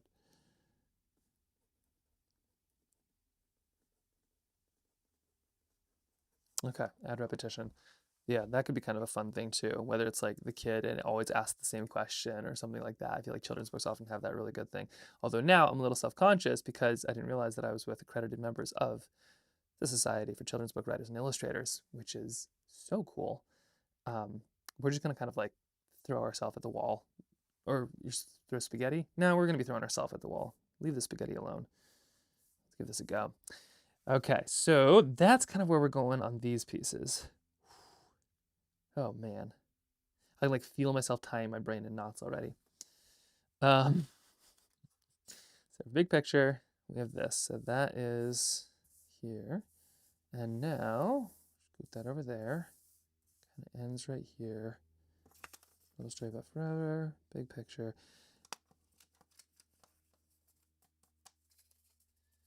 So how does all this come to life?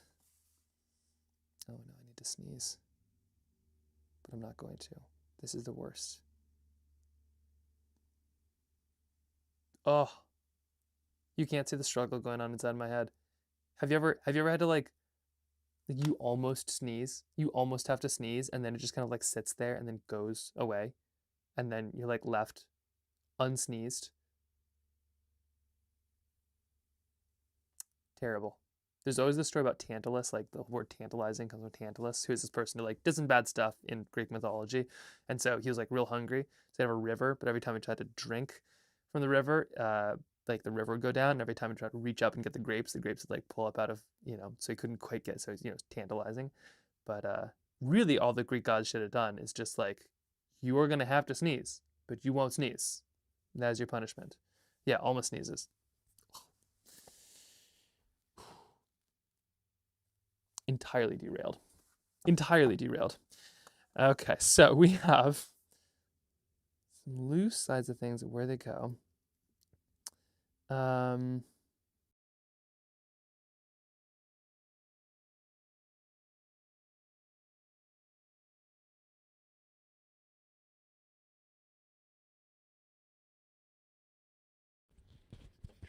Okay, we're back.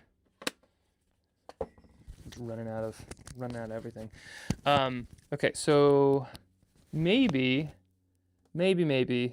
I'm gonna give all of this just a tiny bit of a rest, and let's think of some of these fun places that these pages could get lost. I think sometimes you need to like give something a go, kind of wedge your mind thoroughly in like that little crack, and just like give it a moment. It's like dishes.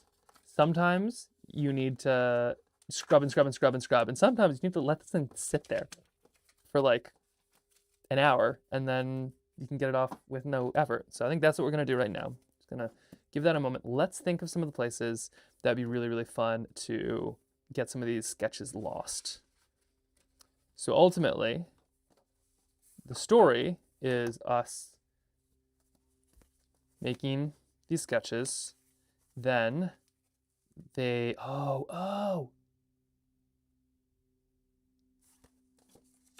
sorry, like I said, see, this stuff happens.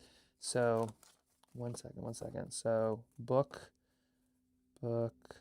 is of all the adventures and places we have gone, lose all but one. For the record, absolutely nobody is allowed to go and create this book before I do, because that would be way too sneaky and unfair.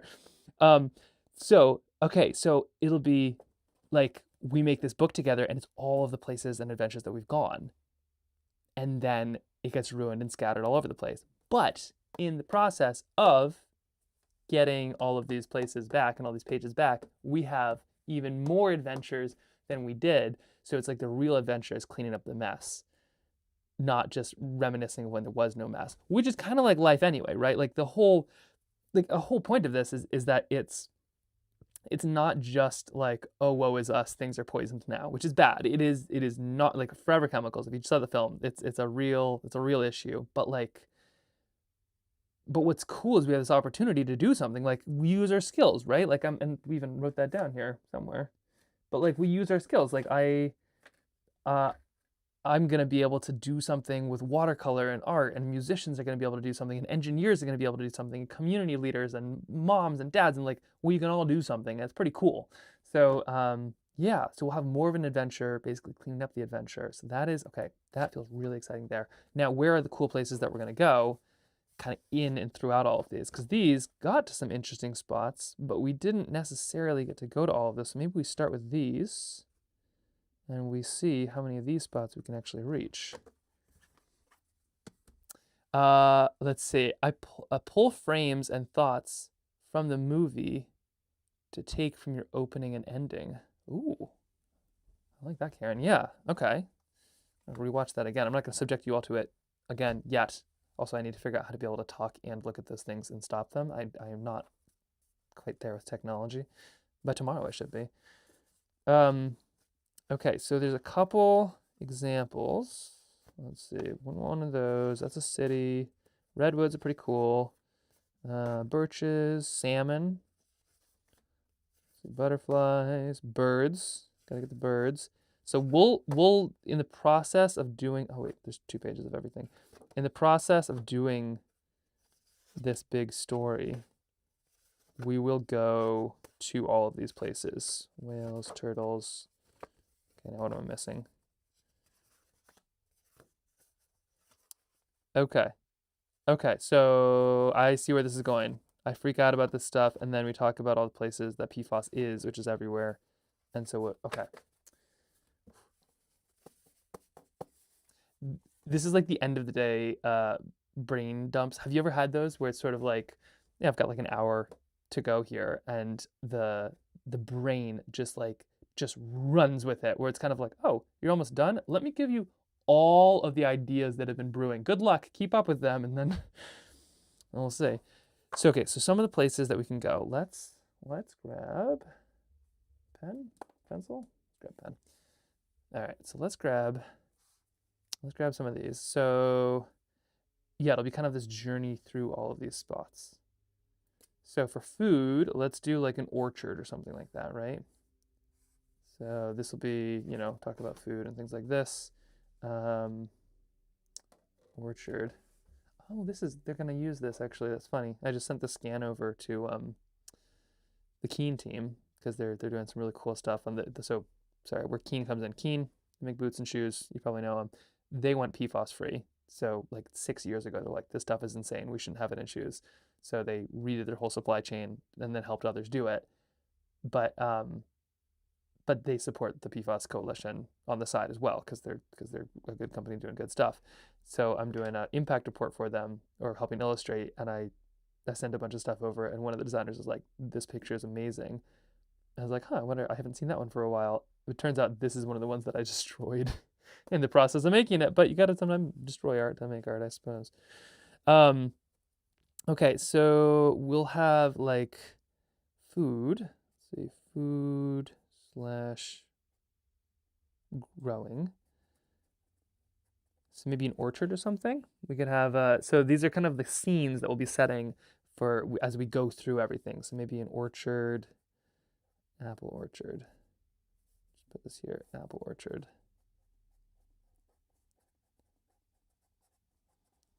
Now, PFAS is the main kind of like main issue in this story, but like it's a story that should be relatable to virtually anything. So if we're talking about, just droughts or like increased storms or, just kind of things changing that feel beyond our control is what the kind of topic is. PFAS is just the example that we're using in this case. Which I think will make it more relatable, but also a little bit less like direct and kind of pushy. Okay, so apples, kind of, yeah, an orchard. That'll be a fun thing to kind of walk through. Or farm. No, we should probably do an orchard and a farm. Okay, agriculture, ag, farm. So yeah, like us walking through a farm. So all these conversations we're having about this stuff is while walking through these places. Farm. Got to talk about the wildlife. It's in the ocean. So maybe in scuba gear.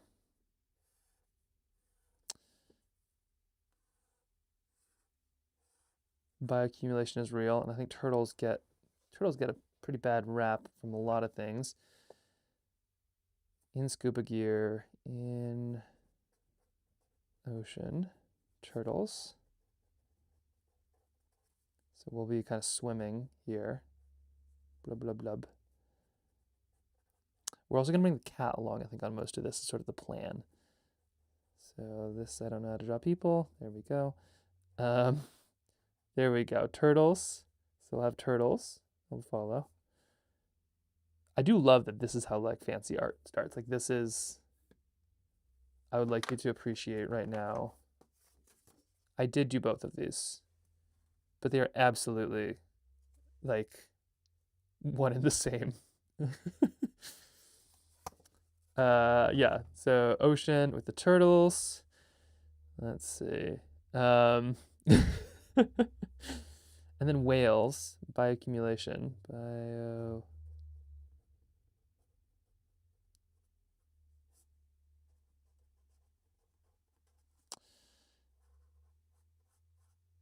So a lot of this is the adult freaking out as they go to these places about everything that is going on and the kid just appreciating that they still exist. So we kind of have a parallel going on with both of those. Okay, so we'll have our whales, bioaccumulation. Probably should get redwoods in there at some point.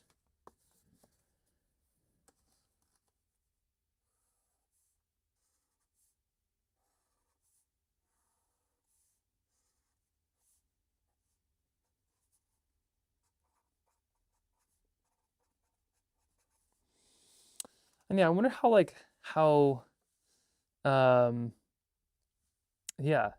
much to focus on like one thing. The beauty, I think, is like everybody has these stories. Like we have at least one of you who we know has some stories on the back burner. But I assume, like, of everybody watching, I'm sure there's a lot of storytellers lurking right now. Like, it doesn't take long to like come up with the story. Say you only get to come up with one story. That's it. No more. Like there's probably one that's kind of sitting in the back, one that you've always wanted to tell or thought that would be kind of cool as a kid. And I think that's what's cool is you don't need one story to tell everything. You need everybody to tell one story, maybe. So I think this is one we might have to kind of keep a little bit better. But yes, we've got the PFAS. I think we do broaden it out to like all environmental issues, with PFAS being one of the scary ones because it's actually quite a new thing. Like, not to go dark here, but let's go dark. Put the pen down. So PFAS are like plurum polyfluoroalkyl substances. They're in virtually all of us at this point, which is not good. It's maybe small percentages, but like the maximum allowable parts by the old FDA was 4 parts per billion. So of molecules, if there are 4 billion molecules and 4 of those are PFAS, that is too many. 3 of those, okay, all right, whatever. But like 4 of those, that's too many. So that's like a drop of water in like 20 Olympic-sized swimming pools. It's some kind of crazy number. And what's hold off on the 4-year-olds here. Don't tell the kids the scary stuff, but like as adults, we need to talk about this. But what's really scary is like they started doing tests, like kind of control tests, right? You test your factory workers and you test the people in the town. You see who has more PFAS. They tested the people in the town. Factory workers had a bunch. People in the town didn't not have any. So they're like, oh shoot, we'll go to the next town. And they did. They also had PFAS in their blood. And like, oh shoot. So they went to the next county. Then they went to the next state. Then they went to the next country. Every single test had PFAS in the blood. It wasn't the lab equipment. It was in the blood of virtually everybody alive on the planet at that point, which is not like 20 or so years ago. I think it was quite a while ago when they were doing this stuff. And they were testing like people in Nepal, kids, like everybody has this stuff in their blood, and it's still being non-essential PFAS is still being made today, and it's like impossible. And we're talking like some really, really bad effects.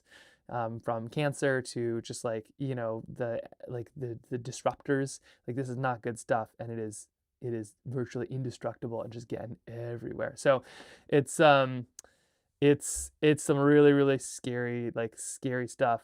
But I think it's so scary that it's like, and the options are like, what do you do? It's in your blood. So what do you do? It's kind of like the options are like freak out about it or just put your head in the sand, and like those are the only two. And so we're gonna try to kind of hit the middle ground here. So I think we can use other examples like whales and turtles and farms and things like that. I think we'll use other examples to kind of soften the blow because it is still new enough. Like lead has been around for quite a while and does some damage, or deforestation, like ask Iceland. The Vikings deforested Iceland with sheep, but like we've done the other dirty things for quite a while, but the PFAS side of things is new. It's very new, and we haven't quite seen the ramifications yet because they're just getting to us now. It's like watching a train wreck from the caboose. You see it start to hit, and you're like, "It's coming for us." But so we don't have like a lot of really good examples that people would know, like DDT for eagles or something like that. So we'll just kind of run through all of these, but use PFAS as kind of like the main sticking point, I think. Yeah, I don't know if there's an easy way to bring up the ozone, but humans came together to solve that one. Yes, no, exactly, totally, yeah. So these are like these are the things I think we hit, right? Like agriculture, that's PFAS in the oceans and turtles, accumulation whales. That yeah, ozone. Yeah, no, that's a good one. That's a good one. Redwoods. Let's get all this squared away. Ozone. Good call. Yep, ozone. That'll be birds. Hot air balloon. That looks like a mushroom, but it's not. Now it looks like a skull. It's a hot air balloon. Bird. Ooh, that's a bad bird. That's all right. Ozone. Redwoods cover things like deforestation. Like a lot of those almost got kind of wiped out. Okay, so redwoods. Somebody lives in Alaska. It's imperative we do polar bears at some point. Polar bears. Everybody loves the big animals. The bugs are really, the bugs and the fish are taking a beating, but nobody cares about invertebrates. It's such a bummer. Although polar bears, I don't know if I want to show us close to polar bears. Polar bears are wildly dangerous. It's almost irresponsible. Yeah, okay. Ozone, redwoods. Let's see. We can get a couple polar bears in there. Yeah. Yeah. Let's put a polar bear or two. Polar bear.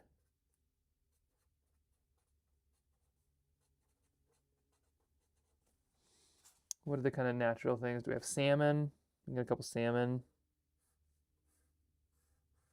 Or just kind of fish in general. Salmon / school of fish.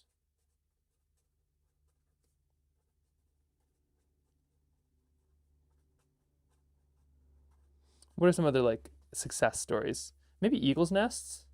Once again, not something you want to encourage people to go like find or do or see. You get near eagle's nests, you're in a lot of trouble. Just ask Connor. But that could be kind of interesting. So, okay, we just kind of salmon or school of fish. And then all of this would be like, you know, a dad and a kid in scuba gear next to salmon or a school of fish. So it'd be kind of Magic School Bus style, if you are familiar. You got a bee. Oh, bees to the apple orchard. Yep.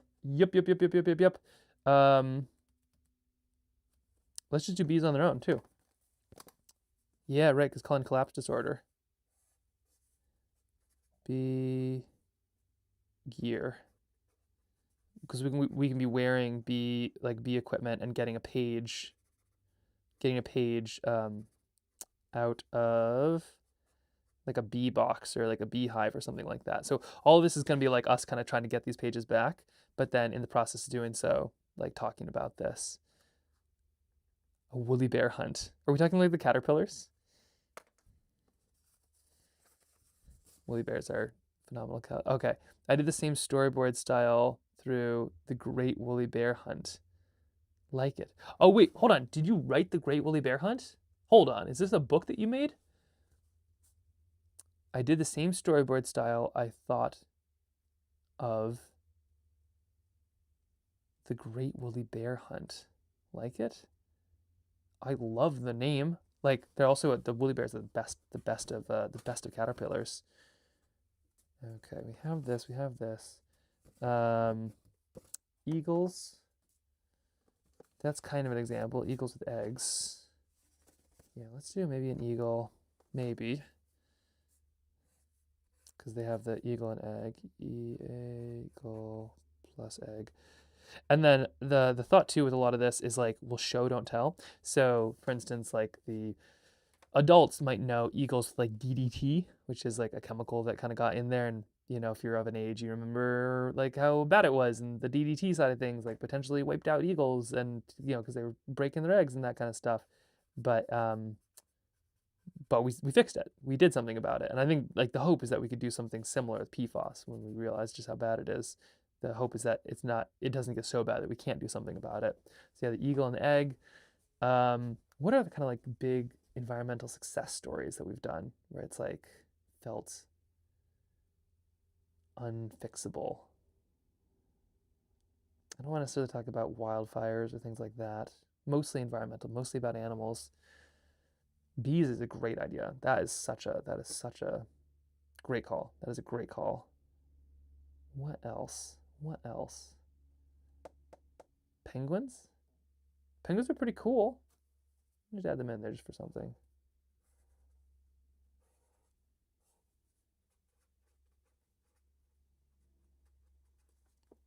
So we're going in search of all these pages, which have kind of gone everywhere.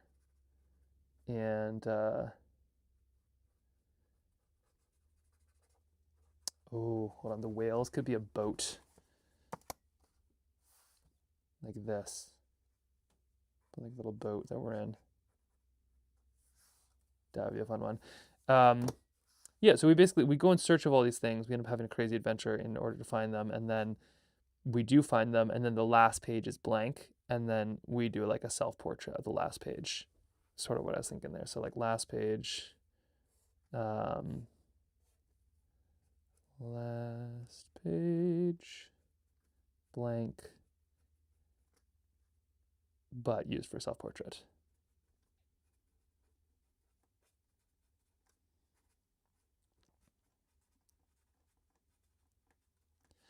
But not like a picture of me. Sorry, I should clarify. It's not like I'm like, great, we have one more page. I will sketch my face. It'll be like the two of us.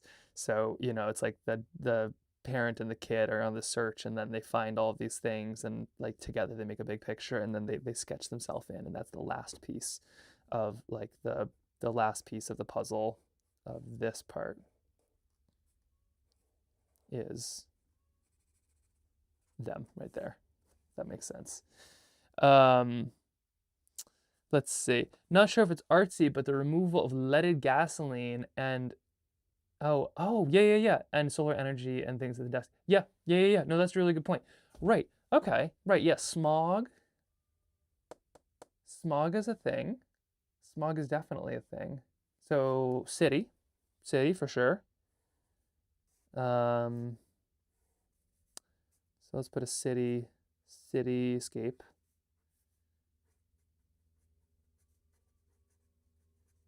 Yeah, we definitely need one of those. Oh, acid rain. How do we show that? Yeah, especially environmentally. Coral reef, right? Great Barrier Reef and kind of those elements. That definitely needs to be captured. Let's see, coral reef. That could kind of talk. I mean, coral reefs are acidification. It's ocean acidification, but it's similar, right? So coral reef. Coral reef. Yeah, the cityscape too. I don't know how we do the gasoline thing, which is interesting because one of my classmates' dads was the lawyer. There's like a team of 4 or 5 lawyers that brought it, you know, the suit against these gas companies, and they were so outgunned, and they ended up winning, you know, like a team of 20 lawyers against like these basically college kids, and her dad was one of the ones, which is super cool to hear about. It was like that's the reason that our gas is called unleaded, because it doesn't have lead in it anymore, which is bonkers. Yeah, these are great calls. Okay, so we got coral reef, cityscape, bees, eagles, penguins, the last piece of the last page. What else are we missing here? We've got food, kind of the orchard side of things. We can kind of show stuff that's grown. Ag side of things, we have farm, in the oceans, whales, of course, bioaccumulation, redwoods, ozone, polar bears, salmon. What's something, anything else big that we might be missing? Overfishing, we kind of have covered. Over everything. Reef saving has some real weird history, like how they tried to make reefs everywhere, and they just introduced tons of tire trash into the ocean when it eventually broke free and broke down. Oh my gosh. What a human thing. They're just like, well, something's bad, let's make it worse, but slowly. Yeah, like what's a real, let me look that up really quick. Environmental success stories. Let's see who we're missing here. Environmental success stories. Okay, think we're missing any biggies? Okay, here we go. We have the ozone layer recovery. Yep. Bingo, good call. Dramatic drop in acid rain, nice. Ooh, Greenland shark and marine protection. Fascinating, that's a good one. California condor restoration. Yes. Bison to Colorado. Eurasian beavers to the UK. All right, we can add restoration.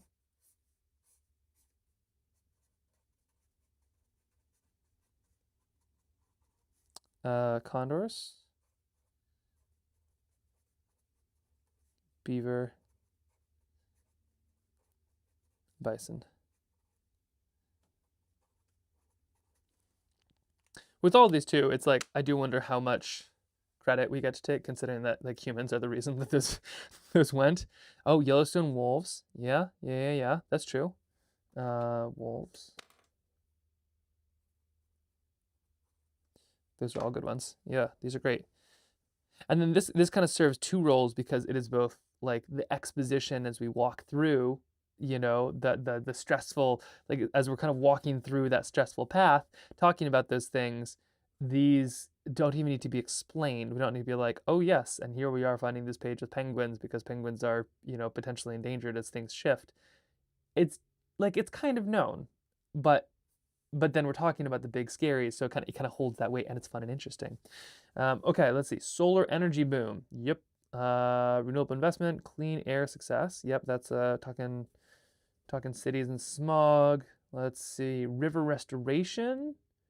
Oh, Maya's got a thing named after her. Nice. Sleva Maya.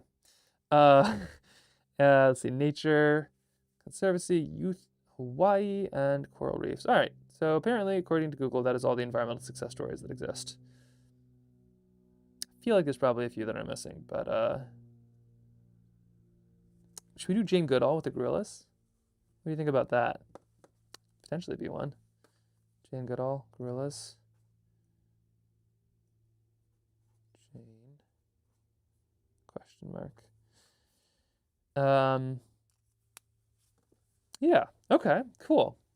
That'd be cool. Yeah. No, I feel like okay. This feels like a good amount. So we'll have a little bit of all of these, kind of work our way forward, and then together, these all create one kind of big picture, and then that story of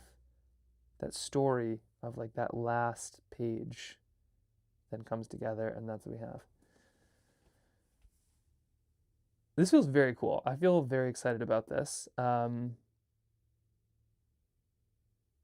Wow, this has been like a serious first day. And then these are some of the big topics too. Move this out so you can kind of see. This is what we did earlier. Fantastic, smart, modern story with art format might really work. I think it's got a shot, you know?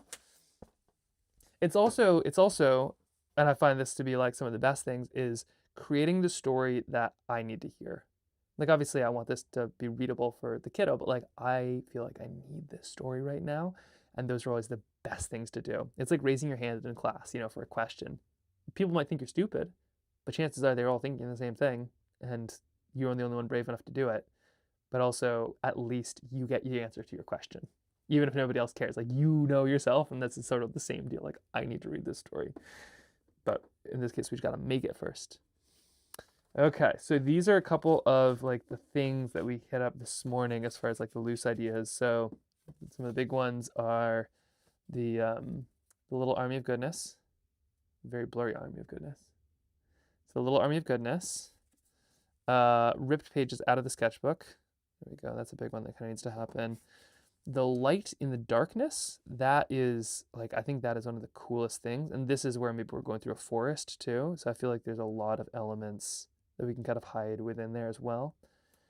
And then of course, like kind of the together is the big picture. So that, oh, sorry. This is why I sketch these things out because it helps me every time I see them, it like helps kind of get that idea back in there. We're thinking, and you would know better than most at this point, having like got an intimate view of my cat. He was very much a part of the film, whether we wanted to be or not. He's just like, this is what I'm doing now. Should we kind of have him as like the side character? So there's the kid, a parent, and then I think like the cat just goes along with. So in the boat, looking over the edge, in the scuba diving side of things, like maybe in a own little bubble, hanging off the basket of the hot air balloon. So kind of like funny, but like, can you spot him in every page kind of a deal. So that's an idea. Kind of the parent learns from the kid. I think that's like sort of the big picture lesson, is like we have a lot to learn from kids. So the kid will be the one who kind of knows what's actually happening as the parent crashes out, which I can attest to. Taking action, that's a big part, something you actually do. An individual can make a difference. I think that's a huge part. So this is Wilbur Tennant. He is the farmer who, if you've ever seen the film Dark Waters with Mark Ruffalo, he's the farmer who basically noticed something was going wrong and started to videotape everything. And they tried everything to make him feel like he was crazy, or like, sort of intimidate him into not taking action. But they had poisoned his land and his stream and his cattle and himself. And he basically bullied this lawyer into doing something. And then the lawyer plus Wilbur like actually made some real changes, which is amazing. Like how the cat could bounce kind of everywhere. I think it'd be fun. Yeah, it's sort of like, you got it. This has some heaviness, but I think you gotta have that fun element. And have the margin story below. So the main story is still a silhouette, but then like as maybe it's a picture of Kip and I climbing a mountain to try to get, or like we're talking at the top of the mountain about air quality or something, but then the small story has like us getting the page, or the cat pouncing on the page to get the thing. But so you'd have this kind of sub story, and the sub story be the struggle of getting the pages, whereas the big story would be talk about light in the darkness and all of that jazz. And then of course asking for help. That's like one of the biggest things that adults need to learn how to do. Kids are great at it, but adults need to learn how to do more. And that starts with love, and that we protect the places that we love and see. I think that's the big piece, is like we have this adventure and then we care about these places all the more because of it. And of course, got to talk about forever chemicals. And yeah, the one thing, this is just like a little aside, but Mark, when we were talking about the water elements, so I was asking him, like, this is the kind of topic that kind of sits with you. I wrote him an email after all of this was done, and he wrote back a book practically. It was phenomenal. I'll read it to you perhaps sometime.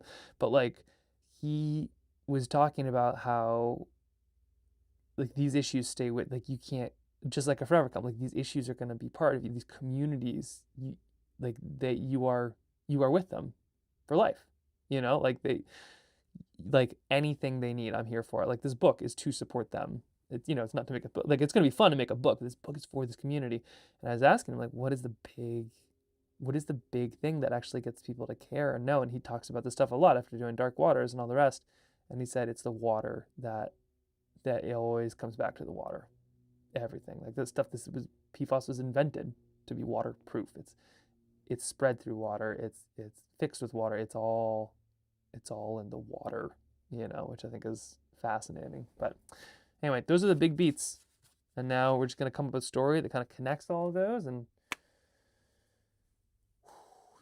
it's going to happen. It's going to look like this. It's going to be crazy. Okay. Isn't the type great? Oh my gosh. It's so, look at that. We're going to have some real words here soon too. It's going to be so good. Okay. Well, this is crazy. I might check in a little bit early on this one. I feel like my brain is full to bursting. So I think what I'm going to do is pack this up, go for a little walk, see if I can kind of let stuff settle. And then the plan for this is to just do this until it's done. So tomorrow I'll be live, same time, 9 o'clock Alaska time. So 1 o'clock East Coast time, until my brain can't handle it anymore. And we're going to do this the rest of this week, and then hopefully kind of get stuff moving along pretty quick. But if you have a chance, definitely just keep on checking by. We'll be here, and just see how stuff goes. Like, your advice and company is what is making this happen. So thank you. Like, legitimately, this is so cool. I'm so excited about just being able to do this right, which is what it feels like. So, oh, so cool. So cool. Oh, hey Minnie, how's it going? Okay, so that's what's happening here. I'm gonna wrap this up. I'm trying to think of anything else that I was supposed to say because my brain, like I can feel it falling apart at this point. Not falling apart, but like it's too full. It's like a garbage can that is too full of stuff. So you put things in and it just falls back out. That is what is happening. Let's see. Looks like a great start. I saw a Michael Jackson movie today. Good. His first half of life. To be continued. Yep. It is all like this is definitely a work in progress. But I'll be back at it tomorrow. Definitely swing by, give me some encouragement if you can. But also, we have a really fun newsletter. So if you get a chance, feel free to sign up for that. Or if you're on our Discord, they're the coolest. So check that out there, and I'll let you know how this all goes. But yeah, 9 o'clock. We're going back at it. And so sorry for the way my cat exposed himself to everybody today. He was not supposed to do that. But we're going to put him in a book, so he's going to be the comic relief. That's what he's going to get. Amazing. Okay, I'm going to bid YouTube adieu, and then Twitch, I'll see if I can rate us somewhere here.